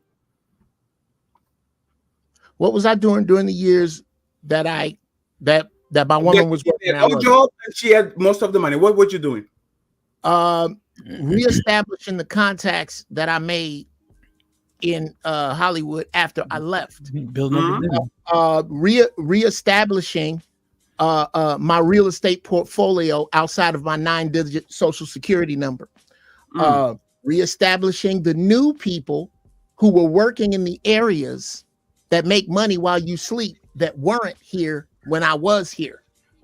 Disconnecting myself financially from things in the past that didn't work forward. Having the focus to do that, and the plan that I have paid off in spades, because the plan I wasn't the first to initiate it. So you wasn't cooking, cleaning, making sure everything was done, taking care of the kids. You wasn't doing none of that. Bruh, of course. I live here. This is let's get that out of the way. And you weren't lazy. Okay, absolutely. But here's my point here. I'm not gonna stay 10 years broke unless I'm lazy. That's the only way to stay 10 years broke. Yeah, but let me hop in real quick. Just let me hop in real quick. Again, it's not you, Jeff, like you said, it wasn't the fact of the matter you being lazy, but you actually were putting in something, you know what I'm saying, initiating work, initiating a plan, initiating a future. I agree with you, and most men agree with you. It shouldn't take you 10 years to do that. But in some situations, right, there are some men that are married to doctors, that are married to lawyers, that are married to high earning women, right? So his chances of ever catching up to or superseding that woman just isn't. He doesn't have the connection. He doesn't have the education. He doesn't have the whatever, right? Okay. But he's still working. And most importantly, like outside of all those other things, which are great, the main focus Fatty was trying to make is that your addition to the family, you as a father, you as a mentor, as a protector, all these things, right? Women get praised for at the utmost. Ain't nothing beating a single mom. So what he's saying is when you take away from the dad's place, when you're the ultimate dad, you're the ultimate fucking fatherhood. That's what he's saying. It kind of makes the argument disingenuous because now you're only saying the man is valuable when he brings money to the table. And edit up 1 second, then, Jeff, before you edit up another fallacy. 10 years, if you only are lazy, 10 years, you only are not going to be if you are lazy.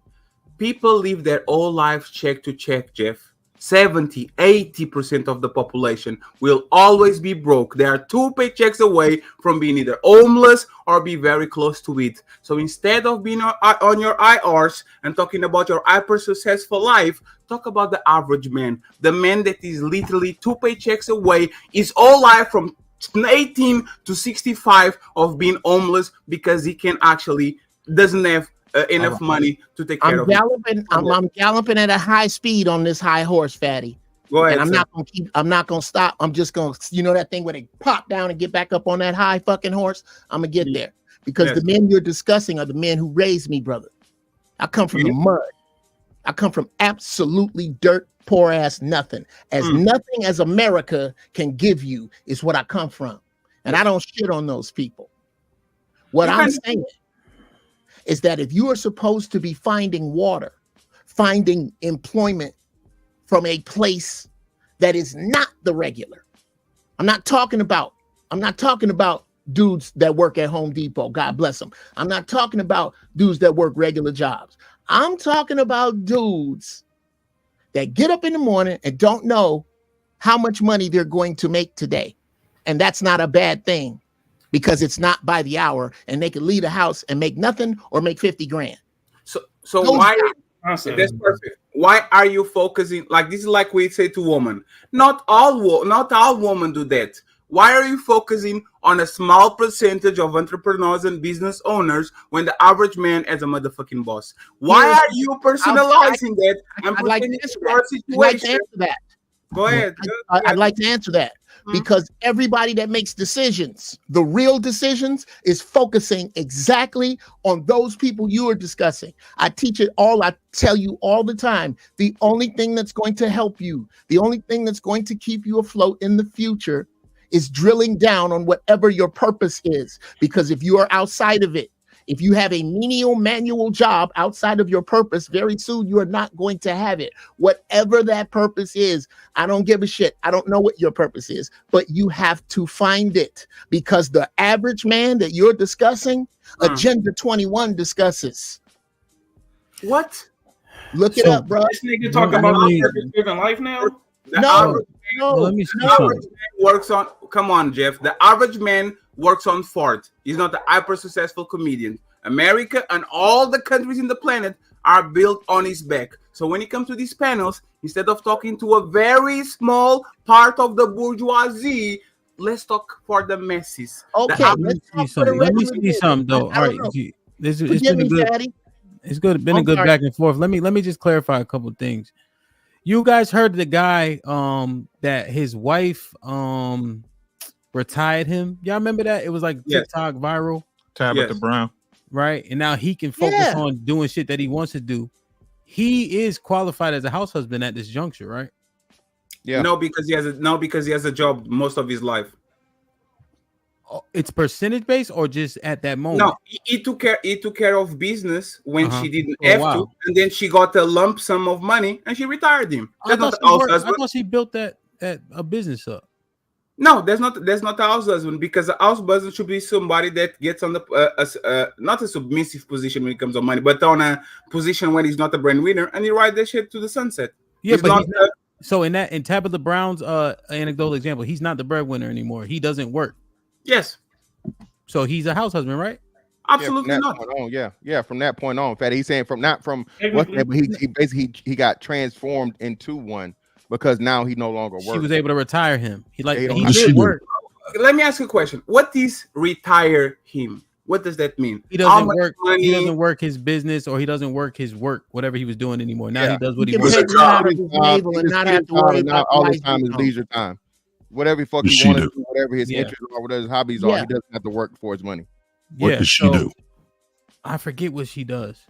She do something now. The vegan chef. She's an influencer. She's like a chef, something like that. She do a lot of might stuff. be house husband then. Yeah, she brings in enough money to where he can do what he wants. I think He's currently productive. They're not both sitting at home. But he doesn't work though. He doesn't work. He can. He's a coach now. He coaches basketball. He does a lot of. He does. All right, let's do this. Let me have a commentary back and forth. Everybody chiming in doesn't help it at all.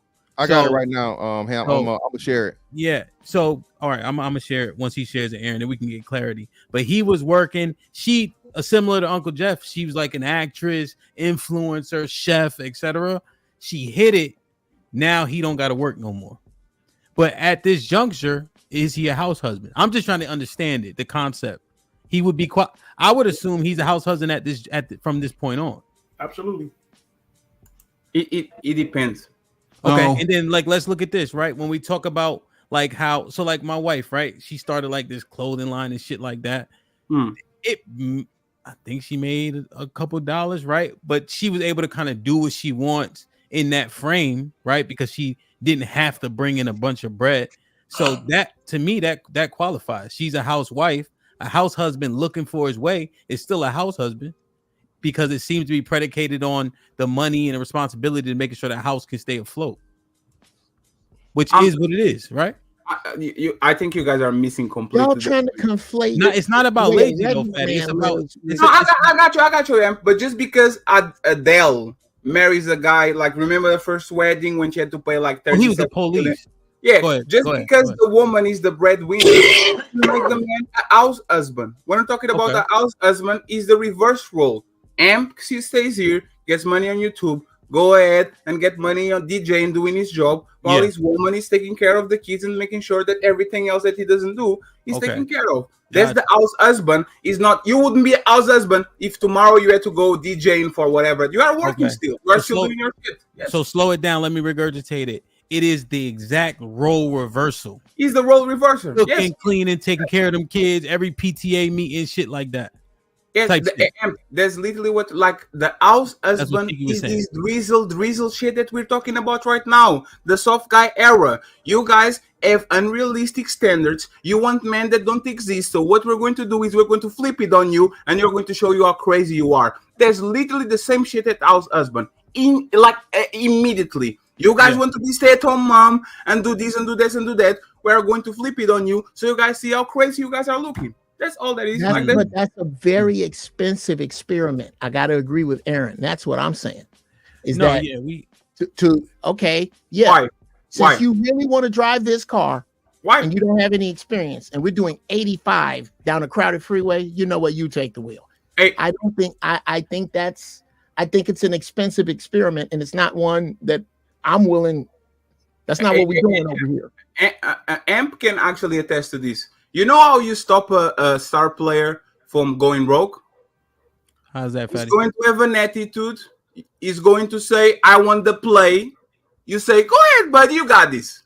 And when he falls on his face and fails, now he comes back to you and he's willing to listen to you. That's that in the playoffs? That's for most part, that's literally what you do either with your kids, with your friends. You let them do some dumb shit. Go back to your boyfriend that abused you. Go handle with those kids that I told you are not good for you. Go do whatever the fuck you want to do because I'm not going to stop you. And then you fall on your face. Now you come to me and you go for my rules because you know your shit doesn't work. Let me ask this question. You would do quick. that in the playoffs. No.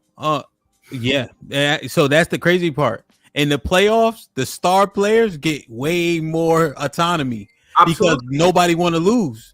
So attitudes, etc. That's why Bill Belichick to this day gets so much pushback for not letting Malcolm Butler play for the rest of the reason it was in the Super Bowl. Now, Marshall Lee should run, right? He still should run, right? Who? On the playoffs, and Marshall Lee. Should have gave the ball to Marshawn. Yes. Bad analogy. I'll get here so I don't get fined. The reality is cheeky concept, in my opinion, is wrong. The part that you guys are missing is that what we're doing right now is not working. It works for a very special part of society. For most of society, the man being the leader, the man taking the bullets, the man taking sacrifice, the man doing what is right is not working. Even Ricky, before, he was talking about the day that he had to do a tough decision for his wife and she got destroyed, even though she later came about and she said, you were right about doing that shit. I literally... Tomorrow I'm going to have dinner with a friend that I didn't see in a while. I was asking, hey man, how are you? Blah, blah, blah, blah, blah. He is on a do or die situation because he wants to move in his mother, right? And the lady, the wife, is out of her goddamn mind and doesn't want to do that shit. And Ricky is lucky enough to have a woman that actually can listen and recognize I was wrong on that time. But most women try to move your mother-in-law, not the mother-in-law, try to move your mother home or your dad home and tell her, we're going to do this and see what happens. They don't want to relinquish control. They don't want to go your way. So I would understand if the way that you're doing things are working right now is totally fine, but things are broken for the majority of the population. And even though Chiqui's right, we need to find an alternative where women and men can actually make this shit work. Because what we have right now is not working for most of us. I don't think anybody's arguing any of that. No. Does anybody here argue? I don't argue one sentence of that. Not at all. No, that's what I said. I don't disagree at all. I think again where this fell apart. My fucking mic. Was, and I stand on it. And maybe it shouldn't be. Maybe I have it wrong. The stigma put on the house husband is that not only is he at home, but he's considered ineffective, and maybe that's wrong.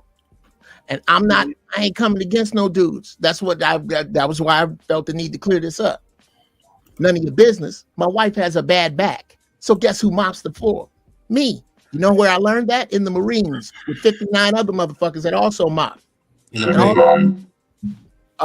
the Marine Corps, you got people that live in the field that drop bombs, that get their wisdom teeth pulled to get out of mess duty because of how hard it is. So the rules have been changed. I cook better than my wife. The best chefs are men. It also happens that I kill a little better than my wife. So I will protect her and I protect my home. And I don't diminish myself by what money I did or didn't make, and neither does she. And but that's the thing, right? Amp told the story about his wife wanted to get a clothing line and all this shit. And the definition was, hey, you get the money, go ahead and fail. Like, go ahead and do what you have to do. That's what we do to our woman all the motherfucking time. They have something in their mind. They have a silly dream. You put the money on their pocket and you push them to that. And when they fail, you say, you see, silly, I love you anyway. Come here. No, I don't have the kind of money to do that. Jeff, I know, but we do it on smaller things. The car that we buy, the house that we buy, the school that the kids go to, the sport that they play. Oh my God, this goes football is too dangerous. Can you put him on basketball? Okay, baby, I got you. Like, we do that. Multi is a death by 1,000 cuts every day. We I don't know who these 6-year-olds you're dating. Yeah, but that's what 6-year-olds. No, okay? But what, Jeff, what changed? What changed? Like, this perceived condition that men are really in relationships is a fraud. It doesn't work. It's a fraud. They are running shit. We are just going along. So if we have egos that don't allow us to recognize that the relationship goes as far as the woman allows it to go. Of course. Who's arguing that? I don't know who's arguing. You're making points no one's arguing. Absolutely not. This conversation. Okay, what point of yours am I arguing that says the woman? Okay, Jeff. Who leads our relationship? Who leads my relationship? Yes, who leads our relationship, Jeff? Me. So do you see what I'm talking about? You are not even listening. You disagree. Here, that's not the point. I don't know what you mean. That's not the point. So if I get the woman, wrap this back and forth. I got you, Amp. You might feel you are the king, but King Joffrey is not the kid. Cersei is the king. She's the one pulling strings on the back. I am telling you once again. Just because you think you rule Jeff. Just because you think you rule a relationship and you might be right. The reality is that 70, 80, 90% of men actually don't rule their relationships. They are slaves to what their woman wants. And that's the point. You keep talking about you on an ego trip instead of talking about most men. Okay, let me just finish. I will be very quick. Okay. Most men live under the happy wife, happy life. You are talking about acceptance over and over again, when in reality, that's not the reality for most men at all. Okay, and I'm not arguing any of what you're saying. Here, let me say this. No, let me say this, and I'll land the plane. You got this.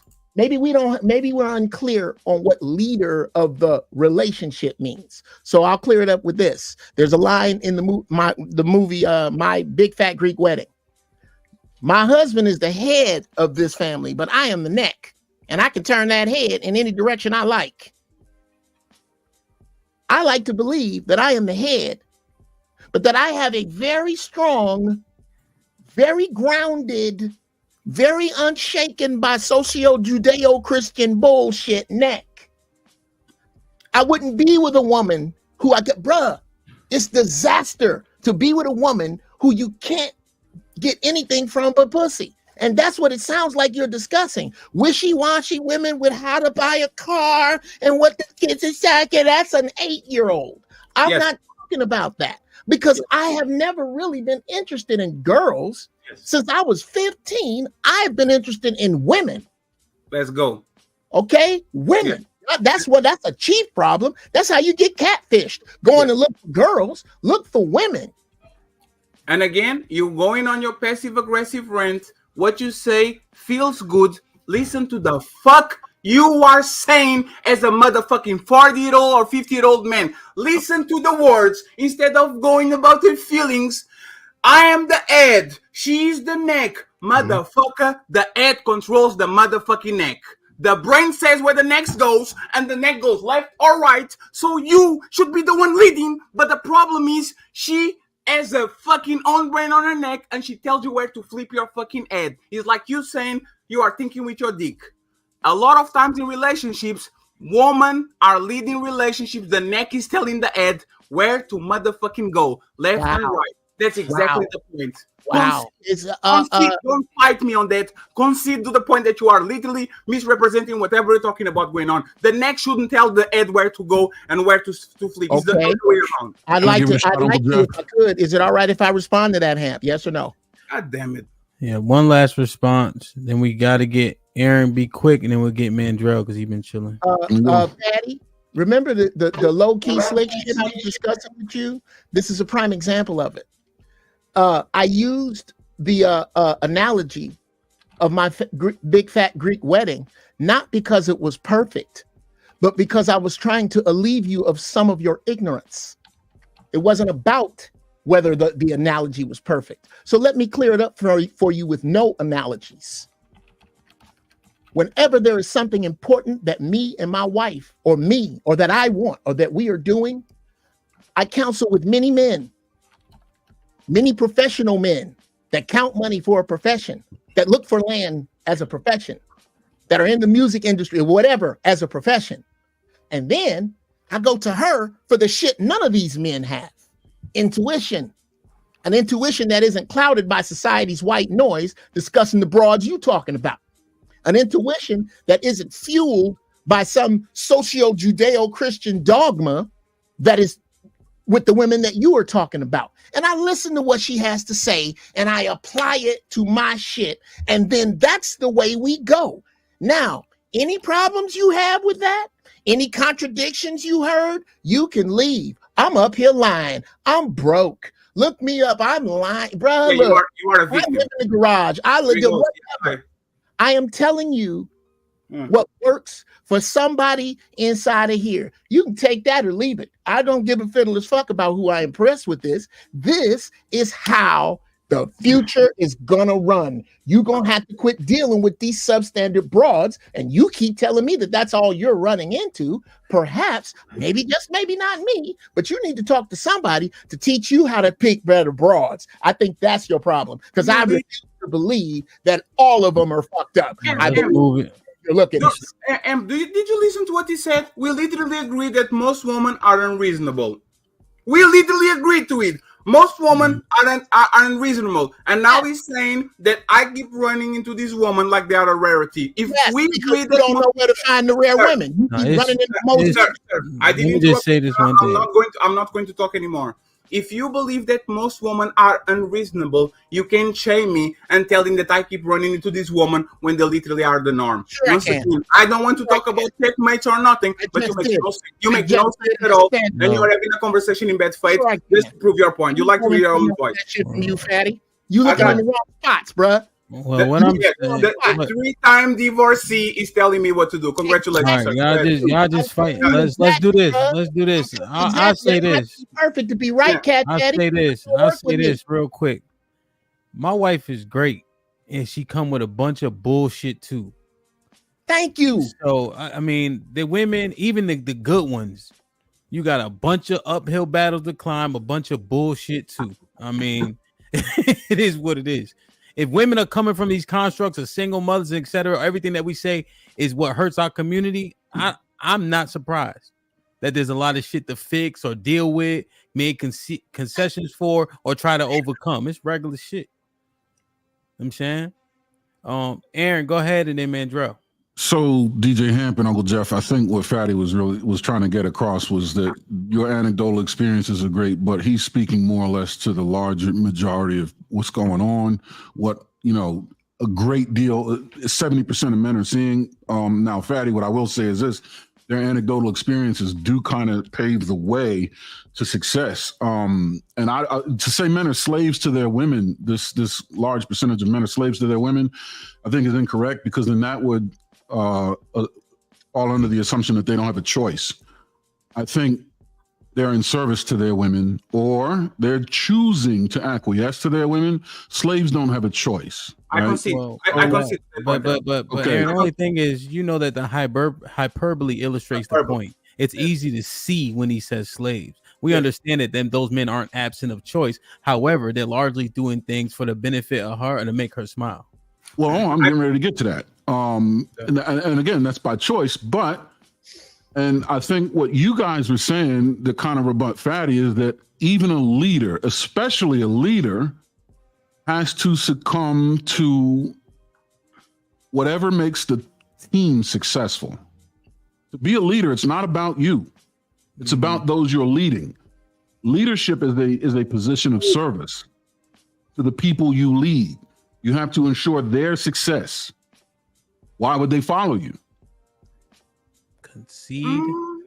Can I reply to that, Aaron, real quick? It's a question for you. What else you leading for? Go ahead. A leader doesn't care about the individuality of the player. If you have to play 20 that's minutes why I said first, team. no, That's why I I said got you, team. Aaron. I got you. A coach has to say, brother, if our best way to win the title is Manu Ginobili playing 20 minutes instead of 45, even though we know he's a world star player, that's what is happening. The problem with relationships is that we put the woman happiness above the overall family result happiness. So the tactic is wrong, the playbook is wrong, but the position of leadership still stands. What was the first thing you said about the coach? If we're going to win, meaning the success of the team is the priority. Now, if he's running fucked up plays, that's another story. That's fair. But What I'm saying is, a leader, as a man in a relationship, sometimes you're going, all right, you're going to have somebody out on the field that's injured just to be just to fill a gap. No, you're going to pull him off the field and make sure he's tended to. The people that are entrusted into your care, you have to ensure their well-being in order for them to be productive, for you to execute a well-designed plan. But happy wife, happy life is not team-based. Do you remember when I explained to him about his wife in tears, right? No, I got you, Aaron, but that's the thing. Like, we're talking about two different things. I believe in what you're saying. No matter if your wife is going to be sad, no matter if your kids are going to be sad, at the end of the day, you have to tell your wife to stop doing some dumb shit and teach your kid to eat spinach instead of bacon. When you do the happy wife, happy life shit, now it's not about the team, it's not about us, it's about her. Most relationships are run under the coverage of, if she's happy, everybody's happy. And this is why men can stay miserable in a relationship for decades. Kids can be mistreated for 12 to 18 years and still love their parents, but the woman can stay 3 years and happy on her marriage and she bounces. Here's the problem with that. You ready? Two-parent households produce a greater percentage of successful children, which means the team won. Now, when you said he ends up suffering because of happy wife, happy life, I will grant you that. And I'm not saying that any whim that, all whims of women should be catered to. I'm not speaking in absolutes like that. Sure, the corrections need to be made 100%. But as long as it's not to the detriment of the team. Now, if you're suggesting that men are acquiescing to women's proclivities at the detriment of the entire family, I would push back on that, because everybody's saying two-parent households are the most successful households. How can that be? It's down to 30%. Right, but that's you miss completely the point. The man is going to act right, man. That together though. He's acquiescing though, right? Hold on. Because he's acquiescing, Aaron. So isn't it highly detrimental that the leader is compromised? And we would need a case study, because there's too many variables. You know what I mean? Like, I'm not saying like go ahead. You're right, Aaron. But just thinking about it, right? The kids get what they want. The wife gets what she wants, right? The men are largely miserable, but they suffer in silence. As long as dad got a beer in the truck, he cool. Now, that's you're speaking in absolutes. You're saying that as if to say all the time they get what they want. We're just trying to get further in the conversation. But that's Right, a so big piece of America he's talking about. That operate in absolutes like that, where the man gets nothing and the wife and kids get everything. We're not saying he gets absolutely nothing, but we understand that men are in a construct. There was a country singer who made a great song just about men just kind of going through life, suffering in silence, making sure she good, making sure the kid's good, but he losing, whether it be he not getting sex, he got to deal with a bunch of mouth and shit like that. And so he's losing, right? Because again, the premise of the show is, fellas, the power, the strength that we have, we just letting that shit go for the betterment of everybody else. But is it actually successful if he's suffering? And Aaron, most men gaslight themselves through life to keep going. I told my own fucking story. The happiest that I've been on my life, the happiest that I've been on my life, when was my girlfriend was happy. She had things going on. She was smiling and giggling, and I was broke, had no nothing. But just because she was happy, I was happy too, right?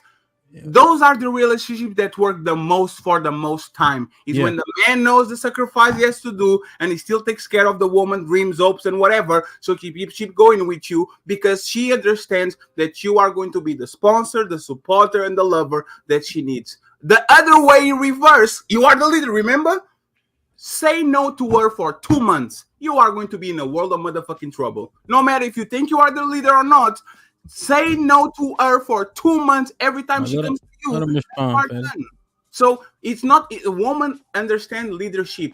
They are good at school. They understand teachers. They are good at work. They understand bosses. When it comes to you, they are the de facto leader because if you don't do what they want to do, they will go ahead and say, if Fatty doesn't do what I want to do, I'm going to Fantastic and see if he does what I want to do. That's the reality. Why you keep fighting? Then let it go. Fuck that bitch. So that's a Fatty. If you hang on to her after that, then that's a lack of leadership. But we know that though. We know that. We know that. In the story. Mandrell, but let's keep it real. Niggas be talking that wild shit, and niggas ain't doing that shit. That's because it's because in society. Because we fall in love and all types of shit. Like I get it. What's the actual? Here's the thing: there's no mentors teaching these dudes how to be men. So when they get into this, there's no men teaching boys what how I to be don't men. want to do today. Every nigga up here ain't no exception. I'm not saying they are. What I'm saying is, but I'm just saying it. Don't say these. Us. Just leave us. Okay, fair enough. Yeah, you know how many times I told a lie so I can get some pussy. I relinquish all my integrity. Yeah, I love you, Fatty. I only known him for 3 days. Yeah, I love you. You are the mother of my pussy. Fair enough. Listen. But I'm just saying because men in our integrity, all that we were willing to relinquish a whole lot of shit so these women could smile, so we can get in their drawers. We just let all of our power and shit go. Go ahead, Mandro. Yeah, but the thing is, you're human. You're gonna fuck up. You're gonna do some shit that ain't right, huh? I fucked up on purpose. Yeah, right. That you're human. That's all that means.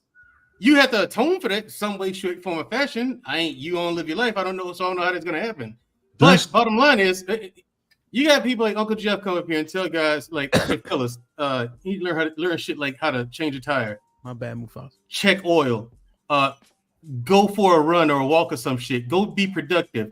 These little niggas are arguing him down about that, and it's like, no, we don't. We have to work smarter. It's like, no, you need both of it. Let me ask you, but see, the thing is, right? This is the argument for them, since maybe they're not here.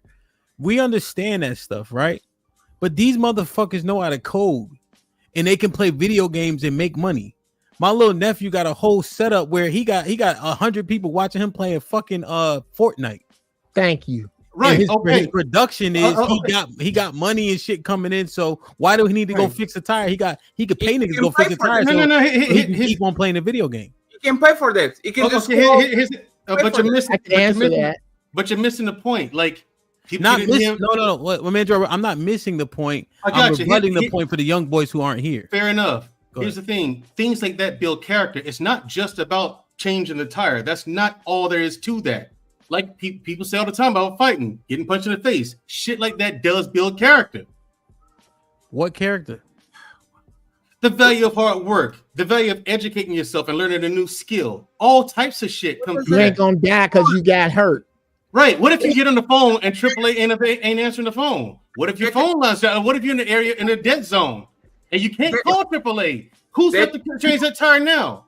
Mandrell, that has nothing to do with woman because you can know all those things, fix a tire, be a lumberjack, a firefighter, Superman, Batman, Spider-Man.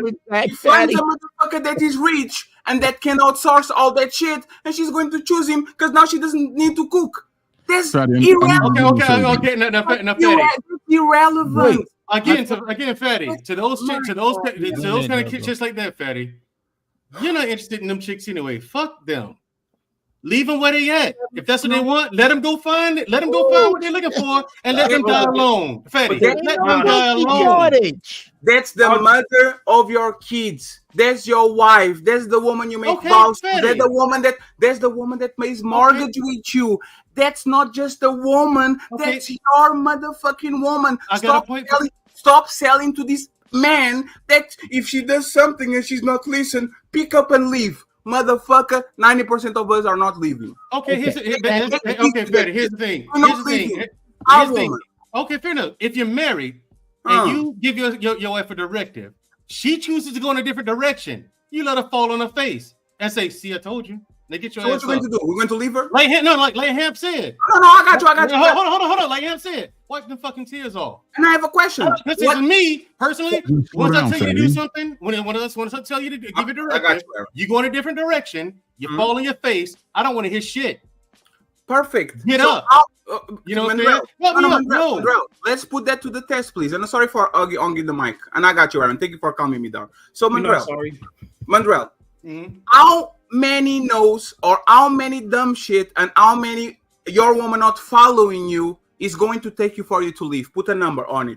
You say go do this, and she says, "Nah, brother." Fatty, you don't. You know what's good, Fatty? Just ask a question. Don't give all the examples. That's how you get along with it. It's because of my English. Like I usually, you're doing good. Your English is great. I usually overdo the question because I don't trust my English for 10 years. You fine. No. I just overdo it, right? So, Mandrell, how many times does your wife need to say no to you until you leave her? Put a number on it. There you go.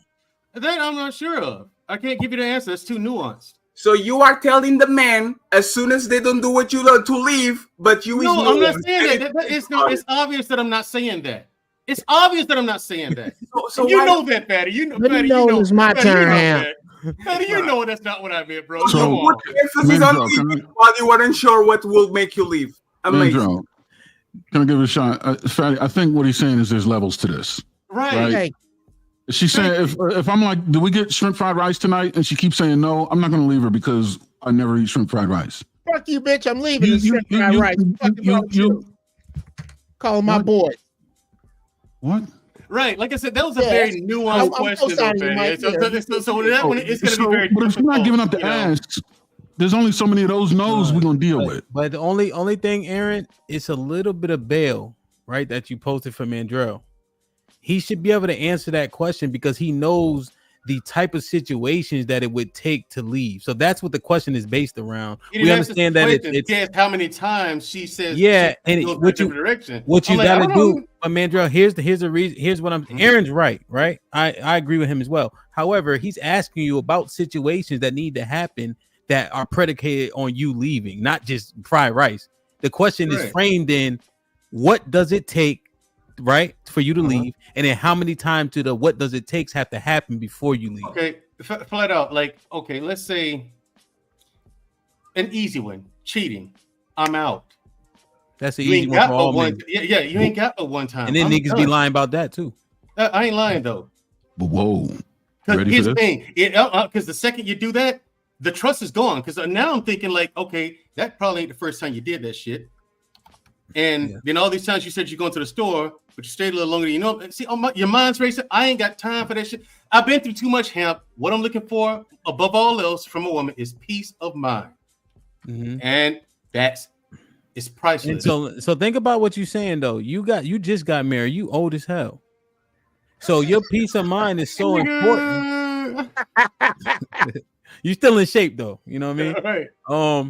Right. And so you found a woman, like you said, peace of mind is uberly important. It took you this long to get married. Yeah. Do you believe in mistakes? Absolutely. So she makes a mistake. You ain't accidentally fall on some dick. No, you didn't. Okay. What if she? That's What a if she? conscious decision, huh? What if she stay out with the girls too late? What if she come home 4 o'clock in the morning? Shit like that. That's a discussion. Now, what kind of discussion depends on your mood and whatnot. But I ain't the type to yell and scream all that bullshit and go back and forth. What if she texting another man like one of her work husband? You lost your goddamn mind. We ain't doing that. You out? Fire. No, I ain't help. We ain't help for that. But here's the thing. That's the conversation. What is this? Why are you doing this? For dismissal. No, you know what I'm saying? But now, if it's some shit like, because again, there's more nuance to this. If some shit like it's 1 o'clock in the morning, they texting, I'm with Uncle Jeff. That's grounds for dismissal. I'm not gonna believe you when you say that's innocent. I'm not gonna believe you. Now the trust is broken because I set clear boundaries here. You're outside them. Now it's time to pay the check. You know what I'm saying? You see what's happening here? Do you see what's happening? What's happening? The argument that I was making when it comes to acquiescing to the sensibilities of a woman is exactly that. There's levels to this shit. A man should always stand on principle, correct? And what you're saying is now we're questioning, what are your principles? Where are the limits with which you'll leave? But before that limit has been reached, there are certain compromises he's willing to make. There's certain concessions he's willing to make. And that, in a sense, gives him peace. Just like when you carry water for a woman, a case of water, you're acquiescing to her inefficiency or sensibilities.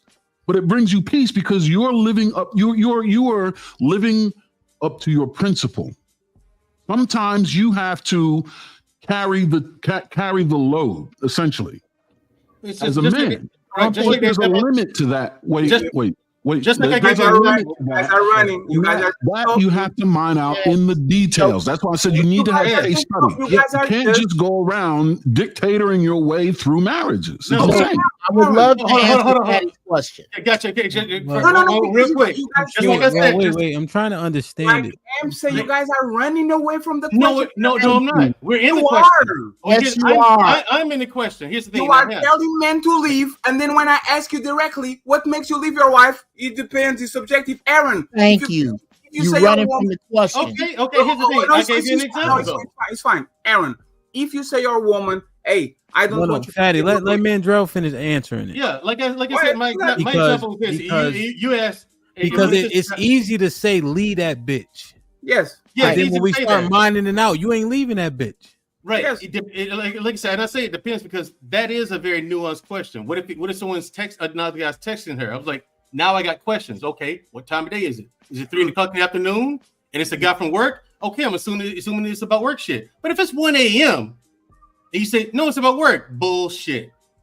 So I don't believe you. Now trust is broken. This is the point about that's a different scenario, and all we did was change the time. That's a detail that's important there. So Mandrell, y'all really make keeping this 3rd grade. Hey, Jeff, let me ask just a question before you go on because I want to actually pin them on this. If they say they're meant to do it, they need to do it. Aaron and Mandrell, you say to your wife, don't talk with no man. She says yes. You see her talking with the man on WhatsApp. I don't care if he's romantic. I don't care if he's nothing. She literally went against your leadership. Are you leaving her? Yeah, corrections are going to be made. I mean, yeah. So if I would need to take 24 hours to think about leaving her because I have a family with children, and if I stay, there's going to be a hell of a set of parameters around me. That's exactly the point. Yeah. You are telling men are leaders. If she doesn't do what you wanted to do, just bounce, and then you're your own situation. And I will do the same. I have kids. I have a mortgage. I know her mama. I know her dad. We have extended family. I'm not going to leave. No, that's different. Hold on, that's different. Did you hear what I said? I promise I'm not talking anymore for the next 30 minutes. The living threat is just like, baby, it's just a tip. It worked once. It worked one time. You go to her and you say, baby, give me 1 second, man, because we're about to wrap this up. Let me finish the point. I'm going to put it all, like just a tip.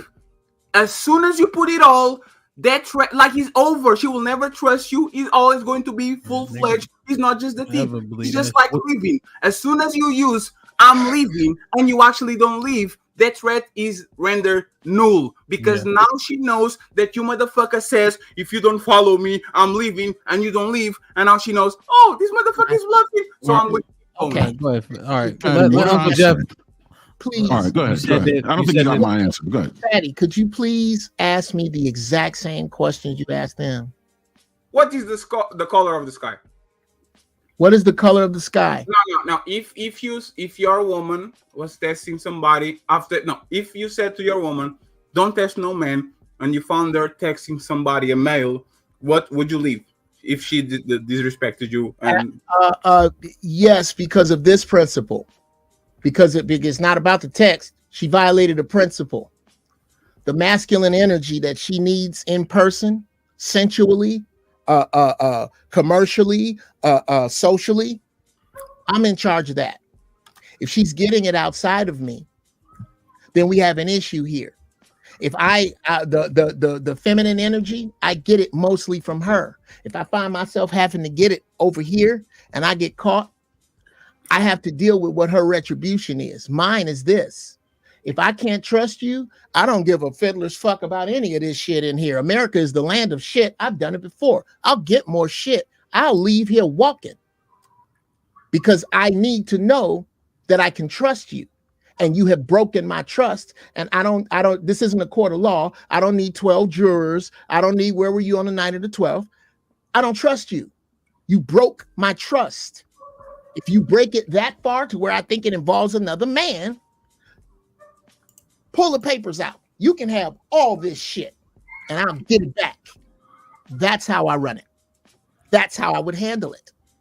Right. Next question. I got it, Mandrill. I got it. Next question.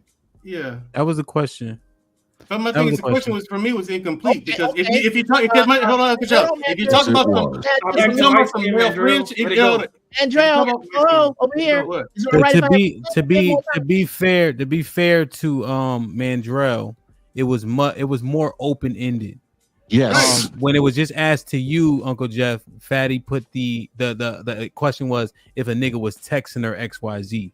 So Mandrell and Aaron kind of got more of an open ended. What changes it take for you to leave? Yeah, the details changed. It wasn't on them it was on y'all. This is a lesson for y'all. Whenever you get an open-ended question like that, it's not up to you to him to close the end. It's up to you to close the end. It's about you, your principle. It ain't on the person that asked you the question. Uncle Jeff, let me explain why. You can concede and don't answer. To be but fair, if you get open-ended, close that shit. To also be fair to Mandrell, he said if she cheating, I'm leaving, and then kind of over pursued that part. I guess because that's like a given one. Yeah, that's what I want to answer. Is the real shit. Here the grounds for us breaking this up. And plus, also one other thing, you blowing money. We agree we're gonna buy an apartment building. We agree in 3 years we're gonna buy an apartment building. We're gonna eat noodles and whatever the fuck we gotta do to get the down payment for an apartment building. And I look up and behind my back, you'd have been spending money on Birkin bags. There you go. That's off of the plan that we agreed to. Yes. That's too much. That's too much. You leaving. That's too much. Yeah, that's too much. Counterproductive to it. What everything? You fucking everything up. It ain't even about you and your Birkin bags. You fucked up the family. You fucked up the family. I can't get about that. Get out of it. Shit is crazy. Listen to what you're saying. A Birkin bag is $15,000, $10,000, $20,000. You are saying that you're going to leave your relationship. This is why the open-ended thing told you. Oh my God, man! Like you asked me to. No, Fatty, they didn't. Well, no. Let's go ahead and get everybody else in. They just giving examples. About I guess it's a mismanagement of money going outside of the agreement of what the money was used for. I don't want to pursue it that much no more. I got you. Let me ask you the question to you then, Amp. Would you lose more than $20,000 if you got divorced today? Would I lose more than 20 grand? Yes. Yeah. Yes. Is it dumb? Is a dumb ass to jeopardize your marriage for $15,000 when you probably will lose $150,000? Would you follow the principle? I'm willing to lose $150,000. The reason why I accept Uncle Jeff's answer is because it's not about the money, it's about the principle per his last statement as well. Can I ask a question? What do you stand to lose by keeping her? Well, that's another rabbit hole. What was the question? What do you stand to lose by lose keeping her? by keeping her? To Mr. Fantastic's anecdotal example, yeah. That she also showed her hand, even if she says the shit is enough, let alone literally abusing the money. That would be a risk in itself. So you prove the point. But my thing is, with Fantastic example, I never heard Fantastic story until a couple of days. I was about to catch a plane. I was at the airport. It's a fucking checkmate story. Now, you're right. Now, when Fantastic told that story and I heard that, I was like, he's absolutely right. You got to go. You prove his point. Did you see the bullshit he was catching for it? Yeah, you got to go. You prove his point. Fantastic abdicated the small bag to secure the big bag. You are willing to abdicate the big bag to secure the small bag. Fantastic abdicated that shit because he knew I'm going to lose money up front, but I'm going to save hundreds of thousands of dollars. You're stuck in a small detail, Fetty. Uncle Jeff, you said Birkin bags as an example of Birkin bags, say cars. She going on shopping sprees and blew the whole Not bag even that. up. Not even that. You know Uncle what I'm Jeff saying? don't even care about that. They're eating noodles to save money. Right. So everything is being done in extreme moderation, for lack of a better term. And in which case she goes and splurge on any. She could go to brunch with the girls and spend $200. See, now you outside of what we've agreed to, right? That's why he's saying no. I gotta cut ties. But he said Birkin, and we jumping because the Birkin is $20,000. Yeah. That ship is sinking. But my thing is, I agree with Uncle Jeff with the principle because remember, Uncle Jeff, before you even said what you said, I said, and blowing money up. No, outside you're a hazard to the family now. Yeah, she's a liability. She's established the trajectory of being a liability. The paying attention to Birkin bags again is the low key slick shit I was discussing. The point is that if we lay out a plan, it's not my plan. It's never my plan. We pray and get in alignment with the creator's plan. With what can we do to put ourselves so we can help others? This is the plan. We laid it down. We prayed on it. We talked about it. We got our shit lined up. We got our budget for food. We got our budget for gas. We got all of this. And then you look up and here comes Jeff with some car parts. That nigga's out of line. Yeah. I got to stick to it too. Do you know how bad I want to do my Jag entirely, nigga? And there sits all the money. I don't get to go in there and do my Jag and tell her it's what I say. No, because it's not what I say. It's the plan that we laid, and the creator has made me the steward over his real plan, and she's supposed to be helping me with that. Yes. And if she's outside of that in any way, with her betrayal, with her work ethic. Let me read these, y'all. Does Dario with the 2000s? Is that Aaron's real voice? Oh, maybe. Yeah. Is this shit on again? Is this damn thing? No, he sent that a while you're ago. good. You're good. Oh. But now we're speculating, was the helium voice actually your real voice, and you put the filter on and now give us a fake voice? That's what we're trying to figure out now. Damn, man. Fifi with the 2000s. Mangel came with the house husband voice. I think she meant to say Aaron. Lauren Mack with the 10 ounces. The fact y'all keep using the word lazy to describe a house husband reflects your mentality of housewives. Housewives are not sitting around doing nothing all day. A peaceful life with the 10 ounces. Regardless of how we feel, this soft guy king trolling tactically is working. I'm even a part of this goofy pump fake now. I love it. They jumped. Him with the $2 says Jeff was a house husband and now he's hating it. LaGarrett, my brother. What up, buzzing, bird, flip a dozen. Holla at your boy, you thought your cousin wasn't. Appreciate you, my G. Hope all is well, man. John Henry with the $10 says, a house husband by Cheeky's concept has relinquished any responsibility of leading the house. This man is not employed. He is fully dependent upon her income to finance his life. Can we agree? Black King with the $2 says, it's expensive either way. EBD with the $10 says, I think the word quote unquote retire is different depending on the generation. Men are the results of both the socioeconomic environment. Men tend to give themselves jobs even when unemployed. Just Gems with the $5 says, a real man does not even want to become women who stay at home. It's not natural for a man to even want to do that. Lauren Mack with the $5 says, Cheeky acknowledges that it's not meant to work long term. It's meant to show what we are doing now is not working. John Henry with the $5 says, ultimately, Uncle Jeff and Fatty agree. Parentheses, house husbands is a dead end concept. They're just disagreeing on quote unquote semantics. EBD with the $5 says, I have been unemployed multiple times in my life to live with women who have jobs. I use that time to improve my skills to get a higher paying job. And you cheated on your wife. Black King with the $2 says, Jeff, hold this L.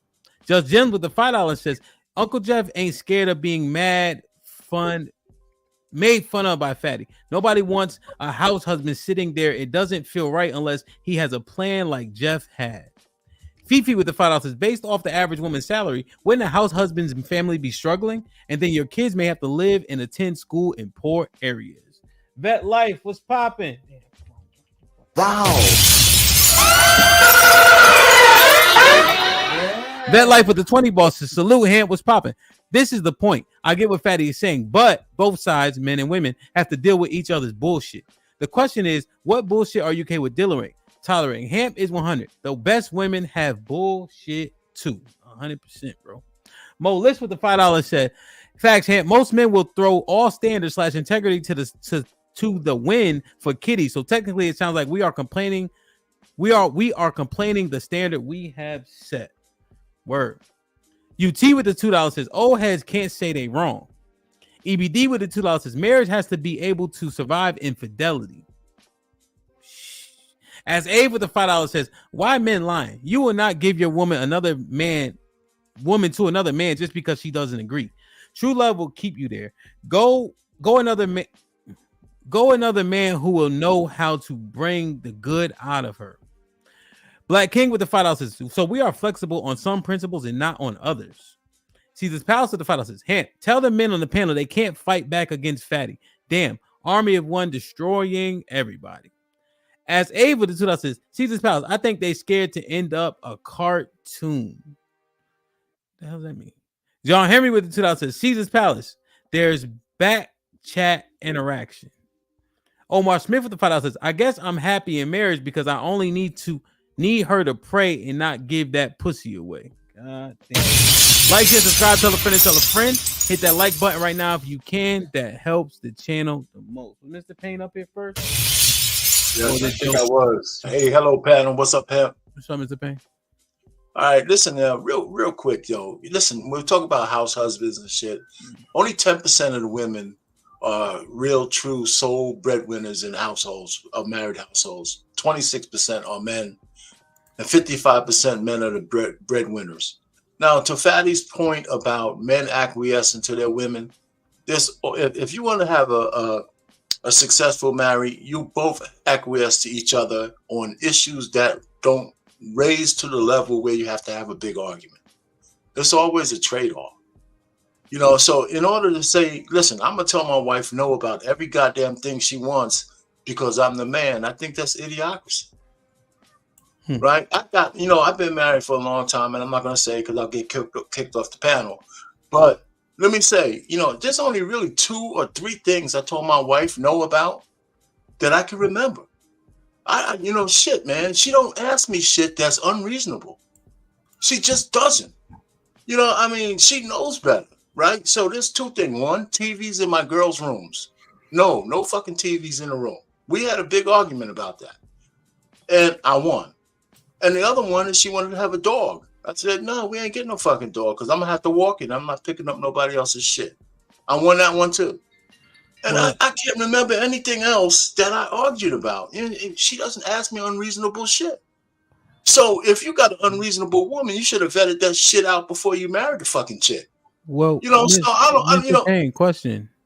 If you have arguments about stuff and you framed it as you won, my assumption is that you had arguments about a lot of shit that you had to win or lose. Not a good assumption. Or so are there also arguments that you lost? No. Let me ask you a question. You hesitated there, old fellow. You hesitated. Let me ask you, remember, you've been married 40 years. Let me ask you a question. Are there arguments that you lost? Okay, yes, you're right. I used the wrong word. I shouldn't have said argument. Discussions. No, you said argument 3 times that you meant it. It's okay. Okay, right? no, it's cool, but if yeah, you but won, no. and then you framed it as win. So not only was it an argument, it was a competition, and you won. So presumably after 40 years, you also lost, right? I'm trying to think of one. You never lost the argument to your wife? You never got something? I'm trying to think hard, man. No. Shout out LeVar Ball. Never lost. So because the only reason why I'm saying this, but you don't have to believe me because you missed the other point. No, because this is the point that's actually more important. That's going to actually help people because you said that you had these arguments and you characterized it as winning, right? Yes. I guess my question is, you said we should have vetted that shit out before we got with her, but the truth is, you've been arguing for 40 years. So what should we vet out? You reading more shit into it than I'm saying. Okay. Because I said if you have to have, let me use the word argument because you want to use it, you want to stick on that. If you're having arguments about every goddamn thing with your wife, you should have vetted that she's not compatible with you before you got married. What I'm saying is, I would argue. Listen. But Mr. Payne, because I think we can learn from this. We agree, but you also didn't do it though, right? You didn't vet it out because you argued about a dog and you argued about TVs in the room. So I guess my point is this: TVs in the room is like about raising kids. Hold on. How often do we argue? Very, very little. Very, very little. Oh, she in the spot, but hold on. Ma'am, if you are the leader, why do you have to argue? Hold on, Fatty. I ain't saying nothing in the hour. Go ahead, fantastic. Ma'am, hey, Miss Payne, how you doing? Nice to meet you. All right. Listen, I have learned at 63, that if it's something that I can deal with, it's just simple. It's just simple. Life is too short. You know what I'm saying? Yes, ma'am. If you nitpick, then you're really taken away from what you could have together that's more positive. Try to focus on the positive things. You say, well, okay, you might have some habits that you might have some habits that she might not like, or vice versa. On a scale of 1 to 10, is it a deal breaker? How you do it? That's why are you nervous? No, Fatty. Let Mr. Fantastic handle it. What's going on, Mr. Payne? He's nervous. Go ahead, Mr. Fantastic. Hold on. So the thing is, Mrs. Payne, Mr. Fantastic has one more question. Yeah. Come on, Mr. Fantastic. Yeah, hey, so Miss Payne, how many arguments have you had in the 40 years? Oh gosh, very little. We need a number. Very little is not a number. I'm gonna say in 40 years, maybe 3 or 4, because 3 or 4 in 40 years. They're little. They're very little issues. Mrs. Payne, now how many times you lose your voice in them 40 years? No, the question, Mr. Fantastic, Mrs. Payne. Mrs. Payne. I'm usually not a yeller. Mr. Payne, can we ask her one more question? Sure. Mrs. Payne, how many arguments have you won in the last 40 years? Oh, yeah. That's a good one. Like I said, the things that we argue about are so little. Yes, ma'am. Mrs. Payne, can I ask you a question? Sure. How many arguments have you won in the last 40 years? Well, I'm gonna say if it's 3 or 4 arguments, maybe 3 or 4 times. God. Hey, Mrs. Payne, we love you. We love you. We love you. We love you. We love you. Perfect. You see what happened? There you go, man. Almost go. Then you find out disconnects in our marriage. Don't give these guys ammunition, man. See, Mr. Payne, you love him. Mrs. Payne, you love him so much, you let him thought he won. Now that's a hey, good Mrs. fight. Payne, Mrs. Payne, we love you, man. We love you. We love you. We love you. You love him so much, you let him think he won. Okay, so these years. All right, Mr. Payne, is she going so we can start talking trash? Yeah. Put him in the fucking bed. Get him out of here. We don't need to talk trash, but you know what's funny? This is when you know the dynamics. And Mr. Payne, you are most men. This is when you know the dynamics of the relationship is towards the woman. You were nervous. You were doing gang signs. Oh It no, was I doing was trying hard. to make, I was trying to make a heart. I was trying to make a heart. That was Naruto. Like you can hear. I don't know what he was doing. I was trying to do the Yo, heart thing. Mr. I don't know how to do it. I Mr. didn't know how to Payne, do here's it. the thing. Here's the thing. Yes, There's sir. always two perspectives, right? So Yes. keep it a buck. If my wife come in here, y'all ask her a litany of questions. You know how you get that right before you run down on kickoff? You know that little bug in your because you like this heifer gonna answer these questions right because it's just natural, like it's just regular shit. Let me tell you But this. it's I was two trying to do the perspectives all hard the side. time. Well, she said a couple of things that was true, right? We don't argue that much. That's one Yeah. thing she said. But the thing that she thought she wanted, we didn't get into the specifics, and you fucking guys don't need to know those. So Exactly. fuck And y'all. Mr. Well, Payne, so exactly. From my perspective, I won, and from her perspective, Well, that's the point, though, right? That's Mr. Payne, you're and that's what we're saying, Mr. Payne. Especially when you're you're a perfect example. You guys are a perfect example. 40 years of marriage, man. That's work. You know what I'm saying? You have a good marriage that works. Yeah, that's work. And the thing about it is, a lot of the times you guys do play off of each other, and hey, agree to disagree, or I think you know what I'm saying. I think you let you one for the sake of, you know what I'm saying, my love for you and the work you put in, dedication and the time we got in. So we saying that, man. Are we saying every nigga like to say, man, hey man, she do this, I'm out, I'm gone, or whatever. every nigga love to say that shit. But So- bro, when you got them years in, you got family, you got kids, you got, you know what I'm saying? Hey, Trying to that do- was cool as shit, though. Yeah, now, man. now listen. How How long, Mr. Payne? How long you been married? Oh my God, Aaron, why you back on the chipmunk voice, man? What you Yo, you got the voice thing on again, Aaron. Trolling. You trolling. How long you been married?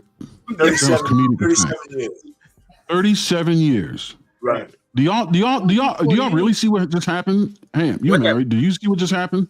Hey, I am what's the word when you like something that happened a lot?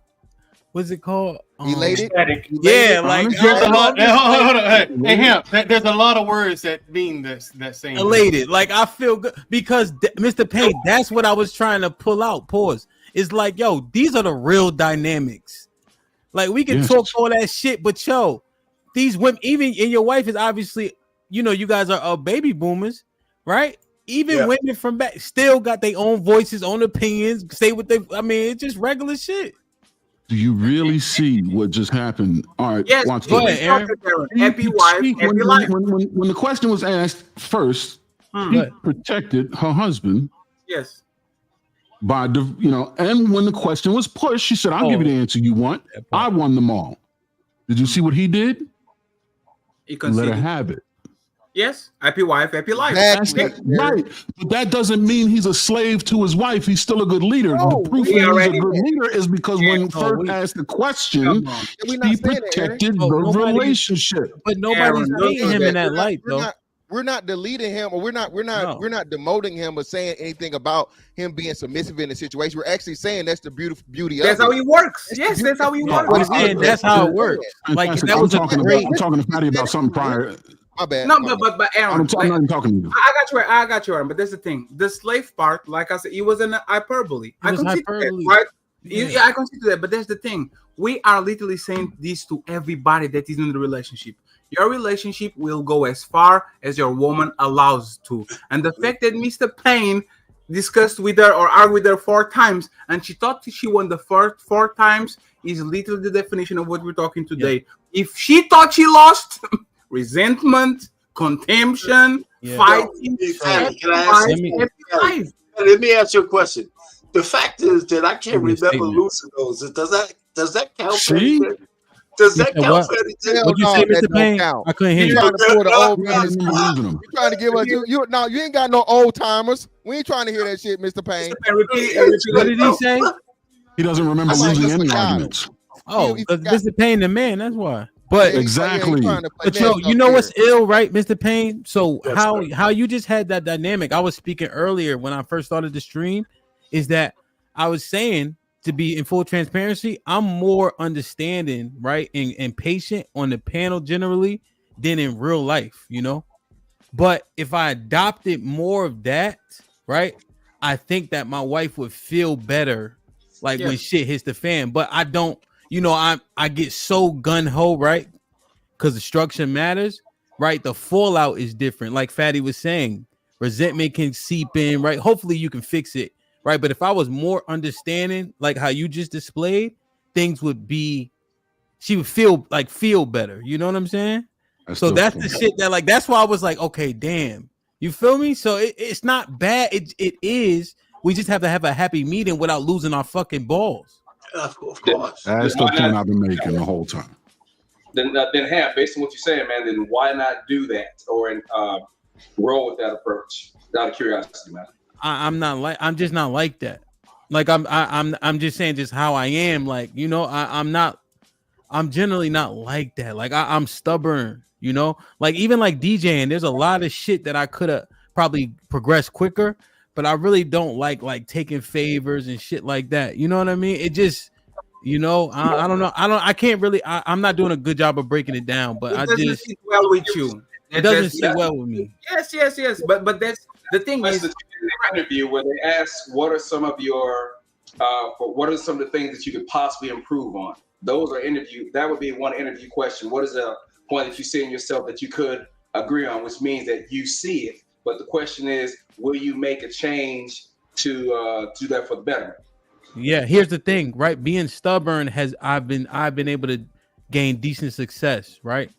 Like not taking no, pushing through, even if it's hard. So I've seen success in it. Now I have a lot of downfalls too, you know, but I feel it's probably better, right? Because it should change. The pros outweigh the cons. That could be pride, but just generally speaking, you know. It is a bit of pride, man, but we all have that to a degree. It's just something that we have to work on with our respect of others. We both know where concession may need to be made as opposed to being right. Again, sometimes it's better to be correct than to be right. And knowing that difference is where you have a relationship like I just saw. Yeah, like like Mr. Payne just inspired me to go to CVS. They got like these $12 roses. It's like in a box or something. You know what I mean? But it made me wonder, like, okay, you know what I mean? Because we've been in a rut. You know, you just like hit button heads for some time, you know? And I don't be conceding like shit for real, you know? So it just got to be better. That's all. I got to be better. What? But why? If is everything going well? Are you? Yeah. So that see, like, listen to what you guys are saying. Wait, no. What do you mean? Everything going well in terms of what?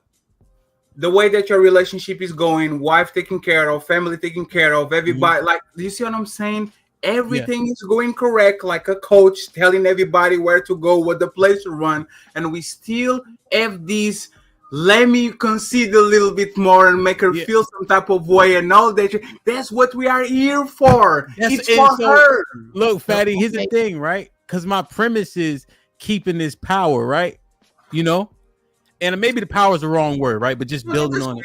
I get the concept, right? But when I saw that in Mr. Payne, there's a level of admiration, right? But there is concession there, which I generally don't agree with, because I think men, we take it too far. So maybe should I say, is there a little bit of a, not a medium, but we need to have some of that in there? No, you know what's funny? That's what I'm saying, because it gets scary. You give an inch. But there's the point. I admire me. You know why I admire Mr. Payne? Because I'm a pragmatic. If it works, it works. And I know exactly what you want. Oh man, you know, I'm a stubborn motherfucker. Let me throw a bone here and there and make her feel good and all that shit, because that's what it works. And we have to admit that shit. The point is, we come here, oh, if she talks to her, leave her. The man is the leader. And at the end of the day, 99% of relationships work because the man concedes to the woman. The man, when they get mad, they go and say, baby, don't worry, I got you. And we concede over and over again. That's what makes the relationship. Let me ask you a question, Fatty. What do you think we get in return for that? What do you think you get kids, and you get in-house pussy part-time because they start to ration that shit. See, now you're being a little disingenuous with that, though. Absolutely. I mean, no, wait a minute. The reason why I said that is because you have a thorough understanding one way, but you're not giving the real flowers the other way around. So what did you get? Listen, the point is, I'm at peace with my wife, right? She caters to me, right? I mean, she caters to me more. Listen, I burn my credits, brother. I do. But no, listen to me. Listen, as a man, her being my wife for so long, I burn every credit she gives me. So I feed the meter.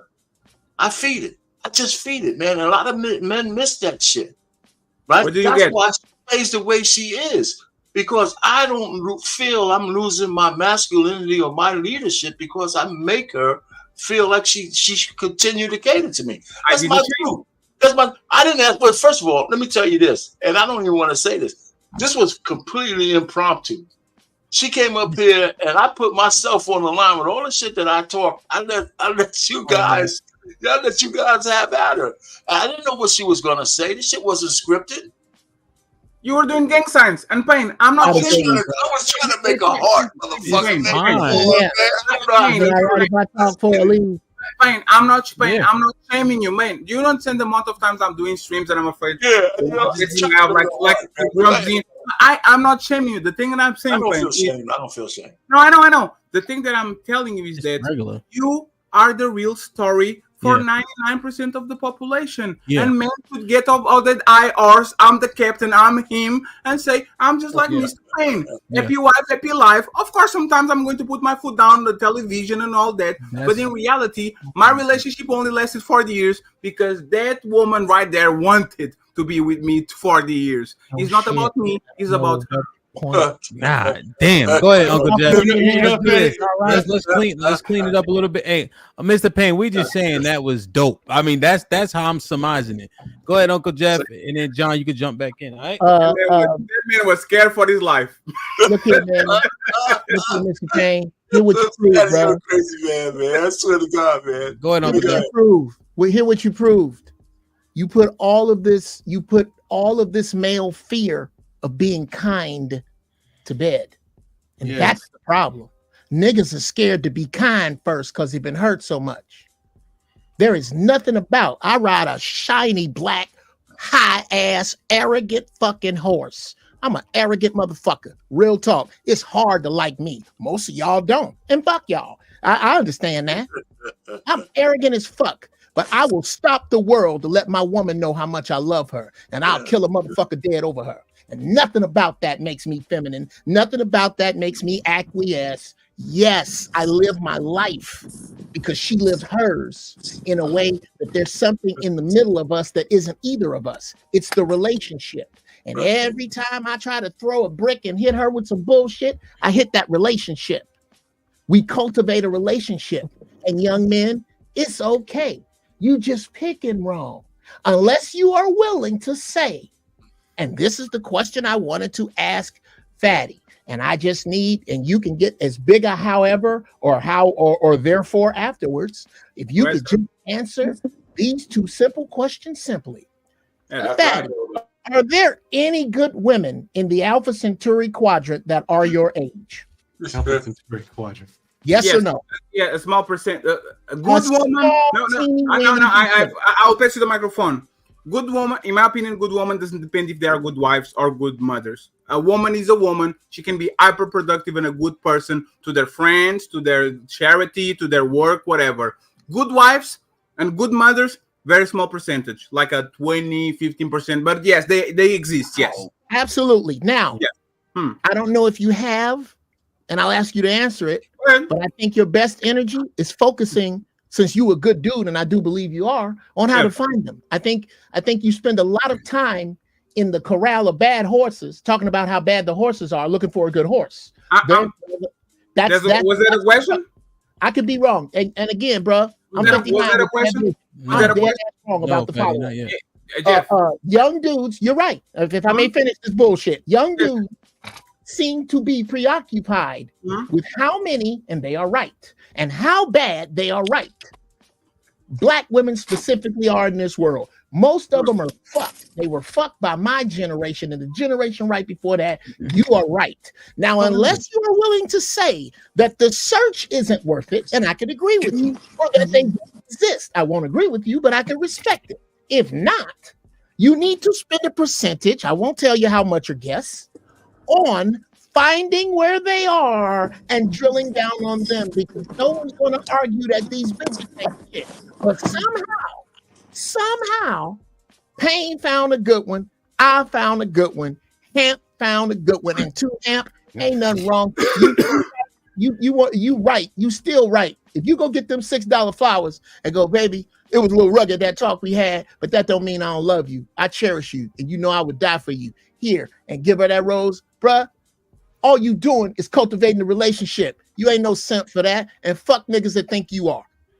So the divorce rate in Portugal is 70%. 80% if you're college graduated. Child support is 25%. That 25 years old. You pay child support for 25 years, not 18, not whatever, 25 years. Sir, with all respect, I'm the most powerful man on this motherfucking panel when it comes to dealing with women. I have a vasectomy. Every time I deal with a woman is on my terms. They don't live with me. They don't have my kids. They don't can put me on child support. They don't have a ring on it. So every single thing that I do with this woman is my rules, not the rules. They can get me. They can trick me. They can punish me. I don't ever listen, sir. I don't have a woman because I don't want to. And when I want to choose a woman, I am going to go on a preconceived idea that I'm going to lose. I'm not like you do. Listen to me. I'm not like you delusional guys that are going to get into the relationships thinking that this. Why you keep doing ab libs? Fatty, question, Fatty. The power, though, if you only dealing with women for sex, they largely. I'm not dealing with only with women with sex. I'm not dealing with. What is it? What are their attributes to you for you? I'm okay. I'm okay. For example, with people that do husband and boyfriend and girlfriend. I'm okay with people that live together. What I'm saying is that every time you put a dick inside of a woman and you can have kids naturally, you lose power. Every time you put a ring on a woman and you marry her, you lose power. Every time you put the kids on a woman, you lose power. Every time you cohabitate with a woman, you lose power. I am realistic. You know what's happening, Ramp? I said this and I will say it again. For now, I don't have kids, but I know people change throughout the decades and the years, and I'm willing to change my mind and at 40 being born and says, you know what, I'm going to have legacy and have kids. When I get into the situation, I know for a fact that I'm going on an uphill battle and I'm willing to lose half of my shit and half of my things. As long as she's a good mother, go ahead and take that shit because that shit is going to go to our kids when you die and when I die. That's the realistic approach. I'm willing to give you NBA contracts. We are good for 5 years, 6 years. The kids go to school. If we are not seeing eye to eye or you don't like that shit, go ahead and go about your life. If the kids go to college, keep doing the same. You're not going into it uninformed, and then because you can't have a child with the kid, the woman, she doesn't have that power or that leverage. She has to sign 7 forms for her to be the mother of my kids. And that's the thing. I am going realistically. Most of our relationships are failing. If we get into a relationship when we stay a lot of times, it's because of the margin of the kids. So you can shame me for actually being pragmatic and tell this woman, hey, most of us are not making it. Most of us are not making it. So this is the deal. We love each other. Condom too, though, bro. Fatty, let me tell you something. I don't know why can you hear me? Let me just say one thing. I don't know why are you so jumping about a loser or a person that is losing when you guys are winning. If I let you finish your point, let me finish my point. You guys can go ahead. You got this. No, I want to ask you. I want to say something that you were saying because what I hear is a little bit of vulnerability. I'll tell you something about my marriage with my wife. I never lost sight of the fact that if she left me, right, for whatever reason, I would be outside on the street with a sign, a street sign, because I was the breadwinner, right? So I know about the laws here in the United States. So my relationship was predicated on understanding that's always in the back. That's always a possibility. But, one of the things I realized, it wasn't really hard to make sure that we never got to that point. Not for me and not for her. That's the kind of woman she was. But, I didn't go into the marriage thinking I was naive that I'm going to come out like a king, especially the way we were financially set up. Even back in the 80s, men were getting taken to the cleaners. So, so you can it's all right to be vulnerable, but it shouldn't stop you if you did your vetting process. But these days, in 2024, the way men are getting stroked and fucked around, I can dig men being afraid of the woman. Absolutely. I can take that. I don't have no. I'm not a proponent. I've changed my mind and telling men to get married because most men won't do the vetting and protect themselves properly before they do because they get married for love and all kinds of stupid shit. There's no veto in people changing the middle of relationships. Yeah, I agree with that. One day you are the king, Vetting the next is day tough. you are the peasant. It doesn't Vetting is change. tough. But what I'm saying is you still need to go through that though. Even that you can vet as best you can, but you never know. That doesn't mean you don't do it though. No, Yes, it understood, does. right? But don't bring that shit to a woman. Don't do it. Now, John. So I'm listening, right? You know what I'm saying? Fatty took preventative measures, things of that nature, right? We understand what the risks are. Should men be risk adverse? Like, what do men take risks? Should we be risk adverse? If you want power, absolutely. What's the mindset of a man who is completely risk adverse though? But power. I'm sorry for the question. I just want to hear what John, because John is actually in this field. You got this. So John, what is the mindset? I'll put it this way. The mindset that we're discussing right now, from what I'm saying, is a thing of I will only gamble if I know I can win.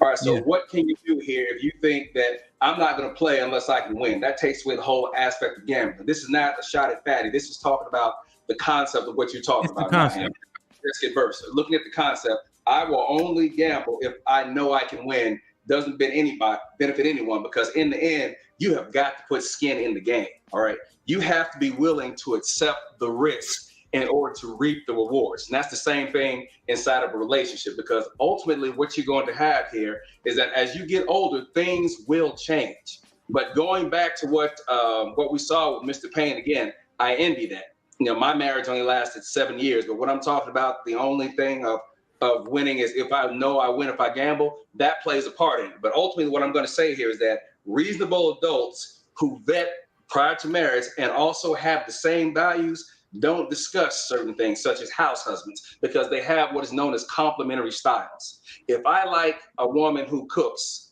and she likes to cook and I like to eat, it works. At the same token, if you have a woman, well, I want to be in charge of the relationship, I want to run things, and then you have a guy like, you know what, fuck it, I don't want to do anything, I just want to sit at home, so she understands the dangers of being in charge, hey, pick me. Now, that may happen in that particular instance, but let's be honest here. Going back to it, it is a patriarchy. So therefore, it is going to be a thing of the man will be in the position to whereas he has to take the chances, sometimes greater than self. It goes back to what I was saying before. If she doesn't want to be physically exerted, she doesn't want to stink, and she doesn't want to have danger be a part of her day, it's still going to be on him to provide that, because this is not a matriarchy. You may have strongholds of matriarchs, but in the end, it's still a thing where men are responsible for that. And that's not trying to say just because a man is in charge, he's going to always punch down. It's not about punching down, it's about being correct. But again, this whole deal about gambling, or should I say about risk aversion, no, you have got to be willing to take the chance. Otherwise, you're always going to be sitting back and throwing from the sideline. Again, that's about concept, not a person directly. Let me just mind it out. So, but he's speaking about just the generally being risk averse, skin in the game, etc. See, now John, why when you said that resounds with me? Why do you think I feel that point? Like I can understand it. I like it, for lack of a better term. Well, so if you feel that because there's something that you can see in your life that it associates with, there's again, it complements or it adheres to something that you have a belief in. But it goes back to something I said before. I can't remember whose show I was on. Just because you don't do it doesn't mean it's not getting done. So therefore, if it's something that you feel and you can agree with, it's because it complements a view or a value that you have. That's the best way that I can explain it. It's something that you would agree with and that you would follow because it sits with a belief that you have. Let me ask one last thing, and then y'all could jump back in. In terms of the working, this sweat, they don't want to sweat. What is anybody on this panel work physically? Joseph, I know you deal with the dogs and all that. I guess that counts. What you mean physically? What you mean physically? Like physically, like garbage truck or fucking Oh, construction. Oh, you talking like blue on the collar? side, I'm a Blue diesel collar. mechanic on the side. You talking blue No. collar? Okay, I'm no, a I'm diesel gonna say mechanic on the I work side, out. bro. I work out for a living. Because So, Arnold, see Arnold, when he was expounding on the premise that Cheeky was painting, he's like, it's a concrete jungle. So a lot of those things that we tout as what men should do don't exactly apply anymore. So I'm just wondering, is that argument still an argument? Or are we saying women just aren't willing to work as many hours and et cetera as us? Yeah. What I'm saying is that. Oh, go ahead. Go ahead, Arnold. I hold the mic. No, I was just agreeing. Oh, go ahead, John. He was just agreeing. Yeah. So it's a thing of, well, we look at the jobs that build the physicality of where we are. Guys who put the roads down, guys who build the buildings that everyone goes inside of, guys who are responsible for going out and doing the landscaping, meaning knocking down trees and areas like that in order to build the societies that we live in. Yeah. So that's what I'm referring to. Those things still have to get done. Me, I'm in IT. All right. I've graduated from the level of now being a senior IT manager to whereas I no longer am the guy who works physically. I don't have to go out there, pull the boxes, pull the racks out the boxes, build or anything like that. I have gone through the ranks, more say, and to where I've gotten to the point that now I oversee those type of actions. And if I do happen to go out and I have to sit behind a keyboard because now I'm consulting, my charge for me to go out and do the work, I can charge $170 an hour and up for the knowledge that I've obtained over my 28 years of being in IT. So again, yes, I had the physical labor in the beginning. Hell, I worked in a factory when I was 20, loading foam logs and tractor trailers for 8 hours a day. So I worked in that aspect. And that job, I did not see a lot of women at all. They were there who probably took care of the clippings and small things. But when it came to the manual labor of getting that done, no, it was not let upon them. But the jobs change now. But the thing is that when we talk about men and women going to a job and being in the same building, in the same place, you have to ask, who made the way for that building or that structure to be there in order for us to sit down and share that work? So you still have that aspect is what I'm speaking to. How many women do you see on a road crew? How many women do you see building the buildings? How many do you see out in the wilderness, like I said, cutting down areas to make civilization? I'm not downtrodden that. This is a proof is in the output thing. This is observable reality. And that's all that I'm addressing. But John, this is what I actually give you the benefit of the doubt because you are a good faith conversation. You guys are not listening at all. Controlling outcomes, and you see Jeff, the body language is already tuned off before I even talk, right? Control means control the outcomes. It's like Mr. Strange. I saw a million futures, and one of them is going to make us defeat Thanos. There's the control of the outcomes. When I said this verbatim, listen to me. I'm willing to choose a woman. She signs 7 forms. She goes to the lab. She gets artificial insemination. She gets my kids. And as long as she's a good mother, I'm willing to lose half of my shit, pay child support for 25 years, and lose custody of my kids because everything they are going to be inherited is going to, like everything she's going to get is going to go and is going to be inherited to her. I am willing to lose. That's literally the concept of the deal. I am willing to be 6 years with you, and as soon as the kids go to school, you come to me and you say, you know what? I don't like this arrangement. Let's go part ways. That's literally me willing to lose. What I am is John, I'm a realist. I'm not a pessimist.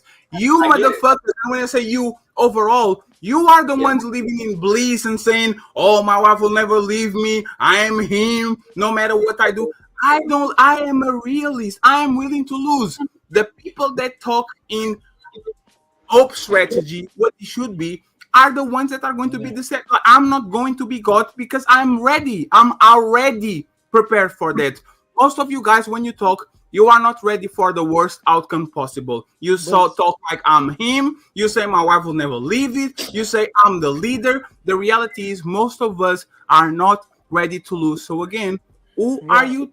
Like when you say that I am talking in a way that I'm not willing to lose, what are you talking about? Like when you say, hey, bro, you said there's not a shot to fatty, but sees that he's risk averse. What did I say? No, my question, John, my question is, what did I say that sounded risk averse? Again, look, Fatty, what you just said. Unless you pardon me for a second, Anastasia, and I'll drop. So I'm not saying again you, Fatty. That's why I said no shot at Fatty, so you would not think that my statement pertained to you, because so that's all I was saying. It was okay. I got you. It seemed like you didn't want to hurt my feelings by saying that, but I got you. If that was not personal, it's fine. I don't know who's arguing your point, Patty. I think you're right. I think he's right. Patty got a point. He got there's nothing but downside to this version of marriage. He's right. You can't argue none of that. Where I think we missing each other is that these new women ain't the women that me and Ham and Brother Payne are married to. And what y'all seem to think is that we don't see that. I agree with you. I just don't want to. Y'all need needles, but you keep over focusing on the haystack. I've never heard a needle plan. All I hear is how to protect yourselves from the bad women. I don't hear one plan, one strategy about A, how to find the good women, and B, how to make yourself the dude that can lead the woman that you're looking for. I never hear that. All I hear is protect yourself. Women can change. Absolutely. They can take your shit. Absolutely. They can cheat on you. Absolutely. Yes. I think we should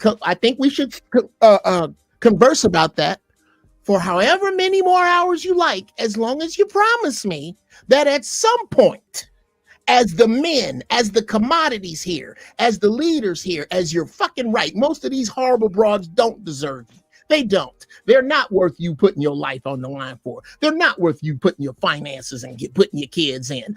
Then how do you find the good ones? As long we talk about these horrible bitches till the pigs come in, as long as maybe, just maybe, we make our way around to solving the actual problem. Yeah, but the I guess the women are the women. But I guess my issue is men just acquiesce too much to this shit. So my premise is that if men stop acquiescing, even though I was elated about what I saw in Mr. Payne, if men stop bending so much, the women, it'd be easier to weed through them. But since we make so many concessions, it's hard to see which women are authentic, which ones ain't, because we always make the argument they stand too close to the hoes as it is. Thank you. That's number one. The man who is ensuring that there is, again, a complementary style with the woman he's talking to and they share the same values, they don't have these discussions. Thank you. They do. The truth of the matter is that value, regardless of how you look at it, is only worth something if it is agreed upon. And if the two of them share the same values, the same complementary styles, they don't have to have these conversations. They may have disagreements, but in the end, what they share and what they align with will be how the marriage goes. And that's what, again, women don't have values or morals. Women are literally spoils of war. Let me tell you something. Let me tell you something though. I'm gonna tell y'all, keep it a buck though, John. You're right in under a microscope. However, out here,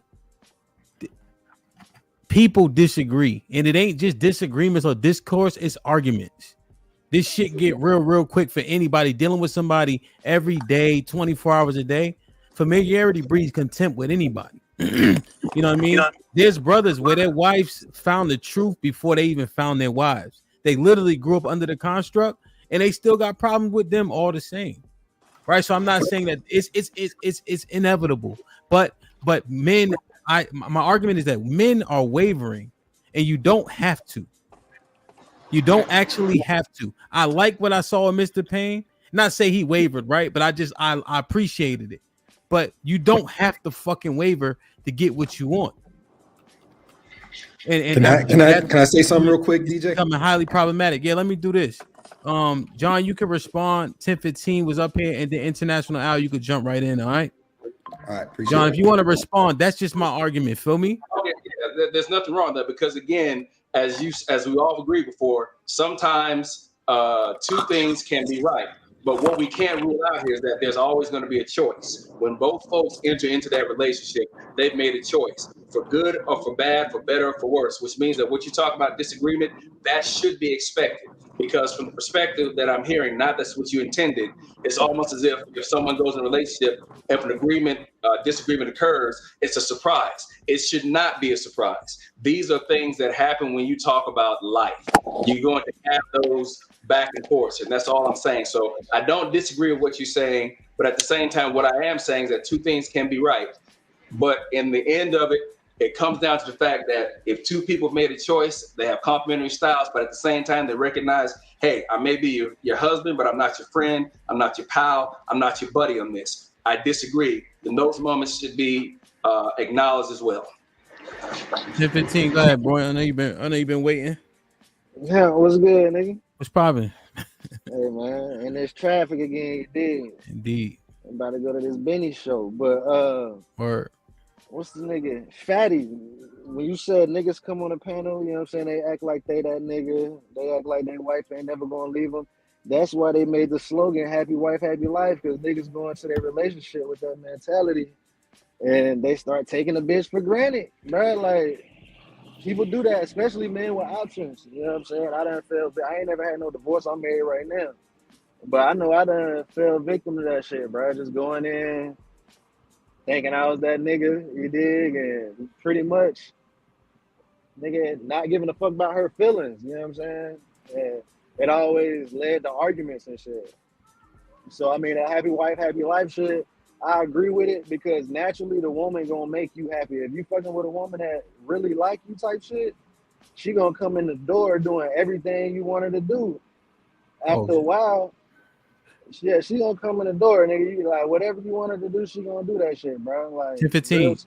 To be clear, when you hear happy wife, happy life, you're thinking like if your wife is happy, you're gonna be extremely happy. Hell yeah, because she really gonna be on my type of time. You feel me? Sometimes they get pushed back on shit. We all do, you know what I'm saying? But if she happy, then like, yeah, nigga, life is good, nigga. Like, now, nigga, what are you willing to do to make her happy? Anything? See, she do everything for me though. You know what I'm saying? Like, nigga, she'll drop what she doing right now and come do whatever the fuck I want her to do. You know what I'm saying? So I will do a lot for her. Now, okay, I'll do a so lot for her. you're not just doing anything you can to make her happy. You saying that you're happy, so in part she's happy. Like, how does it go? Who's happy first? Me, and I'm showing my gratitude by making her happy, bro. I'm showing I appreciate her doing That's everything I asked her to do.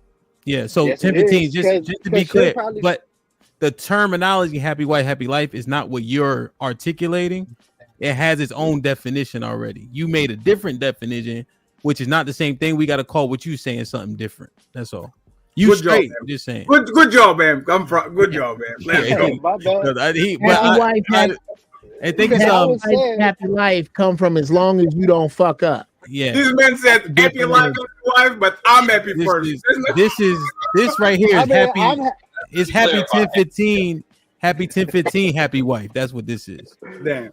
Okay. I mean, I get what you said. Okay. But now, yeah, man, did she still got that male best friend? He ain't no best. He a friend. He ain't no. Put him in the fucking bedroom. Get him out of here. Come on.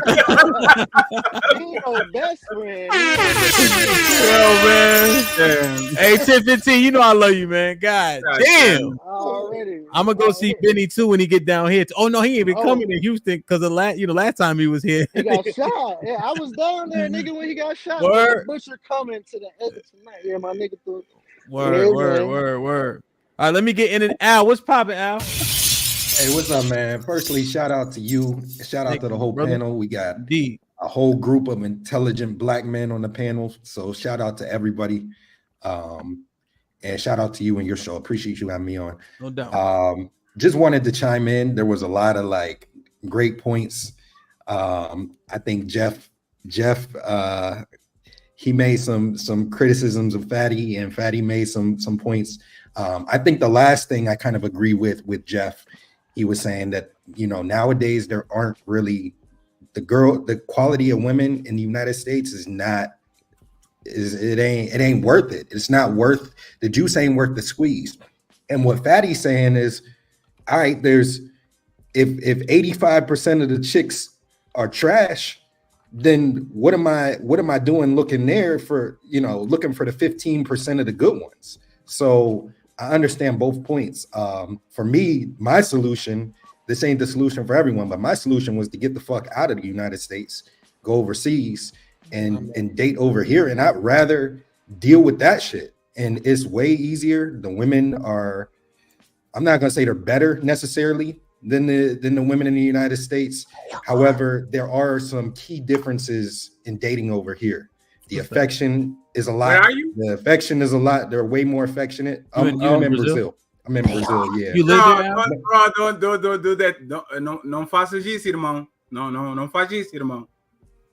Não faça isso. So, não faça isso. Yeah, Não faça isso. I've been living here since August. Where's that? Where you live? Brazil. In Rio. Bro, no, don't do that to me, brother. Don't do that. Yeah.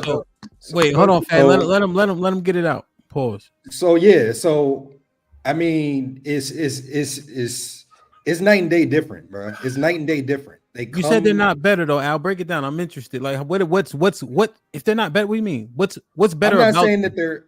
What's better about them? How about that? There's pros and cons to both. What's the pros? That's There's what I mean. pros and cons to both. The pro right now is the pro in the States. I'll go over the pros in the States first. Firstly, the pros in the States. The women we are live in the our States. culture. Al, we good. We live in the States. What's the pros out in Brazil? That's what we want to know. But I'm going into that. The women are of our culture. I don't have to learn Portuguese. I don't have to do all that stuff. Okay. But in Brazil, you got to know Portuguese to really have a good shot at dating. Now, with me, when I first got down there, I lucked out. I met a girl. She wasn't a working girl. She was. I met her. She was a dental hygienist assistant, and I ended up like cuffing her real quickly. And I thought dating was going to be easy just because she was like, you know, one of the first girls I talked to down there, and I was able to bag it and had a decent relationship with her for a while. Okay. But we ended up going our separate ways in January, and now just starting over from scratch and not really having that roster build up, it's a lot harder to date not knowing the language. So with me, I've been studying, practicing, all that stuff, but Portuguese is a bitch to learn. It's 10 times harder than Spanish. So that's the real con. To get somebody that's genuinely for you over here, you're going to have to learn the language. You're going to have to invest in their culture. You're going to have to do that. That's really the only con, in my opinion, because once you do that and you go, I wouldn't necessarily recommend dating in Rio per se, but if you go like maybe 40 minutes outside of the city of Rio, you're able to go and find a local girl. She's not been ran through. She's domesticated. She wants to cook. She wants to clean. She wants to, take care of all the housely duties. And, she comes from a 2-parent household that her father's in her life and teaches her how to date and what to look for in men. You can find that a lot easier than you can find in the States. I won't say one is better than the other, but there's a lot of pros to being over here. That's what I'll say. Your salary is paid on American dollars, on reais, of course, Brazilian reais. So, course. Sir, all you have to do, all you have is US currency back you. A Brazilian woman are extremely promiscuous. Brazilian woman have not necessarily. Sir, not necessarily. You've been on Brazil for. You've been on children. Don't they have the most? You can't say all Brazilian women are promiscuous. You can say, and if you hurt that bad. And that's why I said the people outside of the city of Rio. If you go outside into the small towns, you're not going to find a bunch of promiscuous girls. Sir, there'll be girls that are, if they were in America, they'd be with an NBA player, NFL player. And I go to their Instagram, they got 200 followers. Like, it's night and day different, bro. It's night and day different. You can make that case because you are dating a woman from Rio. You're literally going against your own advice. You're dating in Rio. You got a woman. They're 6 months in. Women in Rio are extremely promiscuous. The same way you have the twerk and the ratchet culture in the US. You have funk, ballet funk in Rio. These women are barely dressed. These women are fucking and fucking and fucking. You didn't get a virgin. And the reality is, the only thing that is going to keep a woman on Rio in check the same way on the United States is the power of the dollar. As soon as you start to earn reais and you are the average man instead of a hyper influence like American with US dollars, you are going to fall into the same fucking shit because feminism is rampant on Rio, promiscuity is rampant on Rio. Like every single thing that you have on the United States, you have on Brazil on steroids because it's a poor country. So if somebody comes with money, they are going. So with all the respect, all of you guys go to Brazil because you want big, all of you guys go to Brazil because you want big booty bitches. Because if you actually want a traditional woman with good values and all that shit, you'll go to the Middle East. Let him respond. That's not true. Let him respond. Are you going to tell me why I went to Brazil? Firstly, I moved to Brazil. Secondly, I'm not gonna be working off of Riech. I'm not gonna be working off that. I have a fucking business. I have a remote job. I have real estate. So American dollars. I'm not gonna be earning Riech. I'm not gonna be American dollars, right? You're talking that broke That's shit. what I said. But that's American dollars. You said as soon as I earn Riech. Hold on. So the argument is, how would it be if you didn't have that bread? Because how would it be if I didn't have the bread? The same way it is everywhere if you don't have bread. Thank you. But you see why? We see how he's walking it down, because if you got bread over here, you got access to women that'll treat you how you want to treat you as long as you got bread. But I have bread over in the States, and that's not true. But I have bread over in the States, and I get women in the States. The thing is, the difference is every woman. I wanted to come on your panel the other day. Every woman wants something from you. They want something. They want money. They want resources. They want something. You can't. I wanted to come on the other day when y'all was talking about dating, but I couldn't get on in time, and I did catch it. It was a dope stream. But every woman is going to expect you to provide for her. That's your duty as a man. That's what you're supposed to do. So I could stay in the States, and I'm successful over there with women too. But the culture is different. They have two parents. They have religion.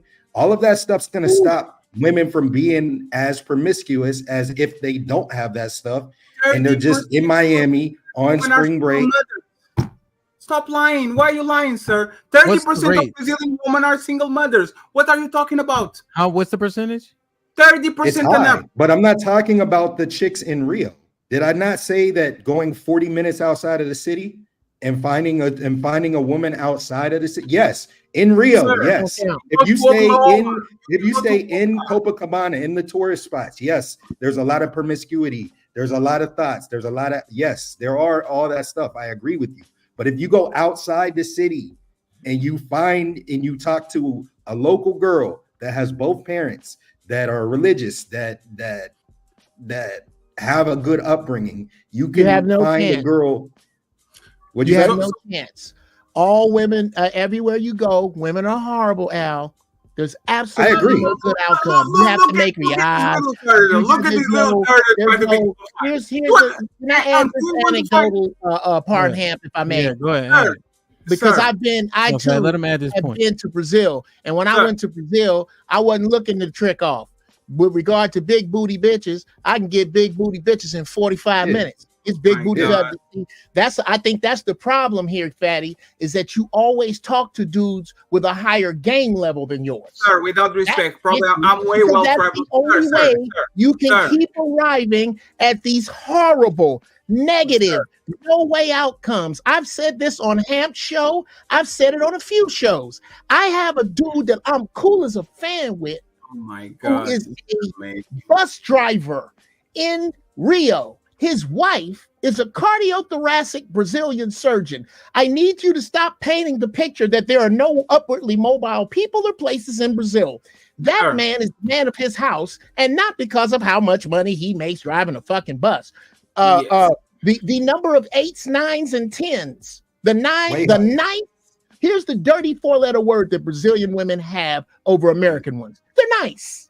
They're nice. Yeah. You can find a nice dime that is not sleeping on a mud hut on the floor, that has a job, that has morals, that has a lot of these problems you're talking about out of the way. If you're telling me that there are no good women anywhere, then don't move anywhere, fatty. You are right. You're all doomed. There's no good women. You can't find them anywhere. I Brazil want ain't to hear. shit. I want to hear the brother Al, because it is interesting when he's saying. Because Al, I guess my ask is, you were saying you had success here, so what was the need to go there? The need to go there is, bro, have you seen America? Have you seen our culture? Have you seen like how fucked up our country is? It's not the need to go there. I went there. I was supposed to go and travel the world because I had a remote job, sold my crib in the States, and I wanted to see the world. And I got stuck in Brazil. I went there and I went to Brazil first. I fucked up by going there first, and I fell in love with it. I fell in love with the country. So I stayed here. I'm able to go anywhere. I'm able to, I could stay in the States if I wanted to, and I've been married in the States. So you know, what is the small city that you're going? What is it? Like you said, you are talking about this. What city do you live in?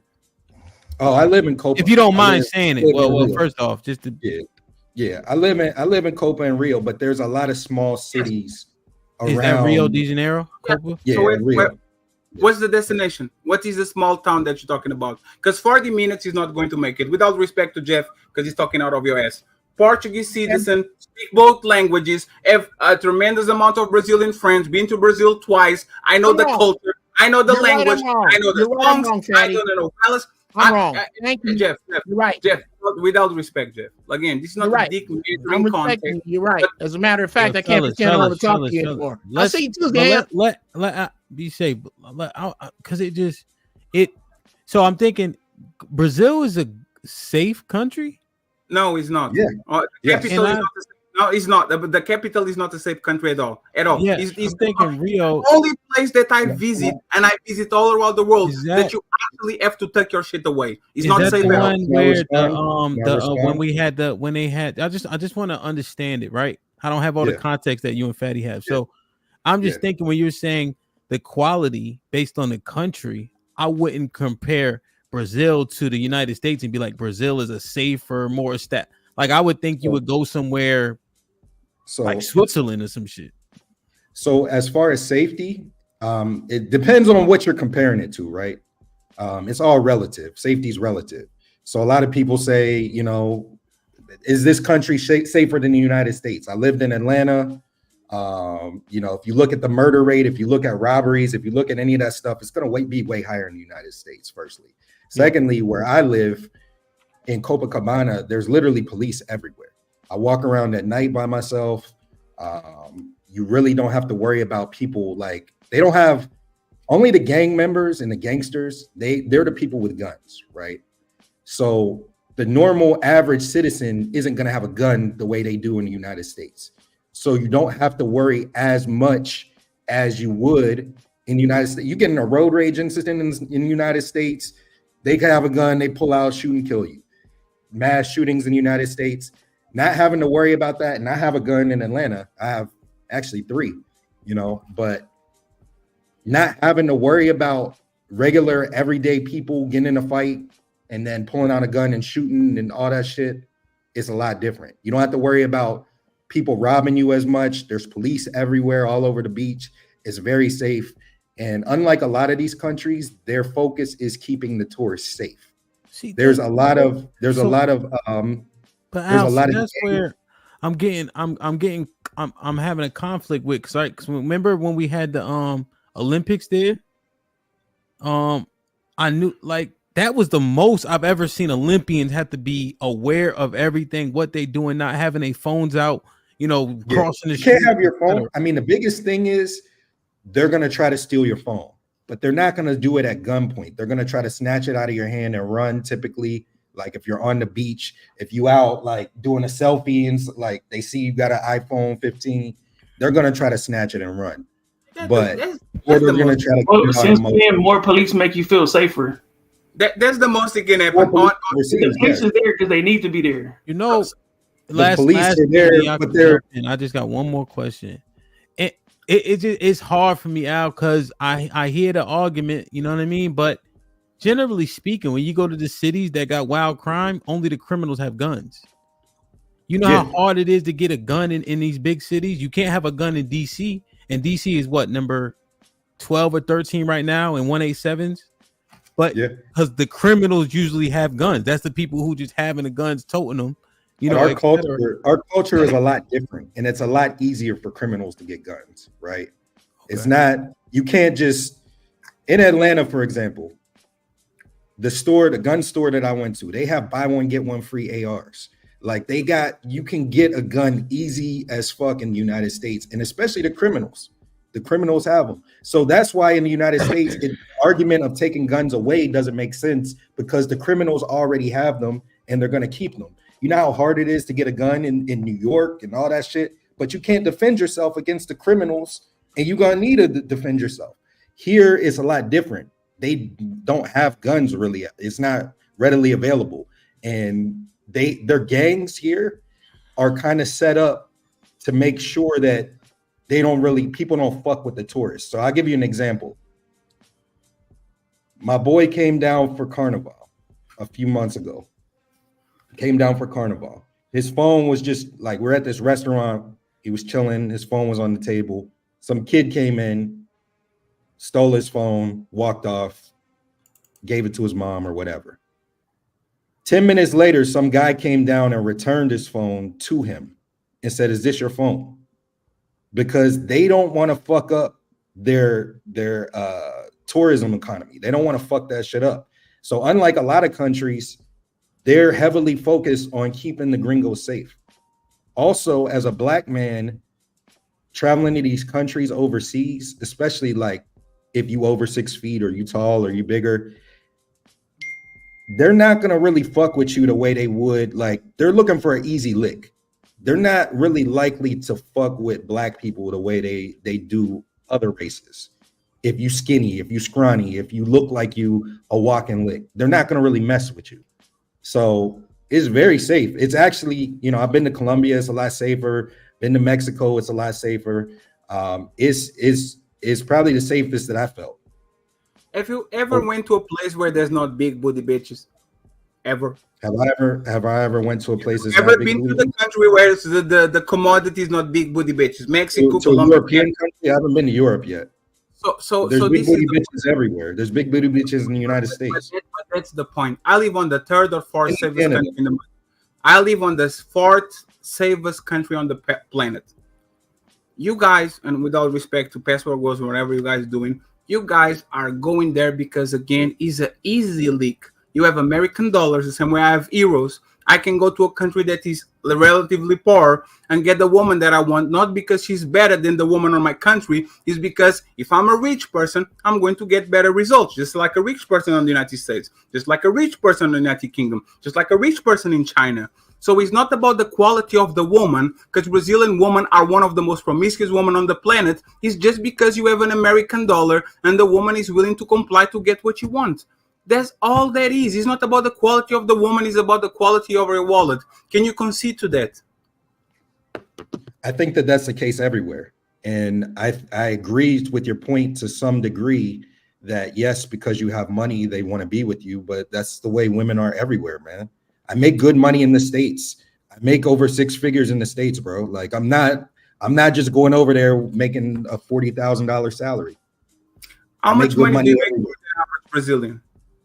You know, I don't know what the average Brazilian every dollar is 5 reais, right? I think the average, Brazilian makes, but I make good money. The average income, the minimum wage on Brazil is 250 reais, $250. Sorry, how much? Like, you make 10 times more than that, 20 times more than that, 30 times more than that? Are you on those scales? What I make, but I make good money. I make over 6 figures.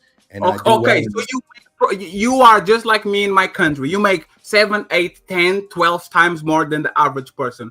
Of course, you're going to go do better results.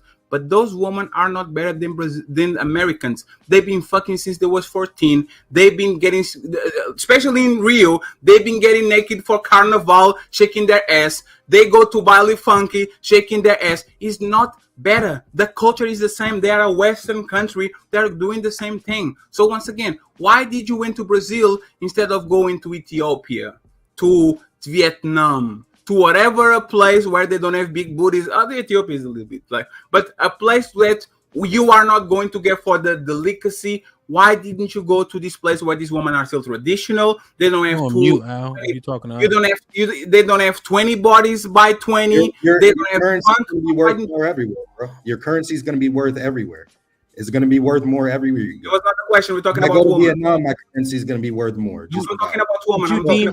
But you deemed the Brazilian women more attractive overall. Is that the number one catalyst? There's how can I say this? There's a more of a selection of dimes in one more consolidated area. So you go to the beach, you might see like maybe 4 out of 5 out of 10 are dimes or 8 or 9 or whatever. You're not going to get those same results everywhere in America. Is a lot higher. If you're dating in Rio, yes, I agree with your points of dating in the city of Rio. That's why I said you got to go farther out. And you can go to a small town place and you can find somebody. If you speak the language and learn the language, you're more likely to find a better candidate. Also, look at the laws. Look at the U.S. laws. The laws are against you, so you have that against you as well. So you give me a second. Hey, gentlemen, Hemp, I got to go. Hey, all right, Mr. gentlemen. Jane, be safe. Hey, thanks for letting me do you know what Maria de Peña law is? Do you know what Maria de Peña law is? Do you know? Do I have familiar with that shit? I'm not familiar. You probably with that. not, right? Educate me. Maria de Peña law is if you're cohabitating with a man and you accuse him of domestic violence, you have to get out of your house for 40 days, and you have to prove that you didn't actually punch her, do whatever. There's literally laws in Brazil. Brazil is an extremely feminist country. Yes, feminist laws. They protect women over men. The biggest red pill channels outside of the United States are literally in Brazil with 2 or 3 with over 1 million views. I can literally show you. What the fuck are you talking about? Do you want me to answer, or are you gonna let me? What are you talking about? You can answer uninterrupted. Go ahead. All right. So the laws, the marriage laws, the child custody laws, all of that stuff that's stacked against men in the United States, where 80% of women are initiating divorce, and they're ending up with taking half of your shit and all of your shit. A lot of times, it's the same in the United States. If a woman accuses you of domestic violence, then your reputation gets shattered. You might get kicked out of your house. You have to prove that you didn't do it. It's a guilty until proven innocent. If they accuse you, if say you have a girl and you're living with her and she accuses you of SA, something like that, your reputation gets ruined. Even if you prove yourself right, your reputation is still completely ruined. You're kicked out of your house. You're guilty till proven innocent. All of that same stuff, bro. So it's very similar to the law. Let me ask one thing. The difference is you don't have to worry about getting all of your assets taken. You don't have to worry about. You said that. Child custody. That law. So okay. So that law, that fatty.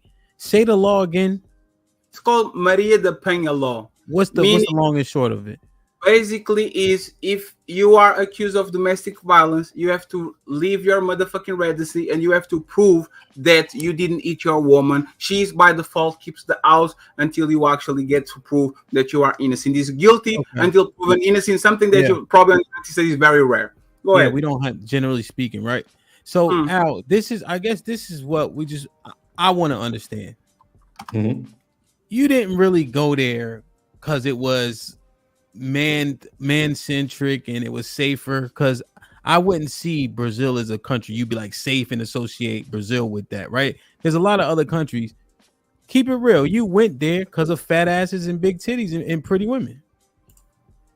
So initially, I had sold my crib and I was becoming a digital nomad. So I was looking at different places to set up shop. Went down here and I really enjoyed it. I initially wanted to go and see, you know, the country, how beautiful it is. Not just the women. There's a lot of beautiful scenery. There's a lot of cultural things. I have a channel. I have a channel. I make vlogs on the stuff that I do. Sure. It's not just about smashing bitches, bro. Okay. That's not what life's about. That's not any of that stuff. And a lot of people come down as weekend warriors and then they engage in that stuff. Cool. And there's no shade to them. However, it's a better quality of life, in my opinion. And I didn't know if it was safe or not. A lot of people told me it was dangerous. They said not to be, you know, go down by myself, came down by myself. And I've been down here since August, and I've really enjoyed it. And like I said, it's very safe. You wouldn't know unless you actually came down and visited. Okay. Yes, it's very safe. You don't have to really worry about too much down here as far as crime and things like that in the tourist areas. Yes, tourist areas around the world are safe. You can literally have a cartel and a resort, and they're not attacking the resort. You can go to East Baltimore. The tourist areas in Colombia, the tourist areas in Colombia are 10 times more dangerous than the tourist areas over here. Americans are not going on Broadway and Madison Square Garden and the Times Square shooting people. That's not how it works. They are going to East Baltimore. You the harbor. Solid. And sir, the question for you is talking about that's where you live. You don't live in the favelas or any of that. You live in the tourist area. Like tourist areas are going to be secure. The problem is that in comparison to a Colombia or something like that, or a Mexico, it's a lot safer. It's a lot safer. Is South Beach dangerous? In Miami, is South Beach dangerous? It can be. Not but really. It's not because he said it. It's not. It's not. It's not. I mean, but I know how to move in South Beach, though. That's the whole thing. This is amazing. Bro, I was down in South Beach. I was down in South Beach, and somebody got fucking gun to their head and got deleted while I was down there. So let's do this. Right? And deleted somebody. That was last year. Yeah, while I was down there. So is South Beach safe? Is South Beach safe? I haven't seen that here. No, South Beach safe? This is one question. My boy was DJing at a club, and somebody was outside with their chain on and their jewelry, and they shot into the club and almost hit him. You know what's funny? You can't walk around with a gold chain in Brazil it's 5 minutes and get snatched. I don't care if you're 6'2", whatever. You walk in. I don't Brazil, need to walk around with a gold chain. I'm good on that. That's the point. That's literally the point. You are a high value target. I don't need to do that. I don't wear gold chains in the States. I don't need to do that. I don't need to dress like a rapper. I'm good. Your communication skills are a little bit. I'm not even trying to joke. You are not listening. That's the point. It's not safe because, for example, in my country, you can walk around with a gold chain and nobody going to do nothing because it's the fourth safest country overall. If you go to a place like Brazil, especially Rio, and you walk with a gold chain on a place where there's extreme poverty and there's millions of people living in favelas that even don't have sanitation, they're going to take your country. So my question to you is this. You are talking about the American laws comparing with the Brazil laws. When you get divorced, do you know what percentage do women take? Who takes the primary custody of the kid? Who gets the house? Who gets I was married. I know. I'm speaking of in Brazil. What's the rates in Brazil? In Brazil, do you know the laws in Brazil? Do you know who gets the kids? Who gets off of who gets the house? Who gets off of the money? Do you know the laws? I do not know that yet. No. So stop there. So this is what I'm talking about.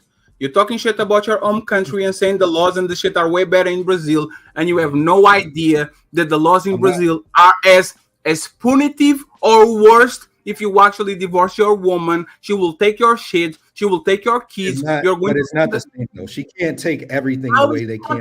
You don't know the laws. No, I don't know the exact laws, bro. But they can't. If you have your stuff in an American account, how are they going to get your assets? How are they going to get all your marriage? It's different. It's different, bro. But Al, I guess the point is, right? If you didn't know the laws, the reasons in which why you said you went are false. No, right? I told you why I went. I told you I'm a digital nomad. And I want to go see the world. I know.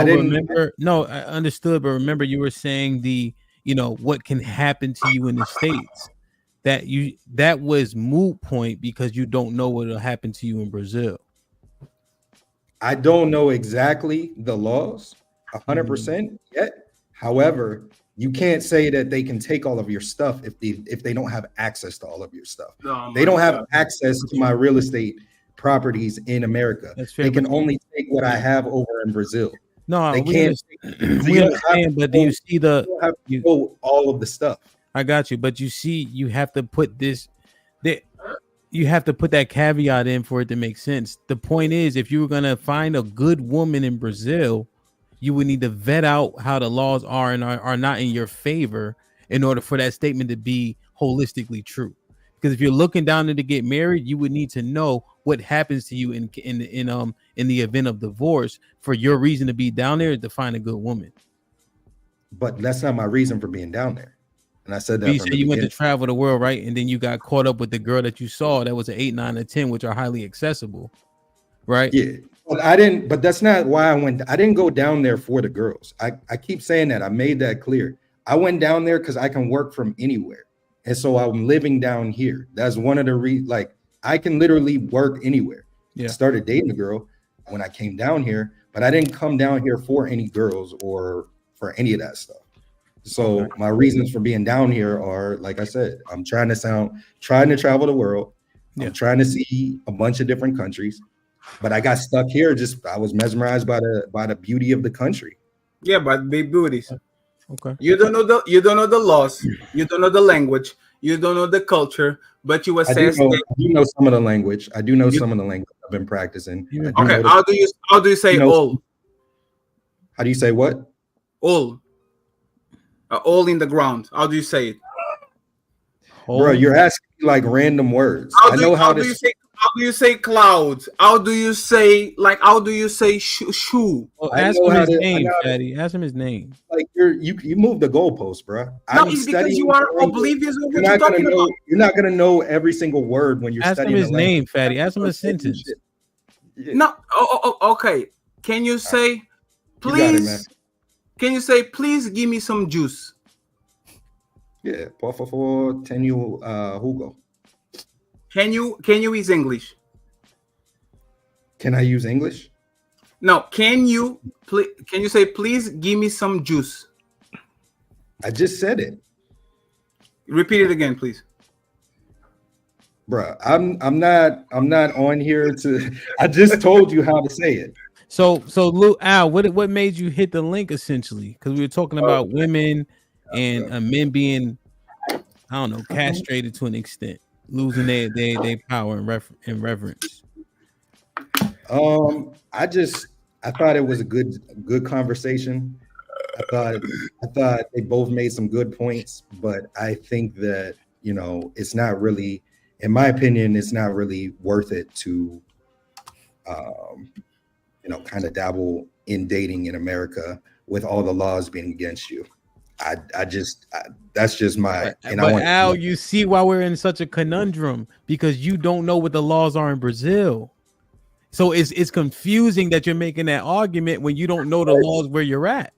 But hold on, Al, real quick.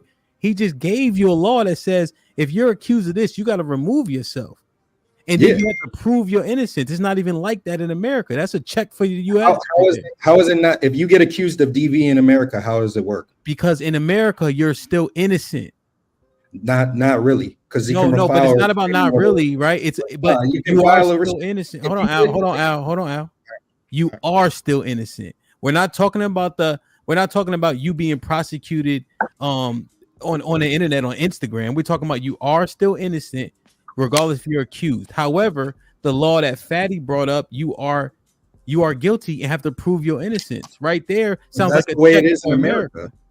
No, but it's not actually, right? If you get accused of been arrested, Al, are you been arrested? Yeah. So and then when you go into court, you realize you're innocent the whole time until you're actually convicted.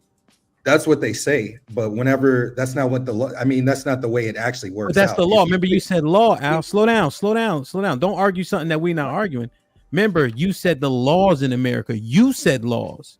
You didn't say the court of public opinion. You said laws. So now when we're talking about laws, you can't then say, well, I'm actually talking about the court of public opinion. That's not the same thing. I'm not talking about the court of public opinion. I'm saying if you get accused of DV, they can file a restraining order against you. You can get kicked out of your house, and then you have to prove your innocence in the same way that you have to do it over here.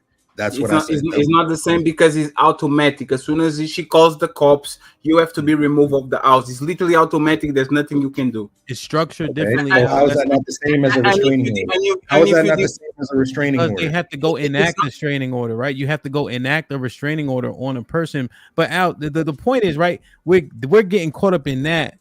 Right. But the point is, you don't know the laws. So when you make the law argument, it's a disingenuous argument because you don't know the laws over there.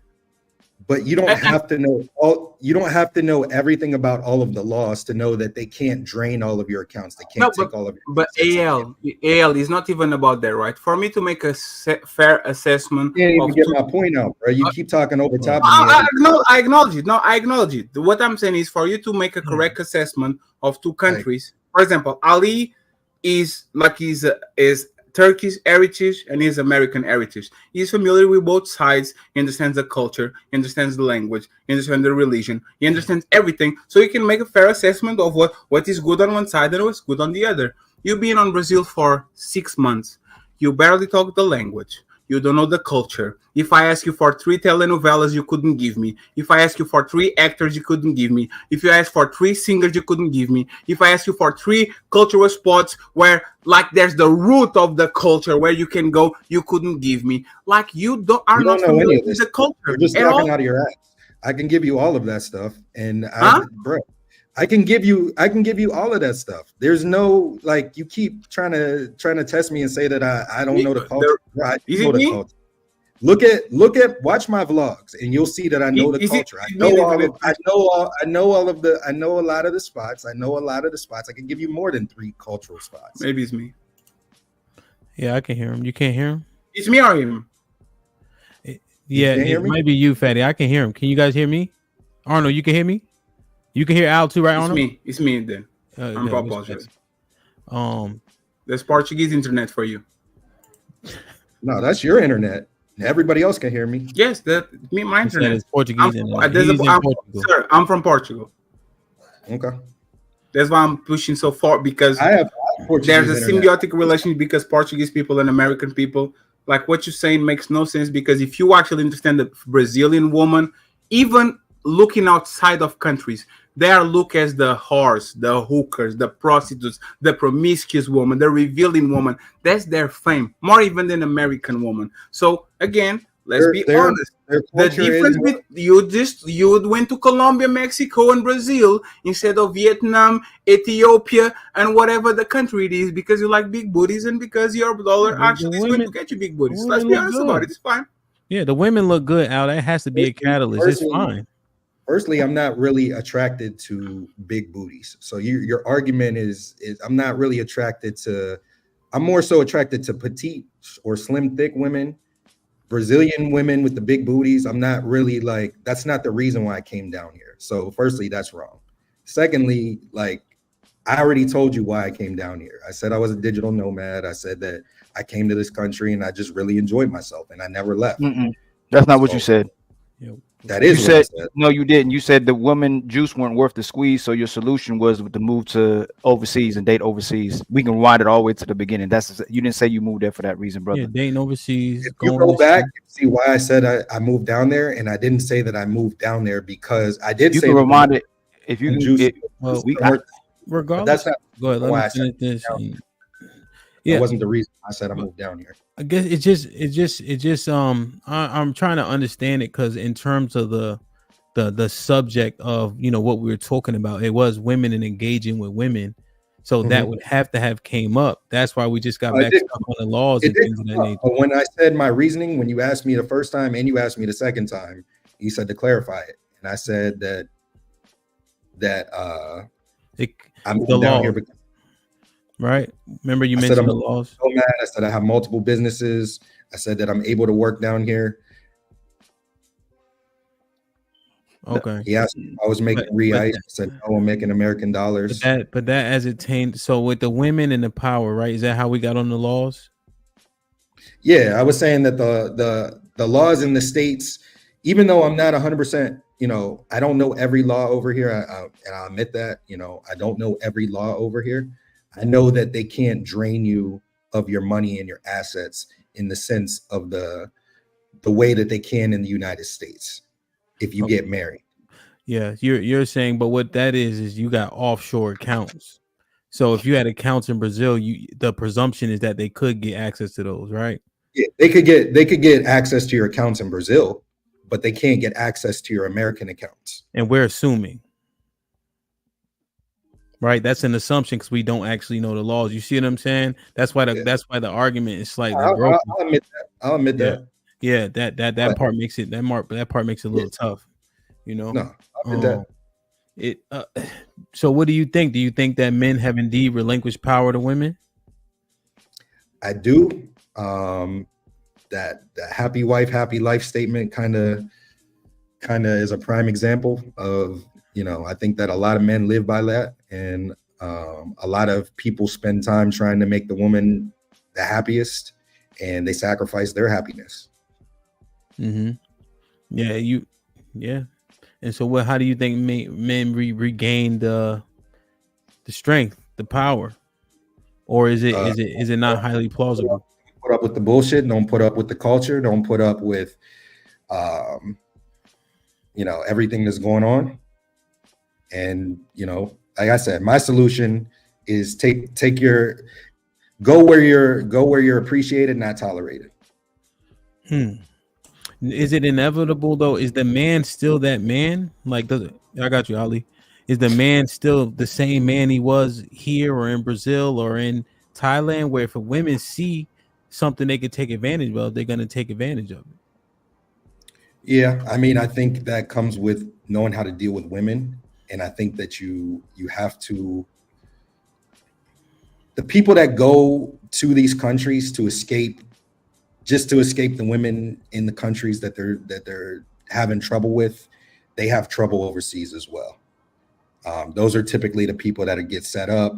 Those are typically the people that get scammed or robbed or drugged or any of that stuff. If you don't know how to deal with women in the States, then you're going to struggle overseas. Or you never got girls in the States, you're going to struggle overseas. You'll be able to pay for it. You'll be able to. Anybody will take your money and you could pay for it, but you're not going to be able to have success dating overseas. So, okay. So then I guess my question would be, follow up is, you're going to be the man you were regardless of where you are, and you're going to struggle. Why leave in the first place? Why would that even be a suggestion? Like I said, I think that if you're struggling, you need to level up first. You need to look inward, and you need to level up and work on yourself, whether it's getting your game better, getting in the gym, working on the things that you can control over here first, and then go overseas. But think about it. Think about this, Al. If you can level up, right? And if the women treat you the same everywhere, again, the level up's still going to be consistent. So again, I ask, what's the point of going overseas? But you're not going to be treated the same. You're not going to be treated the same overseas. See, Al, why I'm confounded is because we just agreed that if you got trouble there, you got trouble there. A lame nigga's a lame nigga. So the treatment was just a couple minutes. But if you're leveled up, dude, go ahead. But a lame dude, it's not necessarily lame, but let's say you make $50,000 a year, right, in the States. It's going to be hard to have a successful relationship in the States making that kind of money.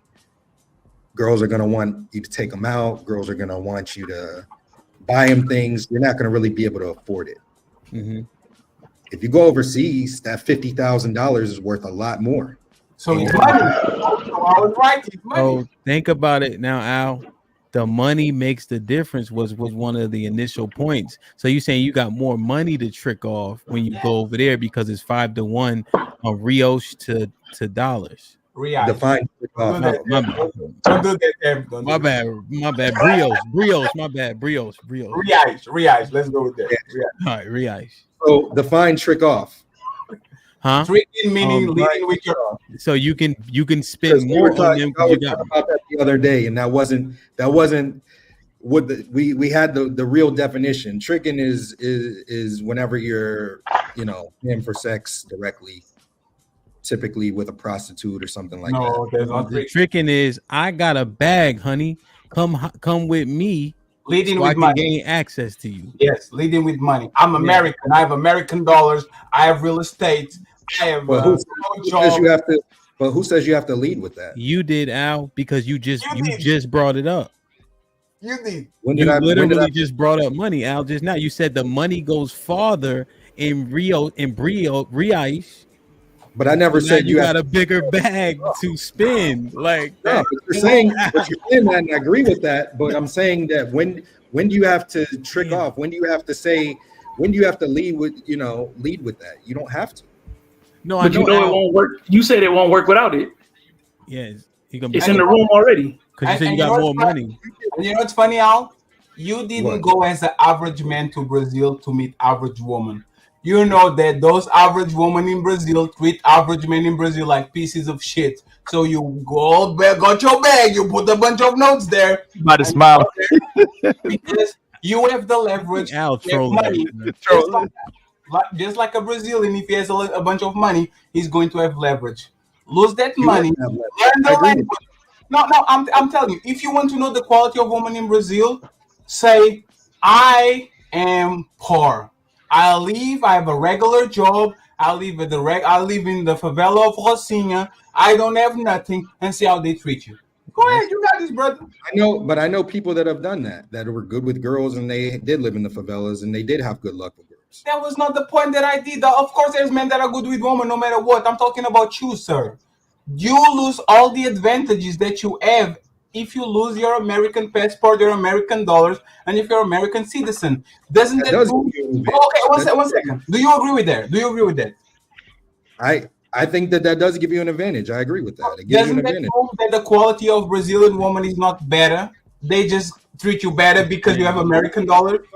When we first started, I said one wasn't better than the other one. He said that. He said there's pros and cons to each. I said one's not better than the other. You said Brazilian woman cook for you. They have culture. You didn't say that shit. Man, he said 85% of the women in America is trash. Y'all, in the beginning, he started his whole conversation. No, what I'm stating is when I specifically asked better, he never conceded that point. He said there's pros and cons to both. Is what I'm saying. Thank you. You gotta go to the no. I'm not saying what he said after that. I'm saying when I asked that direct question, that was actually perfect. And when I said the 85%, I was talking about what Jeff said. Jeff was saying the 85%. So Al, question for you: are the average Brazilian woman better wife than average American woman? Like I said, I can't say that it's better or worse. He's changing his answers. He's changing his answers, man. I'm not. I said it from the beginning. I promise you. One second, Ali. 1 second. So, Al, if you don't have the answer, why did you went to Brazil and have raving reviews if you don't know the answer? I went to Brazil. I told you initially to be a digital nomad. That's why. That was not the question. My question is, if you're doing raving reviews about Brazilian woman compared to American and you don't know the answer, why are you promoting Brazilian woman if you don't know the answer? I don't know who would make a better wife because I haven't married one. I haven't gotten that far yet. Who makes better girlfriends? Let's go with girlfriend. Who makes better girlfriends? What'd you say? Who makes better girlfriends, Brazilian woman or American woman? You about to make me rewind this tape. You can rewind the tape. Everything I said. You're literally gonna say the American woman juice ain't worth the squeeze, and then you said that's why you went overseas the date. And now they are the same level. Juice ain't worth the squeeze is a fact. Remember that one? Yeah, remember that the squeeze. Yeah. And that's what I was saying, Ali. I'm not saying what you guys saying incorrect, but the exact question. He said 85% of our women is trash. Yeah. We didn't disagree with him. So Al, let's do this. No, fuck you. I hate you. You guys keep asking. You know why it's fuck you? Because you didn't play the OG backpedaling shit. I just got off the damn thing. I didn't know he was a. I didn't know Al had a YouTube. See, I could treat you like a professional, Al. Now I thought you just had to hit the link. I said that. All right, Al. I got it. You've been OG.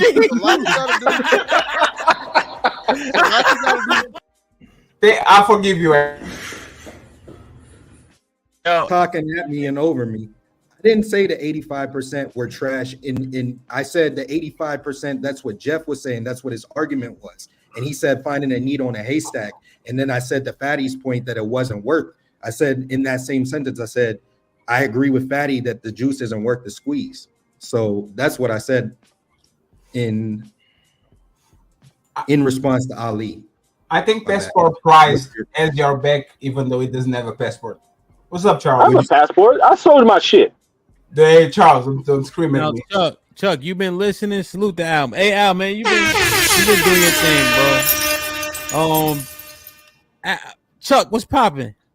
What's up? What's up, man? I ain't seen you in a minute, man. Everything's everything. Every time I be trying to get on the panel, man, you don't be posting the link. my bad. You gotta pin the link at the top, man. You gotta pin the link to the top so I can jump on. Cause I was trying to get on late night. Hey DJ, I gotta run. I'm not ducking anything, but I gotta dip out. But you stayed for 40 minutes. You did good. Come on, man. I appreciate you having me on. I appreciate the shout out to the panel. We might not agree on everything, but like I said, I'm happy to see all these black men up here having this conversation. Yes, sir. But yeah, I want to hit you on Instagram. I want to have you on my show. I would love to collaborate with you on some stuff if you were interested. Now it makes sense. Abraço, irmão. Porta-te bem. Boa sorte. Al, shoot me an email. This might be risky at Gmail. Okay. Yeah, definitely. But I appreciate you having me up, and shout out to the panel and salute to all of y'all. You already be safe, bro. All right, you too. Indeed. Hey man,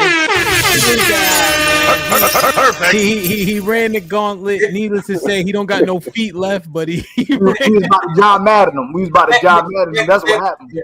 That man was like, "What is the probability that I have a Portuguese speaker on the panel?" Like he had no idea. That was tough. And you know what's fucked up? The biggest passport bro was ran off Brazil by a feminist because he said some shit. He was doing whatever he was doing. And she literally put the dogs on him, and he will never be able to come back ever. This for you to know the culture. You are running from feminist woman in Brazil just to in the United States to go to a country that is run by feminists too and by feminist laws and all that shit. It makes no sense at all. But hey, good luck with that shit. Good luck, Al. God damn. Even the 2000s. Damn, 40 years, Mr. Payne. Mrs. Payne. Shout out, indeed, man. Salute to Roy, man. Appreciate you. As Ava the 2000s, long-term marriage arguments are not really arguments. Black King with the 2000s, if you know better, do better. Callie with the $5 says, salute. We trying to get like the Paynes when we grow up. 40 years, halfway there. Salute. See, the palace of the $5. Fatty is right. Don't get any flowers. Damn. She knew who she married. It's not like men are only monsters to the extreme in marriage. As Ava 2000, DJ, you sound like you take it too far. Give peace to your wife. Vet Life with the $10 says, Fatty is ruthless. He said, he asked Hamp, why? Damn, fam, she a woman. Marriage and relationships are give and take, but I get it. It's supposed to be reciprocated by both individuals, which is rare. CJ with the $5 says, I'm loving the show today. Aaron's voice, Mr. Payne's wife popping up, but tell Uncle Rick being right and being correct is the same thing. See, his spouse with the $5 says, Jeff, what more does Hamp need to do? She's a stay-at-home wife and still has big fights. Why? Does he need to give his leg also with the roses? Tim with the $5 says, Wayne is better. Put him in the fucking bedroom. Get him out of here. Come on. Tim, go to sleep, man. Get you a real dog, too. HQ with the $10 says, men don't take into account feelings that will develop for the right woman. People always have a plan until they get hit in the face with feelings they don't expect. Good luck with that. As Abe with the $5 says, that was great, John H. I love the energy between Mr. Payne and wife. She actually likes him. Please, you guys, put marriage on your bucket list. HQ with the 10 ounces. Feelings don't take into account whether a person is good or bad. People fall for less than honorable people all the time. Good luck with avoiding that possibility completely. Black Conquering King with the $5 says, in a place where nature rules, man conquers. Man then creates a concrete jungle, and women rule that jungle. He said, drop 10-15 with the 20 ball. He said, drop 10-15. Let his wife talk to her boyfriend. I mean, best friend. LOL. Wow. HQ with the $5 says, the ratchet hoes run men, and the good girls get lumped into that fight. The Glorilla stay running all men's convos, and that is sad. Omar Smith with the $5 says, the woman is from the crooked part of the man's rib, so you can't be too hard on them or you'll break them. Salute the ad. Men ought to want to make a wife happy. Put up the clock because this is hard to listen to. Mr. Payne is married to a good black woman. There are many more. You men need to be careful because y'all sounding like no Diddy is becoming preferred. 10-15, 100%. HQ with the $2 says, International Al is a pro catcher. He don't know it yet. As Abe with the $2 says, if they like you, they will teach you. HQ with the $5 says, oh shit, are we promoting hoes from Brazil? 30% have kids already, and about 20% are pros. It's worse than the U.S. Sway was popping with the $2 says, salute to the OGs and big homies on the panel. Salute, man. G. HQ with the $2 says, the dude eats chalk with delusions of grandeur. Jim with the $5 says, no shade, but International Al looks like a supervillain from a DC Universe comic book. Omar Smith with the $5 says, Fatty, is any of these big booty Brazilian women Muslim? I want a number 4. Good luck with that. HQ with the $10 says, I see. I told y'all no man is worried about how many bodies she has. Brazil women have hella bodies. Nudity is normal there. Men, they care about looks. Selection of they care about looks. Selection of dimes? Question mark. Bro, with the $10, excuse me, the 20 ball says, if we're honest, the culture in other countries is more about connectedness and family values. A woman coming from that community is going to have different values from here. The U.S. is about money in independence, not family. Right. John the Baptist with the $10 with the send shit like that. Salute, John. Omar with the $10 says, Al, they do have your info because when you open your bank account, they had you connected to America because you are still under U.S. tax code. That's what I had to do in Egypt. Jeez. Cali Bev with the $2 says, if you see a sucker, HQ with the $5 says, he hit the link to bash American women just like he does on the Passport Bros channel. Chalk, I told y'all. Talented 10 for the $10 says, you don't need to be native born or a sociologist to understand the culture in other country is different than yours. You only need to know what your culture is like and experience another one. HQ with the $2 says, passport tricking 101. This is wow.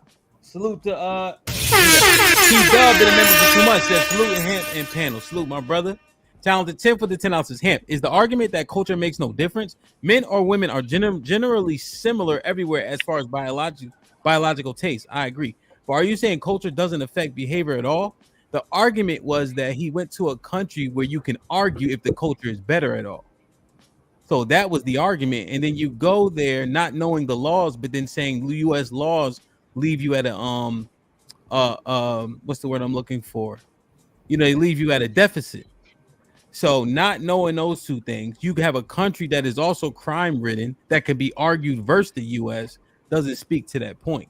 So that's what we were trying to mine out, and it didn't really come out how maybe Al thought it would, especially considering you got a nigga up here that's speaking Portuguese. They're safer countries. They're more traditional countries. Their countries with better laws. There's a bunch of things that you could clearly see. It's just for the bitches. Let's be honest about it. Why are you lying? If the man said that he went over there and he first time him going over there, he fell in love with the culture and the women's are a trinket, I don't see how y'all keep trying to shift it back to saying that he's only going over there for the bitches. Because he's there for 6 months. What the fuck? What? Hey, Charles, if you came to Portugal, you don't talk the language, you don't know the culture. You don't know nothing about the country, and you stay here for 6 months.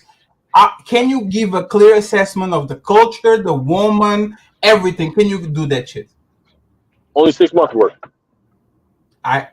There's a yes or a no. Only 6 months worth of experience I can give. I can't give a 20-year analysis. But there's the point, you don't have a fair assessment because that's way too soon, especially if you don't learn the language. Charles, listen to me, right? There's more traditional women literally on the side of the border in Brazil, in Chile, in other countries that are not Brazil. Why did he say that these 3 destinations were Mexico, Colombia, and Brazil? Mexico, I get it, is by proximity, right? It's like saying to Canada. Why Colombia and Brazil of 130 something or 40 countries? Why Colombia and Brazil? What are Colombia and Brazil known for other than big booty hoes and pros? One, the money 5Xs or 10Xs. The money 5X is every country in the world. United States. Not every country. Not every country. Sir, Charles, the average income in my country is $13,000 per year. An average earner in the United States with a remote job with $50,000 would be king in any country, in Germany, in France, in Switzerland, possibly not, but other than that, you will live very well. Why go to Brazil? It's his preference. He wants to, maybe Brazil was the first country he chose that he was going to go on his digital nomad tour. You are not answering the question, sir. I am answering the question. He said that he went to Brazil first. That was the first country out of the 3 that he said. He wanted to go there first. He liked it, so he's going to spend time because he works remotely. So he doesn't really have a reason to leave because he can work where he's at, stationary. And then if he wants to try Colombia or go to Mexico, he can because he works remotely. So let me ask, where would you go, your passport price, if you had to leave the United States to get a woman? I would go to the DR or Jamaica. Come on, Charles. I would go to DR or Jamaica. How you ask me a question and they say, oh my God. I would go to DR or Jamaica. For the culture of the big culture, the food, every attribute that comes with going to that country. That's what I go for. Hey, you know what? I know a professional trick when I see it because I'm one. Salute to you, brother. Appreciate it. These people is funny. Well, like I said, if the guy wanted to just trick, he could, like I said, any people that has a problem with the guys going international. I mean, like I said, for the guys that have a problem with it, that means there's more Keishas and more black women for you. If he wants to go, and he doesn't want to indirectly say it, but he wants to go and get the big booty Brazilians, he could let him do that. It's his preference. It's his money. It's fine. I just don't want people to lie about their choices. The passport movement. It's one of the trinkets. It's one of the trinkets. For the passport movement, 100%, I believe that men have the right to do whatever they want to with their money and but most of them are sex stories, and most of them are literally their propelling forces. I don't get bad bitches on the United States, so I'm going to Colombia and Brazil because I can get a bang for my dollar. There's nothing more than that because most of them come back. It's a very small percentage of the population, and even worse, the percentage of those that stay on those countries are infinitely small. Even Austin was saying, I will never come back to the United States. Went 1 year outside, fuck bitches, get money. Now he's back in Dallas again. Right? That's sex tourism. With all due respect, that's sex tourism. There's nothing more until less, and he's fine. He has the right to do that shit. But don't go around saying that women on other countries are better when you motherfuckers has 2 months of experience dealing with that shit. Come to Europe, like all these goody two-shoes women, and see what they fucking do on the back of a car. There's no difference at all. The West is the West. If his experience for those 6 months is nothing but shooting stars and sunshine, for those at least those 6 months for that time period, those women are better than what he's experienced with his American women. These men said that Rio is a safe city. He said that. I wouldn't say all that, but I mean, like I said, to him, he feels safe. He feels safe. He feels safe. Come on, bro. But it still don't make sense because Brazil, I think, is the second is listed as the second country that's the most has the most promiscuous women, and they have the fifth highest STD rate for women there as well too. So There what are he's a bunch saying, of things. The thing about Brazil, you eat well, the weather is good, the women are beautiful, the culture is beautiful, but you're going to deal with the same type of woman with all the motherfucking respect. If you are running, like, why not go to live in a good area in New Orleans or Miami or whatever, a place with culture, good food, you can eat rices and beans. Why not go there? Because again, I think it costs a living. Yeah, and that's the point. You can get big booty bitches with $100,000 in Miami. Probably you need to earn a little bit more than that. You can get all the bitches with $100,000 living in São Paulo or Rio de Janeiro. That's the difference, bro. That's the only difference.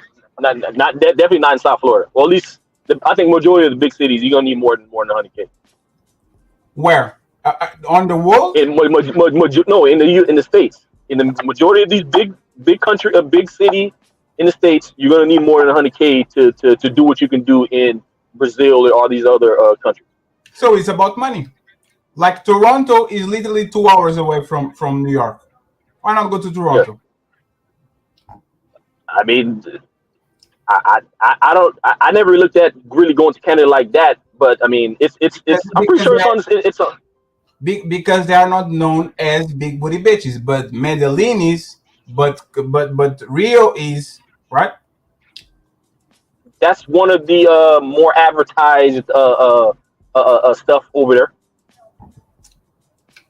I've been fighting with Passport Bro for 2 years, and I support them. I just don't like people to just sell dreams to other people. Most people have no idea how bad it is around the world with women like that. They're just doing it because it fools their dream, but in reality, it's going to be exactly the same fucking shit. Well, there's some people willing to cross that bridge, and if it crashes and burns, hey, at least you can say you tried. At least that's how I look at it. Imagine changing your whole fucking shit, go away from your family, your friends, the place that you're raised, and all that shit just to crash and burn with the bitch that doesn't even talk your language. Or better, teasing a woman that you have no rights over your kids because you decide to impregnate a foreign woman where you have no type of jurisdiction about, over it. Again, you guys can pick and choose what you want. I'm just saying, if you don't have a tremendous amount of money, stay where you are. It's not worth it at all. So would that be your solution to him to just go back to America? No, I'm saying women are women all around the West.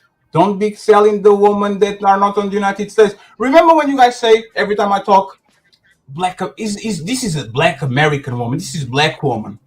And every day I do a show, there comes a white woman with 70 bodies, 2 baby daddies, doesn't know up from down, left from right, and I'm telling that this white woman. When I say my country has the divorce rate of 70%, and is the whitest probably country, it's not. It's the West. The West is corrupted, and you moving from Miami or whatever the city is, and you going down south to Mexico or to Colombia or to Brazil. My question is, why not go to Utah? Why not go since you have to go to a smaller city where they are not hosts. There's no smaller cities in the United States. There's not little cities that you could go and everybody knows each other. Why not do that shit then? It's because those cities I want big bitches. What? Hey, Fatty, some people are real deal travelers, right? Like some people they want to go see all around the world. Me? Like I said, like me. Well, I mean, you've been to the States and you've been to a couple of the big cities in America, right? Mm-hmm. Yes. Okay, so I'm saying, so he's probably on the same path, but he just probably extended stay in Brazil for right now. Like I said, he probably might pick another country after that. But that's the thing. I don't say LA women are better than Portuguese women because I got a blowjob after the Chris Brown concert, right? I don't say just because I went to Miami and I got to grind to this big booty Cuban lady that Miami is better than the woman on my own country. I don't have a correct assessment of the woman in the country. And I'm a tourist, so I know I'm going to get a better treatment.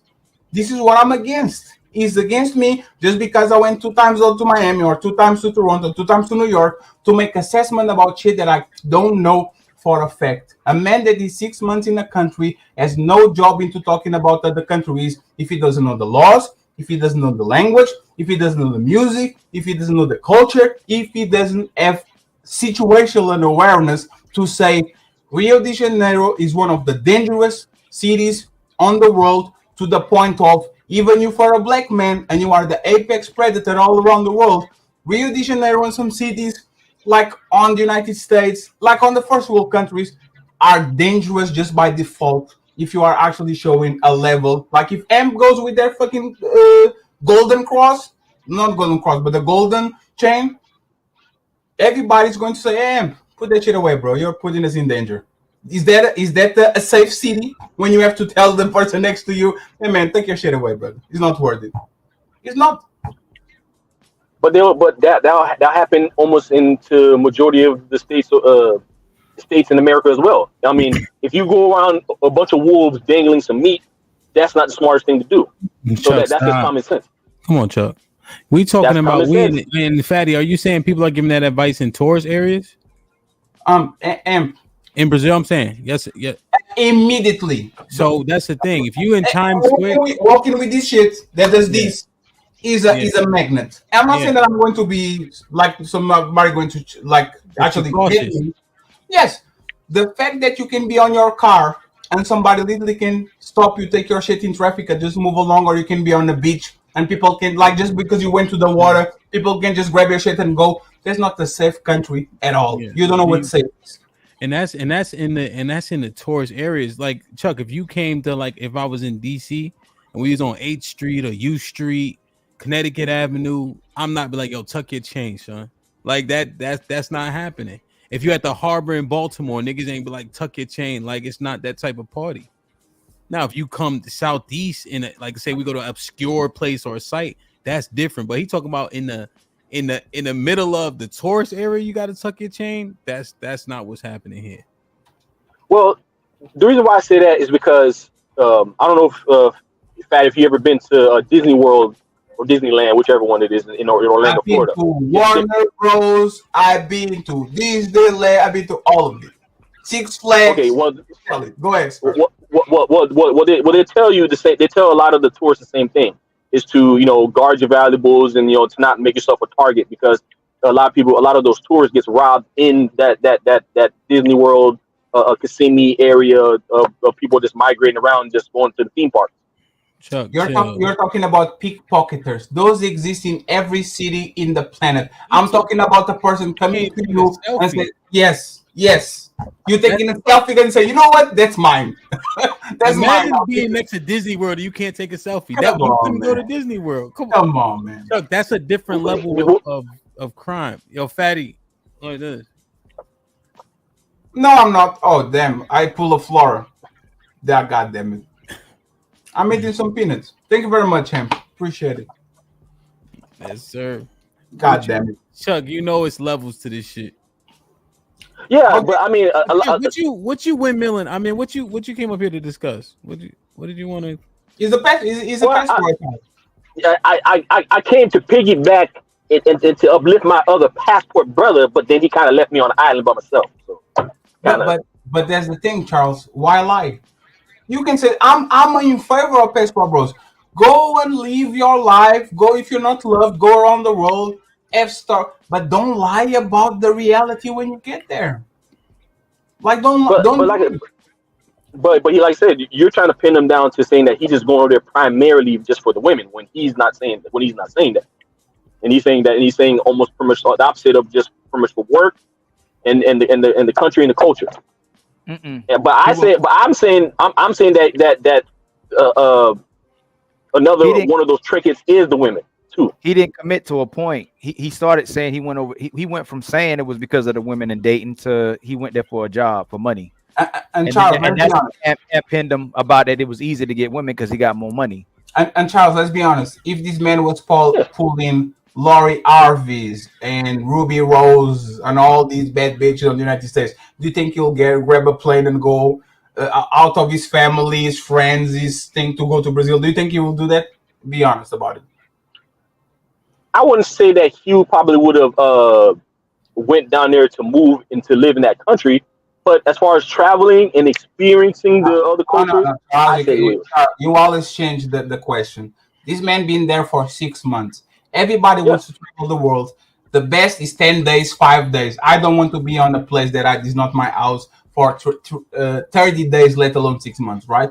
If you was pulling all the bad bitches, if you was pulling all the women, do you think you would stay in the United States, in Atlanta, in New York, in Los Angeles, in Miami, and he will do his thing? Or do you think you would just go around, pick up his shit, and go to Brazil and stay there for a while? Do you think he would do that?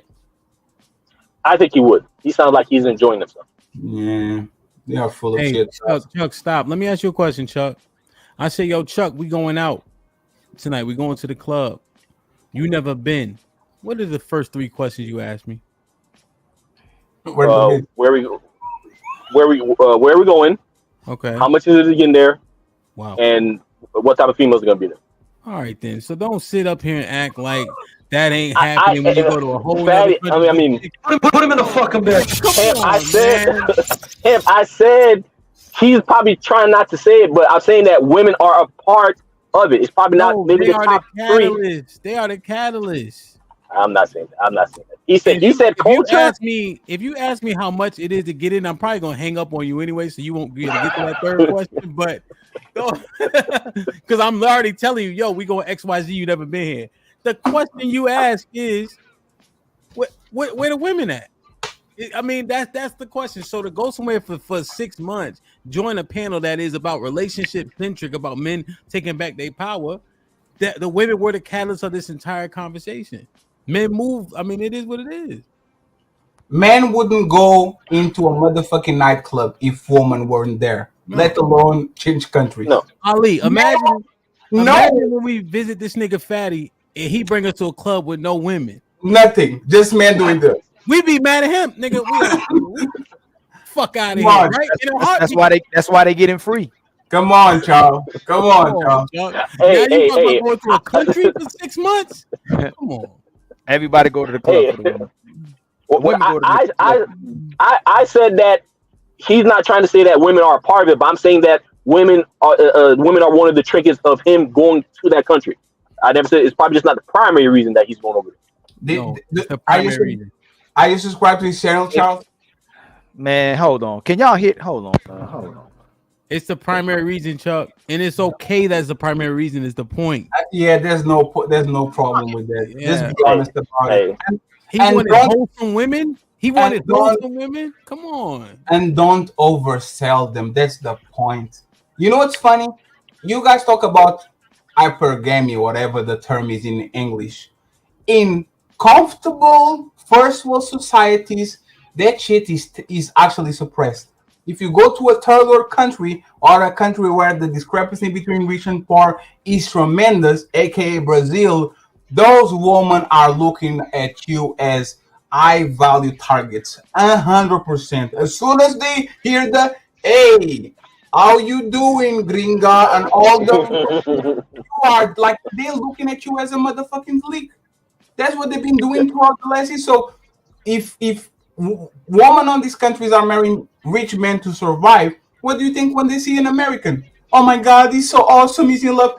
No, you are going to sponsor my fucking shit. Let me lash out to you, and I'm going to take whatever I can take from you. That's the reality, and it's fine. Again, it's fine.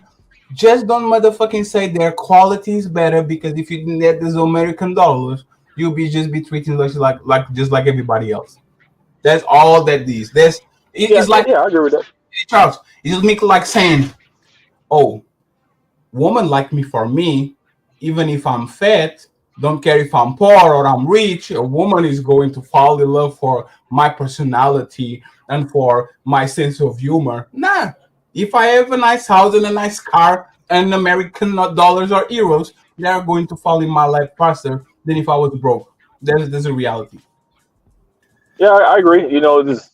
Hey, money makes the world go round. And by the way, you have a mansion now, so you need to be more careful with.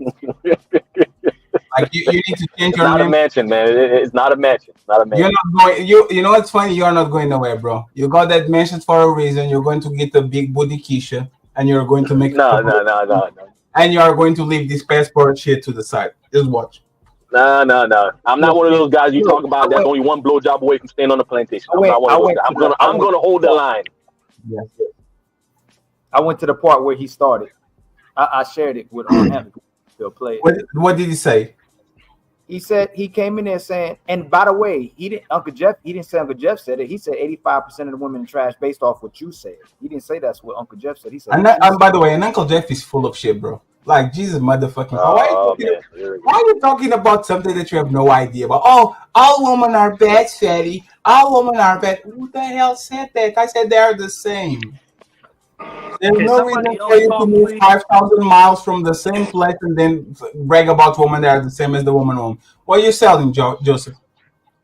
No, I was saying, I've been sitting up here for 3 hours, man. I don't know if this is Fatty Show or Hamp Show, man. But oh, there was the show, Joseph. But you know, let me throw shot back. I'm gonna press play. I'm gonna press play. Hold on.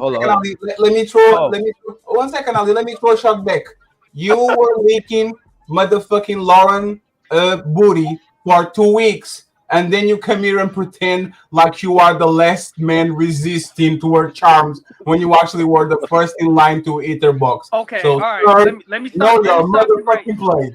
Let me stop you right there, bro. Because I'm not Jay Prince. Let me stop you right there. Oh, he said you know what it is? I acknowledge that Lauren was pretty, but I'm not over here kissing her feet and sulking and bowing like the rest of y'all niggas be up here doing. Every time she come up here, y'all be over here coronate her as queen and treat her like a deity. Right? Bro, she put her pants on one leg at a time and she takes shit just like the rest of us and they stink. And that's what you did. But she's a woman. She's not a guy. Joseph, can That's we the be honest? point that I'm making. I said what I said, and I'll let it go. Hey, but Joseph. it seems like every time certain people come up here, they always kissing her ass. Joseph, That's the difference between them and me. I'm going to clip this and I'm going to put next to the day that you were on my show and you said, "Hey Joseph, which would be the woman?" Lauren. You're a motherfucker. Keep talking shit. You know what I do, Joseph. Yeah, leave Lauren alone, man.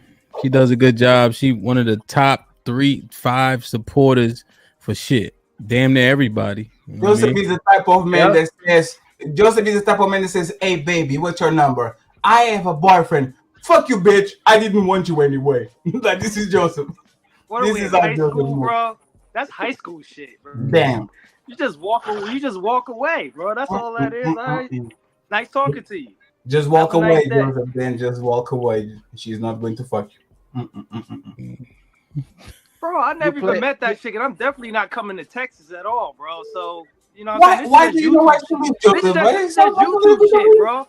She might be top 3, Chris. I was just trying to think about all the channels. That's all. This man knows where she lives. Do you follow her on IG, Joseph? No, I don't. You never to your shop, Joseph?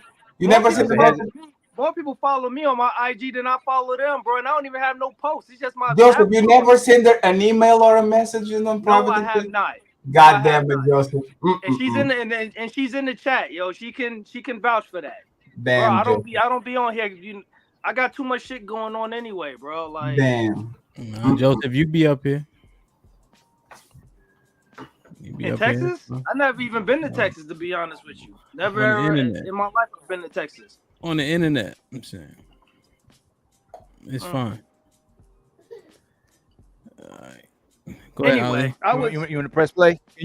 Hold on, Joseph. Hold on. Hold your horses. And shout out to you and your show. Appreciate you having me on. No doubt. Just wanted to chime in. There was a lot of great points. I think Jeff he made some criticisms of Fatty, and Fatty made some points.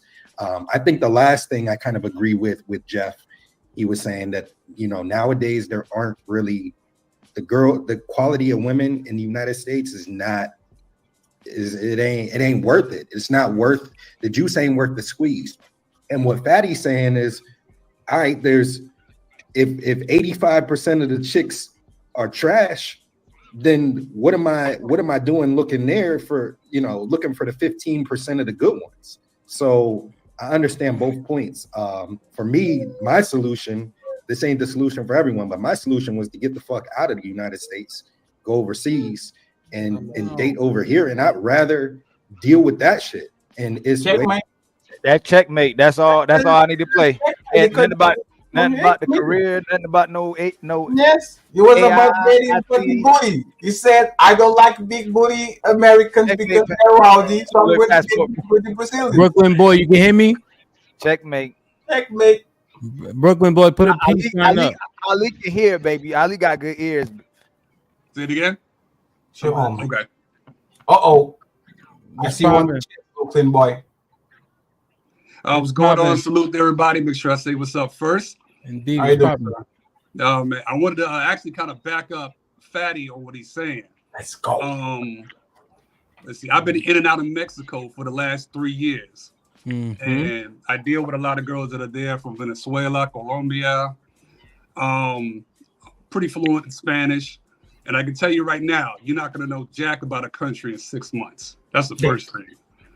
The way that this is Mexico as a whole, the way Mexico works, I'm pretty sure the politics are similar in places like Brazil, Colombia, but each section has their own politics. So there's almost, unless you live in the majority of the cities and states within the country, there's no way you can know the law of the land because it changes with every block. And Fatty can correct me if I'm wrong. It's not changes with every block, but every city has it's like, for example, when you guys say, "Oh, if you go to Detroit, you have to talk with Trick Daddy to just touch you out and all." Trick, whatever the name is. Right. Every city is going to have their own jurisdiction. How you move inside of the city, like all of that. Yes, there's politics inside of it. Him being in Copacabana, which is like the tourist, the most like the literally the spot for tourists. Like, you're not going to know how to move in the place when you literally go from your house to the beach and to the beach to the house. Right. Hey, question was Chuck done windmilling for Al, or he's still going? Still going up. Apologize, man. Yeah. I support my brother. Yeah. Another interesting fact, if I may, is that as far as the guys, where we travel into these different countries, I think a lot of guys are like, well, the Passport Bros do. I support a lot of what they do, but I think a lot of them get it confused. Those chicks over there are hip to the game. They know we're coming. They know we got more money than they do. They play the game. They go on a couple dates. They might let you hit it a few times, and then all of a sudden, someone in the family is hurt. Oh, I need money for this. I went through that my first year. I had a homeboy sit me down and say, "Dude, I was in Puerto Vallarta." So if anybody's familiar with that tourist location, yes, kind of like it's protected by the cartel. Everyone knows it. You're American. Stay away from Americans. Leave them alone. But essentially what they do is they play the whole "I like you" game. Yeah. They get you to spend a little dough, drinks, sleep with you, and they spread the word. So now you become a mark. That's fucking a Fatty. Even sis riding with you today. It's just reality and common sense. That's what, like, for example, when I said, I don't know. Fatty, just say thanks. Fatty, you know she ain't nice. Fatty, you went in and ate a little trap. They like that you talking about the passport. No, but it's because I'm working. That's why they don't. That's why they. I apologize. I wasn't looking at the screen. My bad. You know, sis is. That's all I'm saying. Sis said good job. They only with him because he talking about a man. He talking about. Ali, we done derailed. That's all. Nah. Hey, he can't get the love.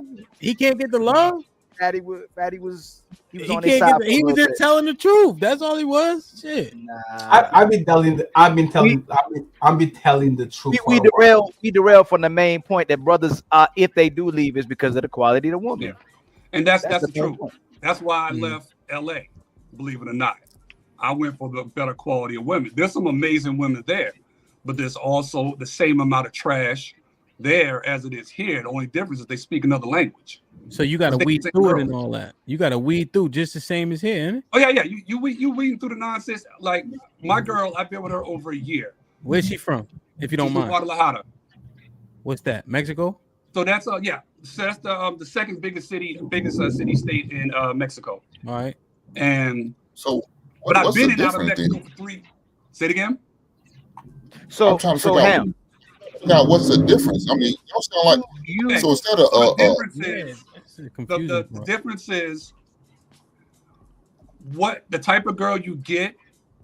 Where here in the U.S. you got to make over 150 to 200K.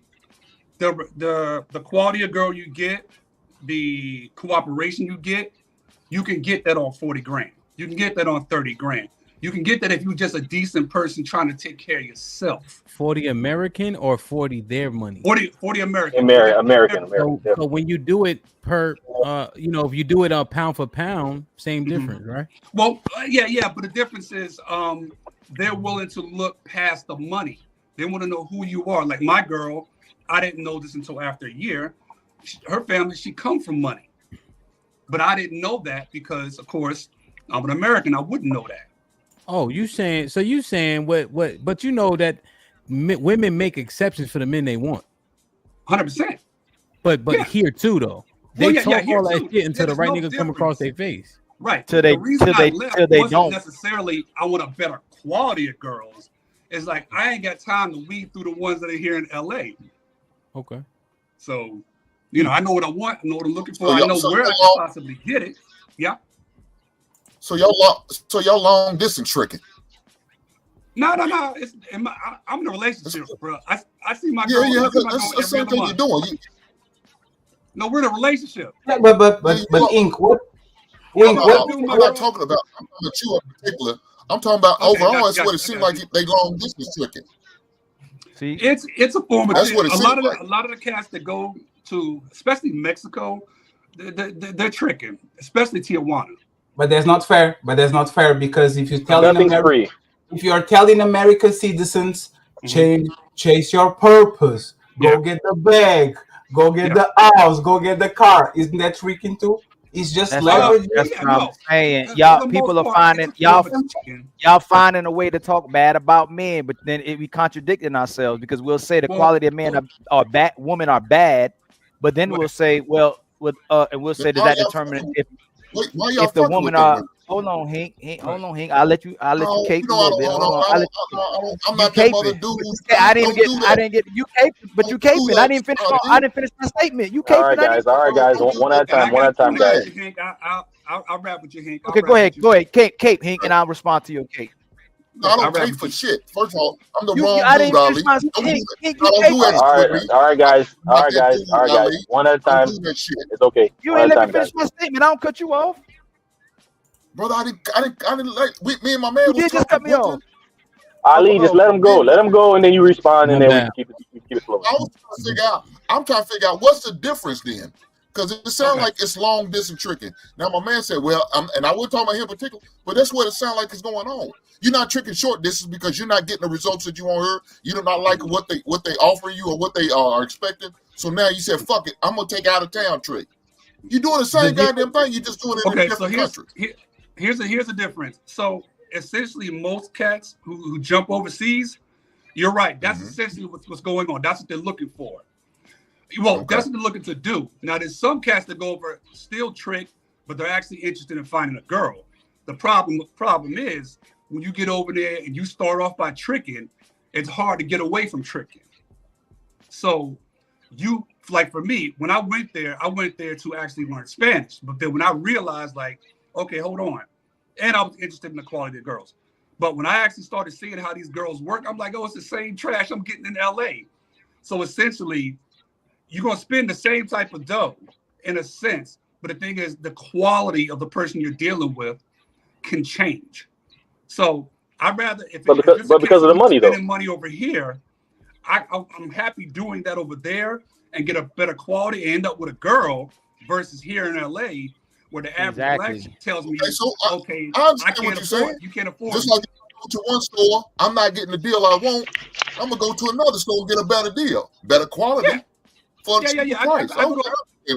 Well, it's a better, it's quality and overall deal quality. It's kind of the same thing because what you get, if that's what you're looking for. Now, if you're just there to go trick and do what you do, then that's a whole nother monster.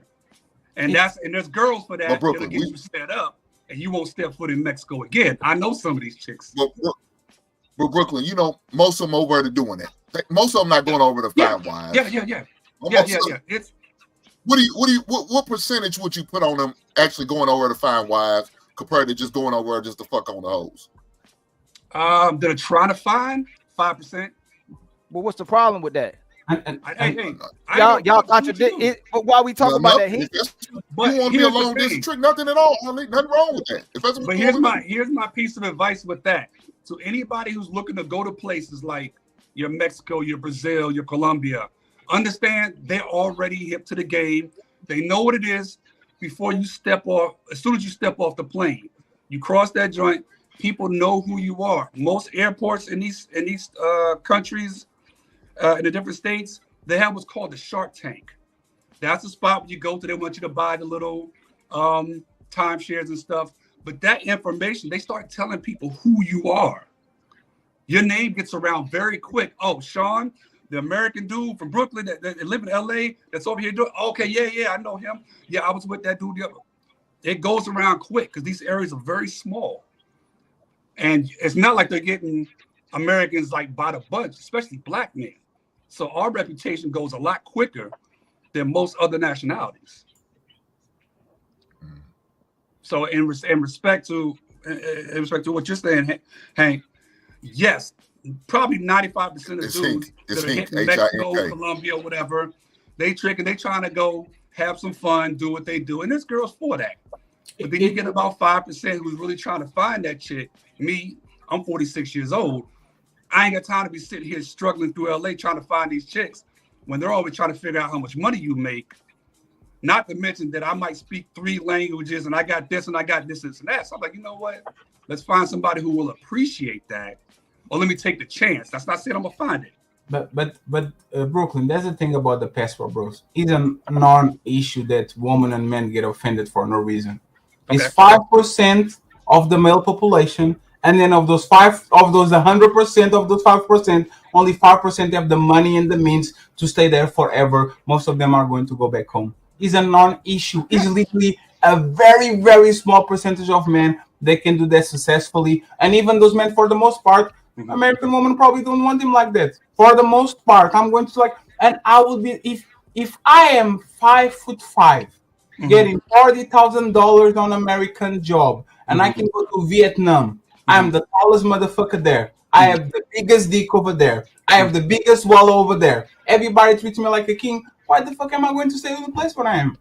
It's literally making your buck worth way more, or making yourself look bigger than everybody else. Because if you are a midget, I'd rather be on the place where I'm the smallest midget than I'm the shortest motherfucker. You mean the tallest midget? Yeah, the tallest midget. I'd rather be the tallest midget, right? I'd rather have one eye if everybody's blind than have both eyes if everybody has both eyes. Because you will get an advantage there. By having one eye, you have more advantage than everybody that is blind. So that's what they're doing, and that's fine. That's fair. I don't disagree with that, because you're right.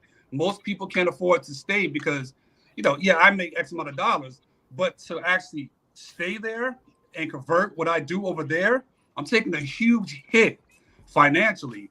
So you would literally have to prepare for that, where in my position, my girl comes from a wealthy family. So they'll get us a house and this, and this. So I don't have to worry about that. But the average person, I agree, does not have that option. And I see a lot of Americans over there. I'm 6'3". They're shorter. And these girls, some of the baddest chicks are on them. And you can clearly see they're on him because he's spending money. When I walk in there, I'm a target because I'm 6'3" and I'm a black guy and I'm with, a Latina. So immediately, okay, why does she have him? Let me flirt with him across the table. You become a target. But you're right in that respect that, if you're short or if you're, whatever insecurities, you can go to these countries. As long as you got some dough to play around with, you good. but that was the original point. That's If the you argument. are a man of status on the United States and have money, clout, whatever, you are going to be a Same target of difference. it's the same thing. Yeah. Same difference. Yeah. Damn, man. Joseph, is there anything you wanted to say? Joseph is a victim. Nah, I went to final thoughts. We there. Oh, What Ali? Did you want to get anything in particular? Nah, it'll be another. It It'll be derailed a so, whole. so I'm at far away 7.5 from hours. it derailed so far from the point that the man Yeah. always get back to. It's sad. It's just sad. Women are leaders, man. That's all. No, they're not. Because you pay the bills and you have you have the last word. So Women are leaders, baby. You know, that's why Caesar Tallis was telling me what he was telling me, even after I saw what happened with Mr. Payne. It's like, yo, don't let up. Did you see that though? Mr. Payne was shake. Like I love to Mr. Payne. Actually, I respect. I see that. I respect. He said if we even argue 3 or 4 times, I won those. I won all of That's them. the real woman. That was the nice woman that Ali, said that. but we love Mr. Payne. As soon as she was in the building, Mr. Payne was like, "I get butchie no too," like doing like some I think Mr. Payne a crip. I think you're a crip. How many times have your wife how many times has your wife said, you know what, baby? You was right. I'm so sorry about that. Nah. Never. No man has ever heard that in their life. Hey, you know what, baby? I just thought, you know what? You were right about that. Yeah, no. No man has ever heard that. Maybe, but not like that. But in a way, no. You just prove your point, and they kind of okay, and then it goes. And they don't know how high they be lifted for even saying something like that. Like you probably take them out to vacation after they say something like that. God, you say sorry? Hey man, we going to Miami, man. Pack up. All I got was some motherfucking shorts, and then put the booty to the side, like poking the booty, and see if I get it. You are forgiven, baby. No need to ask. That's all I got. It literally comes like, and King Kunta said it first, but it literally comes in the form of like sex. Yes. Yeah, when she's ready. Yes. Yeah, like the apology, like, you know what I mean? Yeah. Or she probably ask you, "Are you hungry?" She's more affectionate. Man, it's goofy, man. It's just goofy, man. What be happening? It's just yeah, man. Yeah, hey, y'all can have it, man. Y'all can have that. Y'all got it. Let me read these last few super chats and get the hell out of here, man. This one, hold on. It's not keep that playing many. Apex, Joseph. Opinionated reality with the $2 at Fatty because they're looking for the best deal. John the Baptist with the $5. Fatty, let's go Lakers. Are the Lakers good this year? World champion. Nuggets about to beat them. If they pass Nuggets, they are the champions, but they are probably going to lose bad. But if they go through the Nuggets, they are going. Is it already the playoffs? Like it's a few days away. Okay. After the date, I think the last play in and then the playoffs start. Then the weekend on Sunday or something like that. Black Conquering King It's with the not even $5. play in. I think they playing for the seed. No, they playing for a seed. They already in. It's somebody paid a 7 or 8 seed. Okay. That's what they playing Oh for. yeah, okay. You're right. No, you're right, Hank. Black King with the $5 says, "What's the dress code? How much is the cover? What the hoes looking like?" Oh, that's when I was asking Chuck the 3 questions. Fake Love with the $5 says, "What does this podcast have so much hate for the passport, bros? I have passport and I like foreign women, but I don't be tricking." Why he say podcast? What do you mean? I think. Hey, by the way, hey, Fantastic said I was right. Fantastic said I was right. It is overall. I think you mean overall. In case of doubt, let's blame Little Podcast. It's his fault. That's wrong too.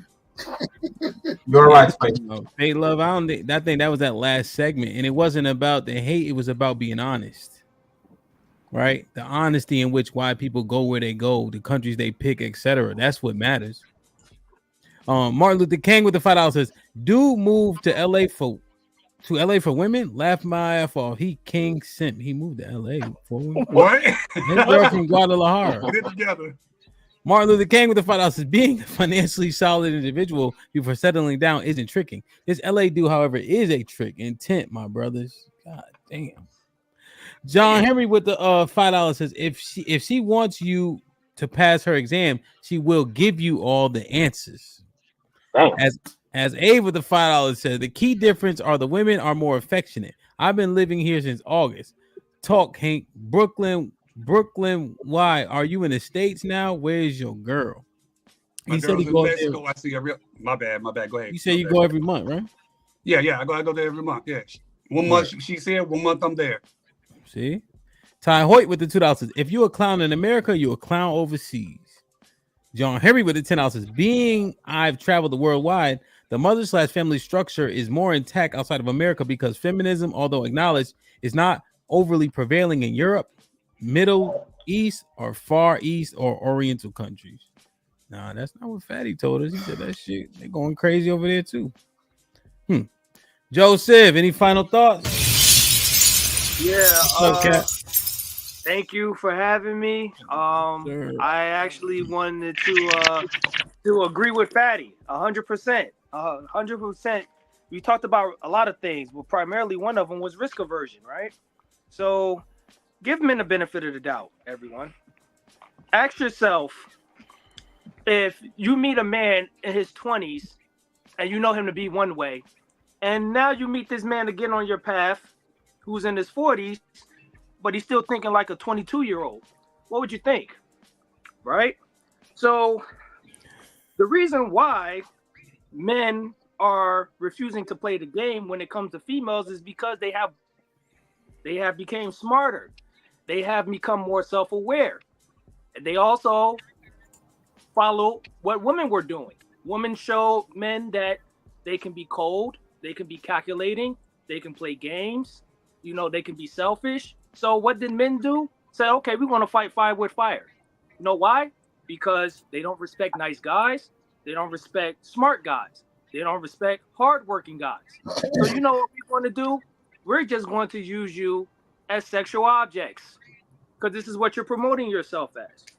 So now you have this class of women that are saying that, hey, because of men thinking like this, we're going to say, hey, you know what? We're too good for a coffee date. We're too good for Applebee's. We're too good for the Cheesecake Factory, right? So but in most cases, you can't, if you decide that you don't want to deal with insert shaming language here, you get called gay, you get called an incel, you get said your mom was black, your sister black, or whatever the other bullshit they say. But the problem is when dealing with women nowadays, you don't know what you're getting, right? So you might wake up one morning and the woman just might decide that, hey, you know what? I don't want to be in a relationship with you just cause. But on the way out, I'm going to get you for everything that you got. Half the time, you really don't leave out of a relationship clean. That's the issue. So men are saying, listen, I'm not working my whole life and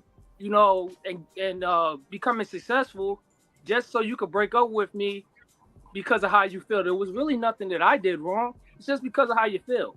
So that's why men are not playing the game anymore. You know what I'm saying? And you know what? If I'm too cheap, or men have too many restrictions, or men are playing it safe, is because women made men like that. So the only people they have to blame is themselves, not men. Because I follow the rules of boxing and I apply it to the rules of life. Protect yourself at all times. That's all I gotta say. I think he spoke for everybody, man. He didn't spoke for me. His mom is black. No, he didn't. He spoke for you, Ali. He spoke you and him. Go ahead. Chuck. Well, I encourage all men to get their passports and to know that the world is your oyster, to not cast your net in one single location. There's plenty of countries. There's 50 Shades of Black and other that you can choose from. And damn it, if you want to move somewhere for a woman, don't let nobody shame you for it. Save yourself, black man. Ali? Sticks and stones may hurt my bones, but hoes would never hurt me. Brooklyn boy, any final thoughts? Yeah, I kind of yeah, to the guys that are interested in jumping across the border, whether it be Mexico, wherever it may be, just understand they know you're coming. So if you want to play that game of trick, they'll play the game with you. If you're looking for something, you know, that could be one thing. But again, it's the game. The grounds ain't too much different. Only difference is what you pay for is a little bit better. But yeah, just gentlemen, keep striving, keep lifting yourself up, keep your heads up. Hank, thank you. Been following all you guys for Thank you, Hank. the last year. So I know Hank, you somewhere. Hank, you somewhere in the you were the DMV. What school? Yeah, I'll cut you out, brother. I love you, brother, but you gotta get my name. Hey, let Brooklyn boy get his damn final thought. Yeah, my bad, y'all. I'm in Houston now, though. All that. I'm in the boy state. That's why I was asking. But yeah, that's all I got. Hey man, appreciate you, man. Thanks for hitting the link, my brother. Appreciate all the support, man. You know, absolutely. Hank, any final thoughts? Hamp, I appreciate you saying my name right. Thank you, sir. And Brooklyn boy, we gonna get it. Yeah. And go to hell, Ali. Go to hell with your stanky ass. Man, my final thought, man. Black man, just protect yourself at all times. Do what you got to do. Whether it's get your mental right, get on somebody's couch, or get somebody's Zoom meeting. Do what you got to do. Take care of your health. Get you a full physical, man. Diabetes and heart disease is the biggest killers amongst black men. So do what you got to do to be around. Also, a man of a certain age, go get your prostate check and your colonoscopy. Do what you got to do, brothers. Word. Fatty, any final thoughts? Married men are liars. They come to this panel to lie to us every day, all day. Not because they're bad people, but because they have to. Because if they don't lie, just like Mr. Payne, wife is going to come to the stream and you are going to be doing gang signs because you were scared of somebody to some crazy shit. So there's the reality. We understand you're protecting your own investment. I wouldn't talk shit about my wife too. So every time these motherfuckers open their mouth, just assume that they are lying to save their motherfucking relationships. Fuck bitches, get money. Have a nice weekend. Thank you very much. Hey, Hank, we here for y'all, man. We here for y'all, man. Listen, man. Don't listen to these niggas, man. Marriage sucks. But the benefits outweigh the cost, man. You know? Now, it might be easy for me to say, considering I played outside for a long time. Shit like that, shit like that, shit like that, shit like that. But I want us to change our prescriptions, man. Let's prescribe the family unit structure and all that. Men have a standard. Don't bend on this shit. And you can work to get the results that we all wish we had. Shit ain't easy. But how you do anything is how you do everything. Keep your integrity high, man. Hold her to a fucking standard, and I promise you, you could change the results you've been getting. Stop acquiescing for pussy. They say dick discipline is impossible. Well, let's fucking try to find out. When have we ever tried to vet it out? So, you know, I'm just saying, bro. Take the power back, man. God damn. I love y'all. Y'all get on my nerves. Ali, lose my number.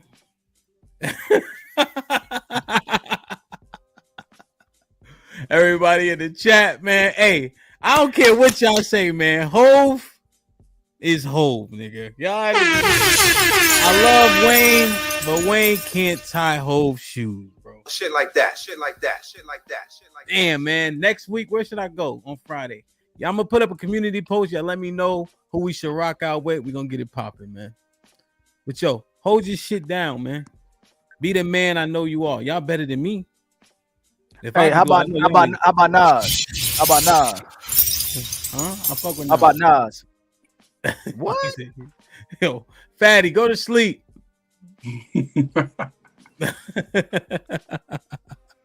Let me see. I love Nas. King just sending money for the channel. Salute. Shout out to Hamp and the panel. Also, why you look like Aaron Donald, Hamp? Shit is wild. Fake love with the finals. Can we agree that American women so also want the bag, just a bigger cut? Might as well go with a cheaper, more valuable deal.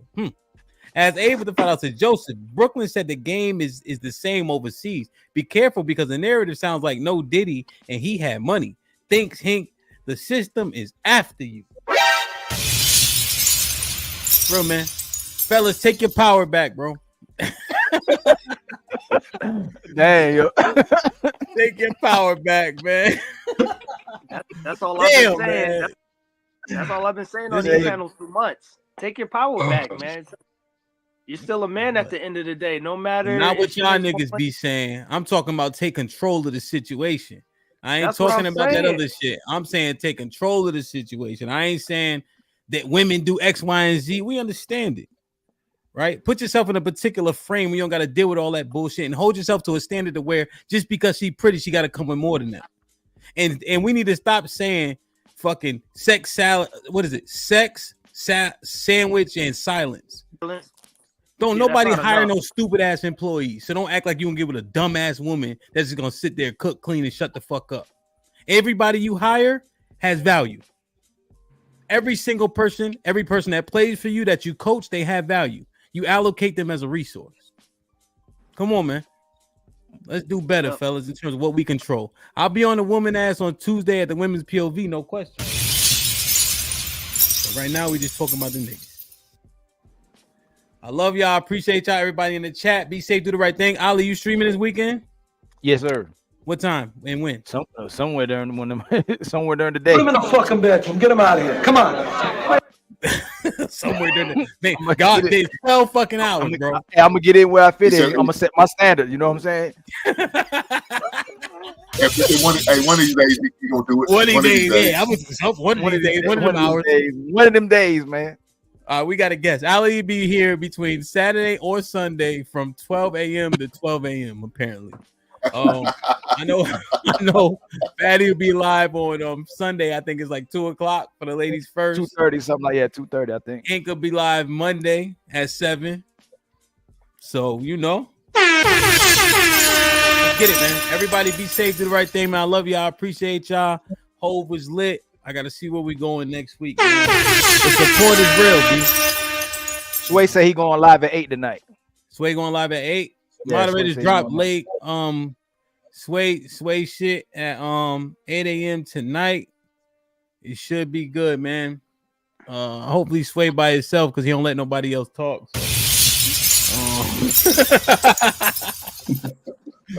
All right, y'all, man. I appreciate y'all. Be safe. Like, share, subscribe. Appreciate you. Tell a friend and tell a friend. And we out.